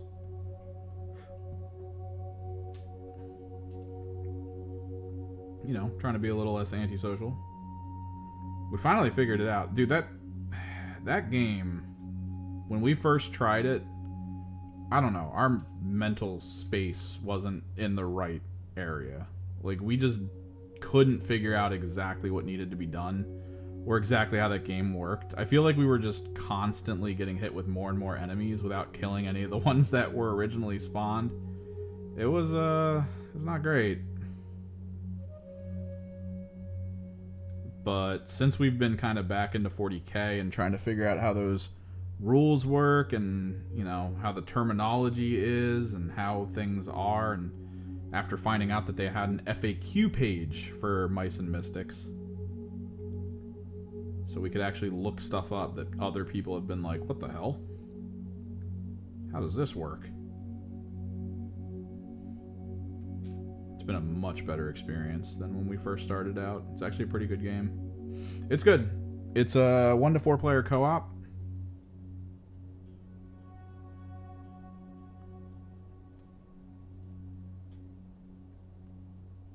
It's done as this sort of pre-existing, almost D&D like story on a board game setup. It's very controlled. There's not like, I wouldn't say there's a way to choose your own adventure or like kick down doors.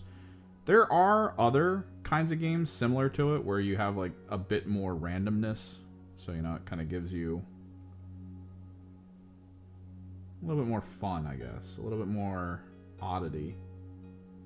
But the last time we played this game, and I think it's going to happen again. Although my friend did just get a bow and arrow, so he probably won't want to choose the bow and arrow chick. Maybe. Unless I think he just traded her the bow, so he might actually be switching to her. He's this character that can infinitely generate resources that are very useful. To the point where he's always at an excess of resources.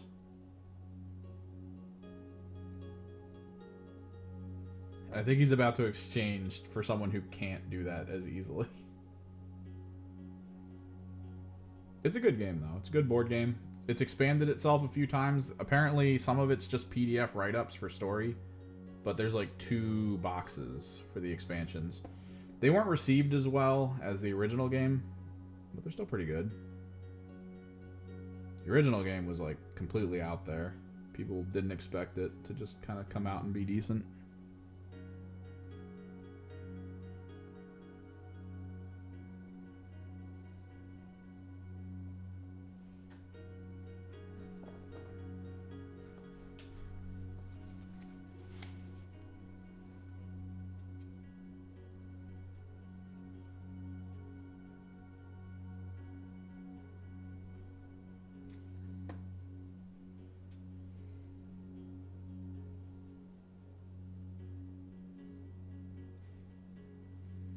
This extremely flimsy icon holder. Oh my god.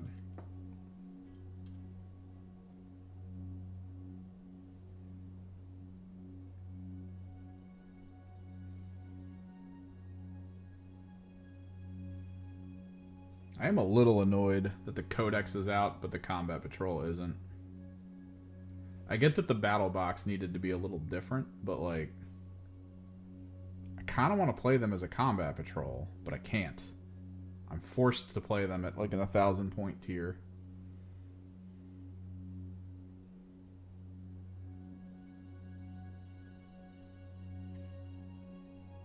Feels weird.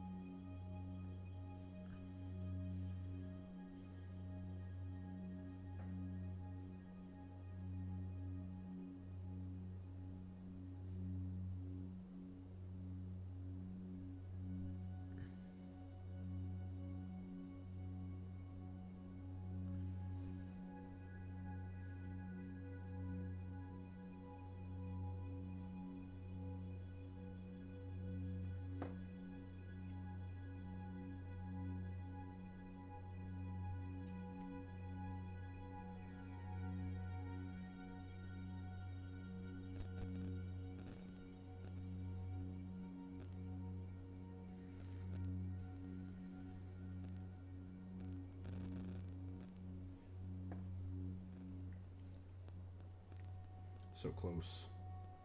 10 tormentors. God, I really hope they put out a free tormentor model for a month. That'll make this so good. Part of me is thinking that there's a lot more value in leaning into 2 big size squads of tormentors with the simple leader, right? Like the basic exultant leader. Because lethal hits in melee with like 30 attacks, that's good. But I don't know, man. There's something about tossing lethal hits onto like a Meltagun. 2 Meltas and 2 Plasmas. And a Plasma Pistol. All with lethal. Just swinging on people. There's so much value.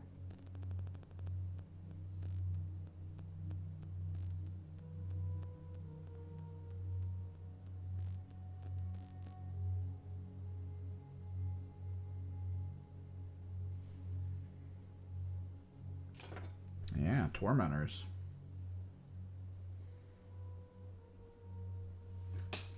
Ugh.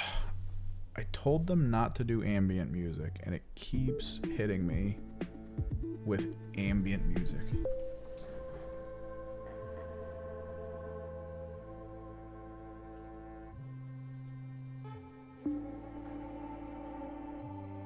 Basically. These units come with the Infiltrator rule, which means they already start the game much further into the field than they normally can.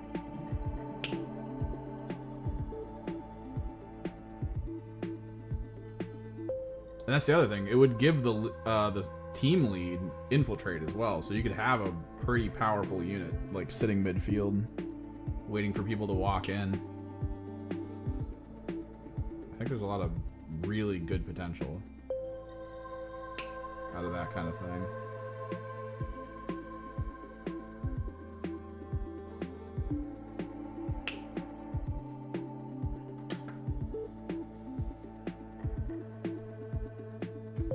Yeah.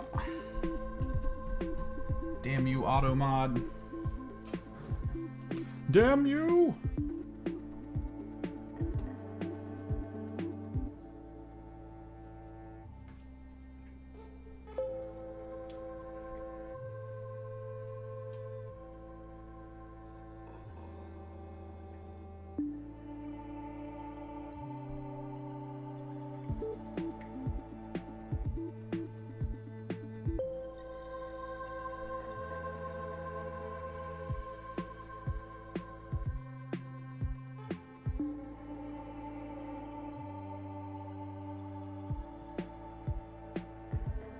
I do feel very fortunate about getting my hands on this army, this battle box.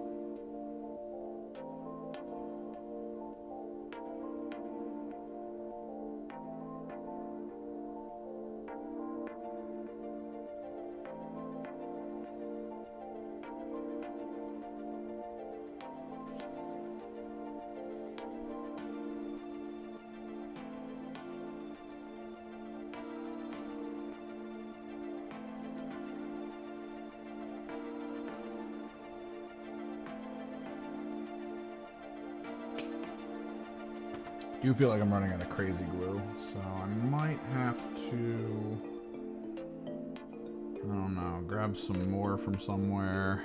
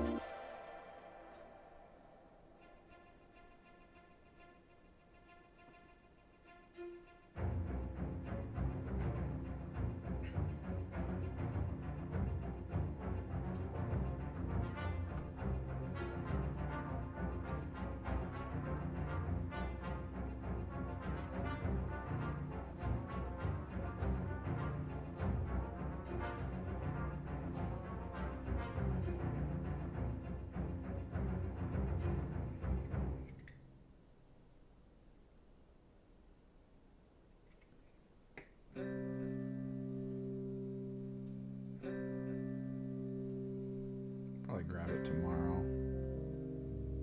I gotta kind of be in that area anyway.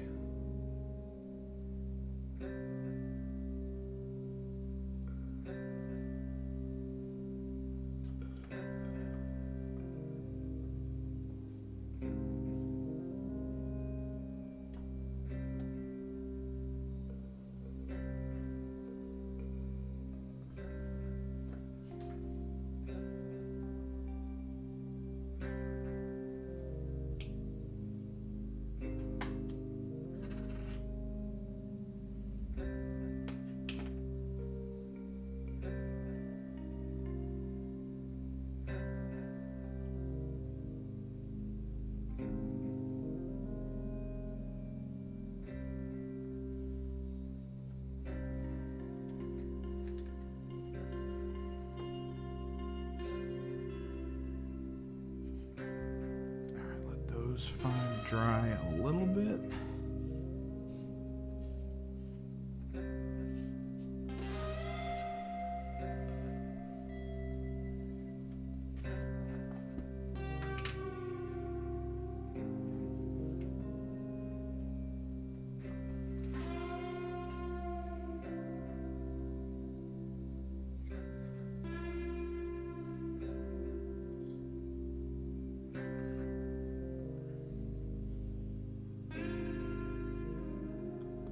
Texture paste around the outside of the feet. Make it look like they're kind of pushing into some dirt. Kicking up some gap stuff.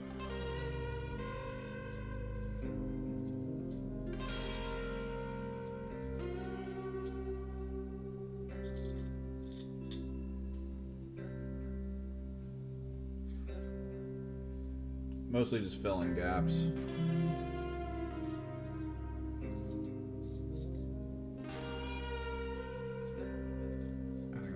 Terrain nuance. Who texts me?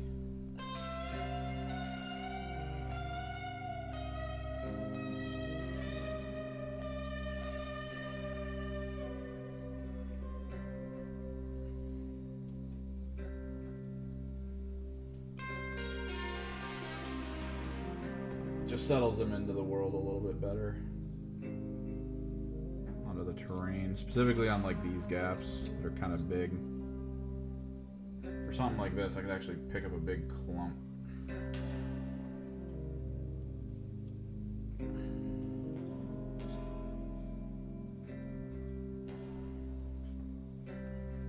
I want to reassess my camera for you guys a little bit. I've moved this table around a bunch, so it probably screwed it up. I feel like we had a better angle a week ago.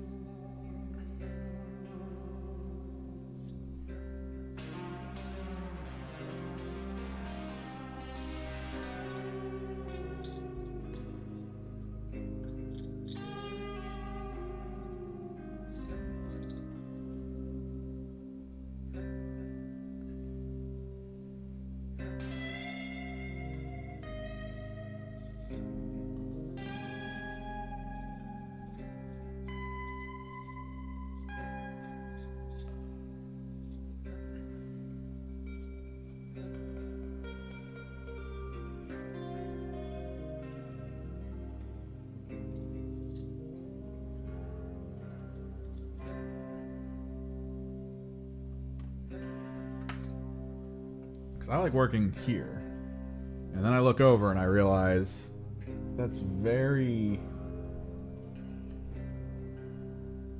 There you go.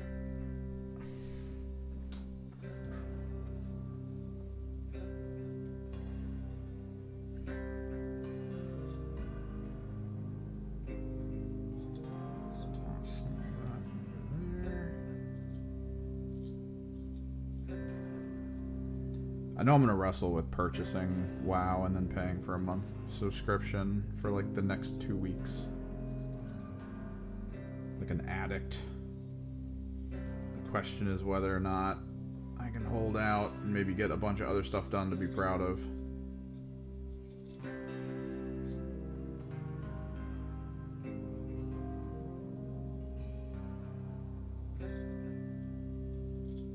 To prevent me from falling down that rabbit hole.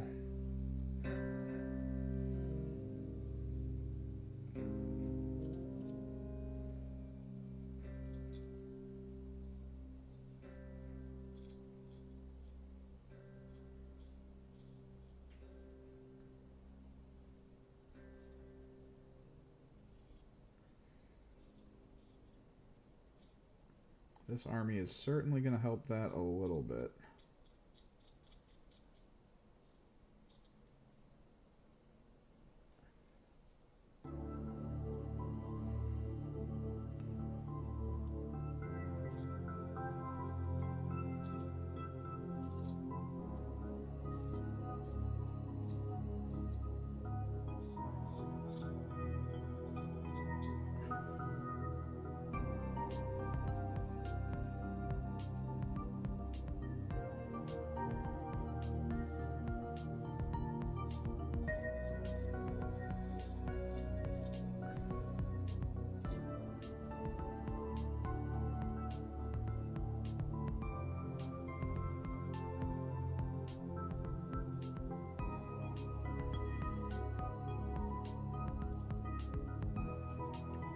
Was a definite issue.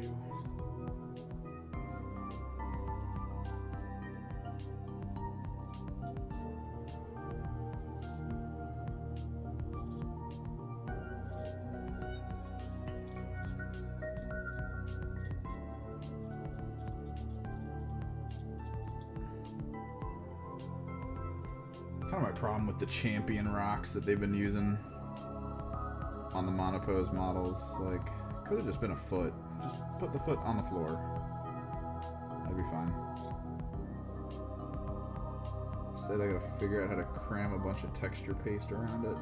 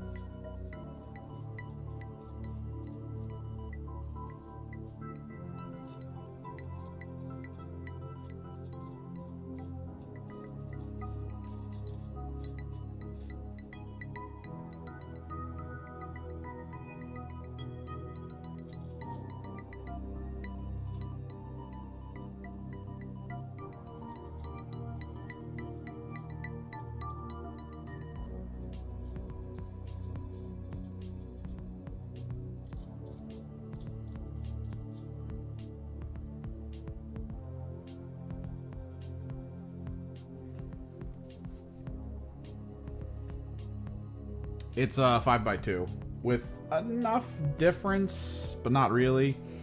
So I'm doing 2 squads MSU 5. I will do a squad of 10 out of the combat patrol, but like, oh, aw, stupid grenades. Where did those come from? I'm actually worried about why these grenades aren't like sticking to anything.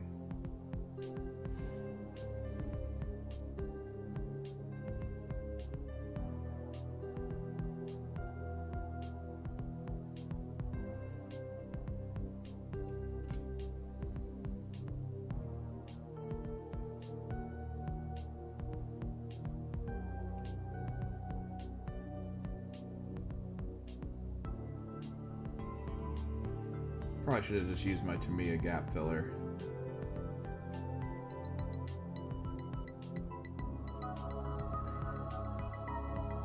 That might have been the better option.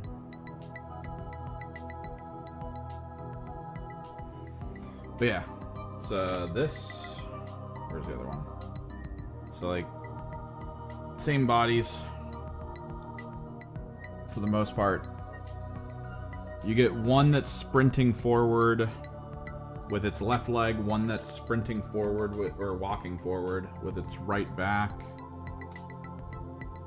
You get the one champion body, which has alternates. It has an alternate chest piece so that it's not a champion body, just in case you want to go with the 10-man. But you get about the same 5 backpacks with one backpack that can have 3 options attached to it to make it look visually different. They do give you an interesting concept in terms of like alternative things to do. Like this is a reload for the bolt gun. And then on the other squad I have a guy holding his gun low, so he can have a syringe in his other hand. But yeah, these guys aren't as good. No one's been commissioning me for anything. I got a few feelers out there for painting these things, but everyone who used to do like illustration commissions from me just kind of stopped.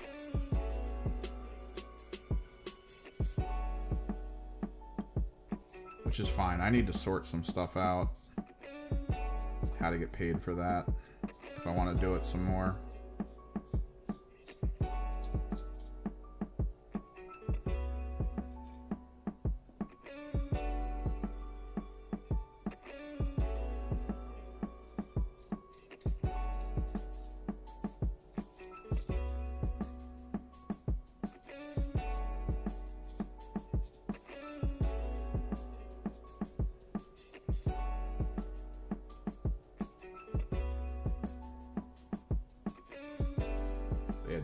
General commission work's basically been dead.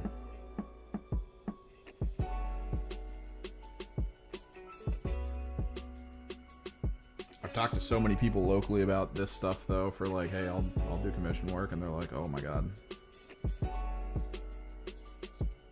One of them was probably gonna do his Nurgle Greater Demon, but I guess he opted for someone else.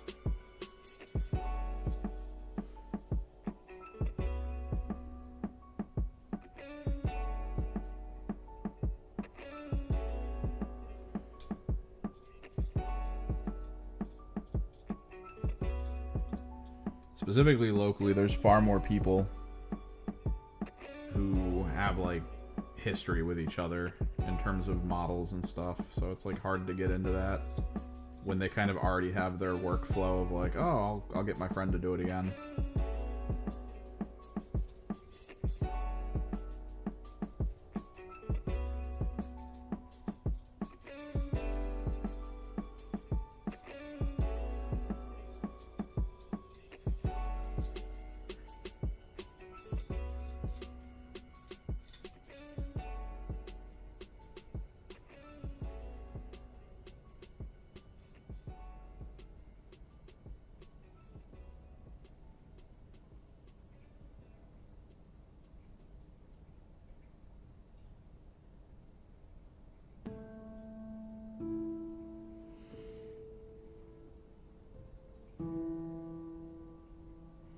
Yeah, I see the eBay ones, but they feel like so underpriced for the effort. I don't know.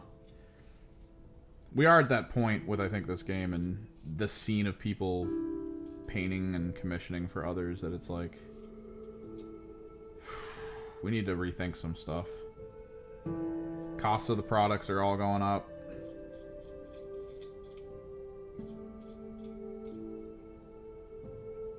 Most of the people who do this kind of work through like Fiverr say that they almost break even. It's like, I don't know if that's a good idea. But then if any of the prices start going up, it like kills that market space, which is not good.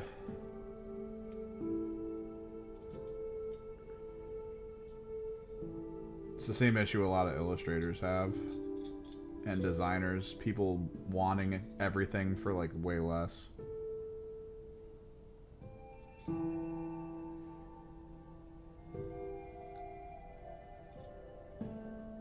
It's like a weird cultural thing. Like when someone buys an illustration from me, they're like, "Ah, it needs to be cheap." They hope that it's like fairly cheap. And then when they find out it's not, it's like, "Well, it only takes you like a few hours." And it's like, yeah, it took me friggin' 3 decades to get good enough to make that stuff that you want, so I don't know.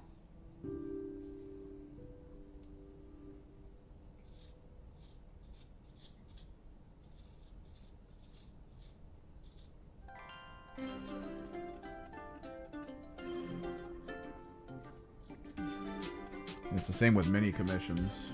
I really hope the mini commission market like changes. Oh, this song's got to go off.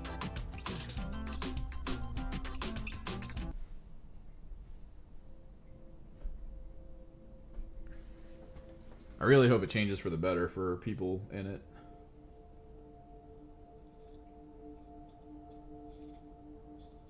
Because at least on a local level right now, the only reason to be a mini painter is if you know someone who is gonna buy you stuff. Like, that's their thing right now, is that they kind of paint to trade. It's pretty rough. I mean, it's a lot of people do it for the love of it. And the ones who are successful at it are able to get like good prices and have figured out a way to speed through. Like, they have methods where what would take someone a week to paint, they could paint it in like a day. They've created good systems and fast, functional ways of producing product.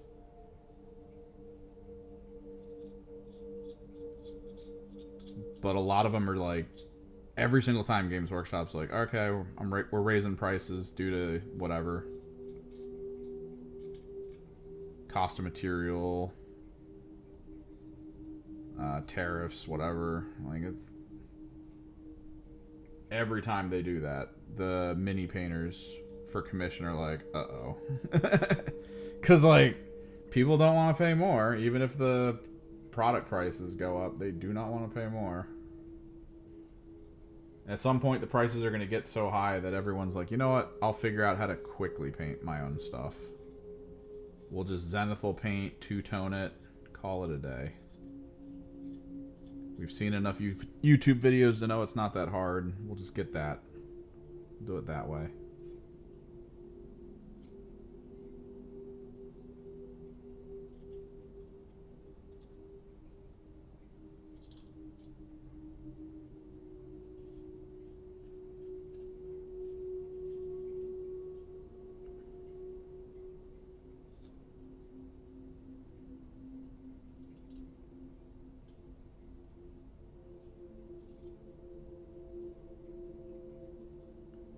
Which sucks, because there's a lot of really good artists that create some of the most wild paint schemes and even conversions.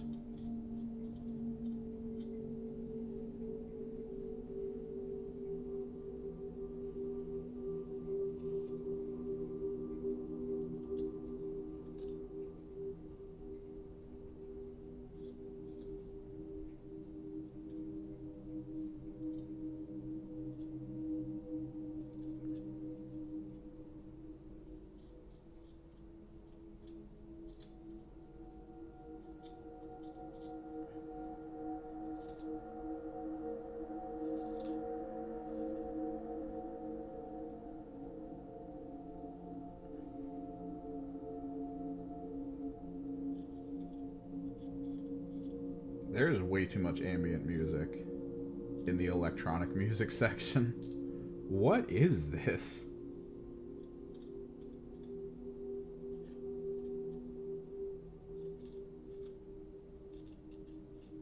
I just want to get this done so I can eat. I can consume. Yeah.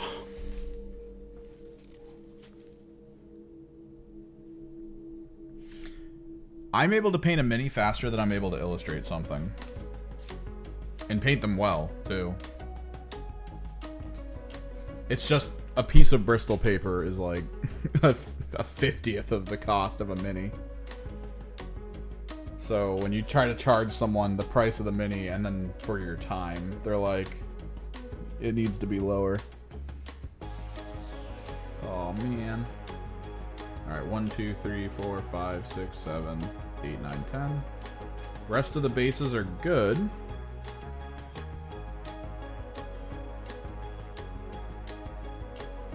But yeah, I'm either going to make them off stream or I am going to do them tomorrow. I don't know which. But we got 2 MSU squads.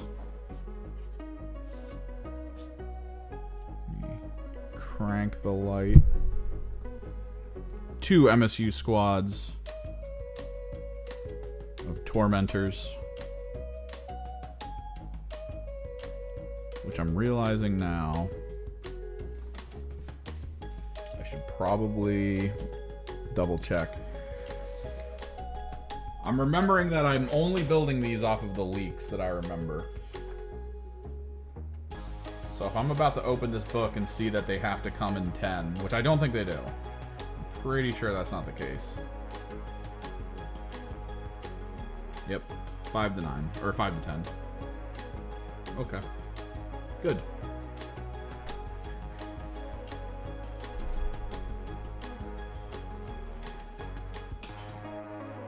Simple build for MSU, and this is why I really hope that they drop maybe like a free Emperor's Children model. Although I might need 2, now that I'm looking at it. In particular, if I could drop the leader and an icon bearer, although that's a Meltagun. Ooh. Oh, this one. I did this wrong, but that's fine. We'll just stick with it, whatever. I was trying to put Meltaguns on the icon bearers, but I seem to have... Maybe I can shift it. Hang on. While we're young... No, that doesn't feel good. No. Maybe. Nope.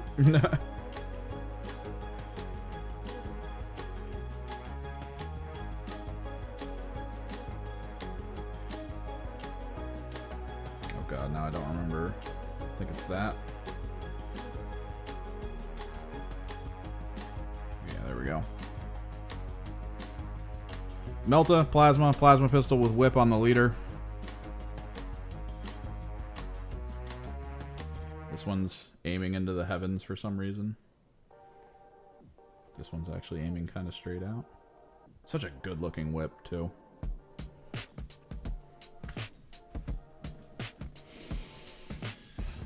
If they... I don't know. So, these are both MSU, but I'm at that point where I could ostensibly, if I get the combat patrol, make them both 10-mans and just call it a day. Because in my head, I'm thinking maybe it's actually a really good idea to go 2 10-man. I'll have to see the points values when I start putting together my 2K list. Because 2 10-man squads would be really good in Mercurial Host, because you'd have 2 10-man infiltrator squads that can get picked up and moved at the end of deployment. Depends.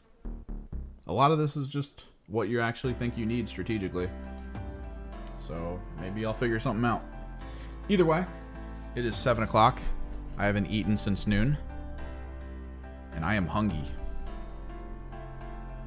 Till next time, guys.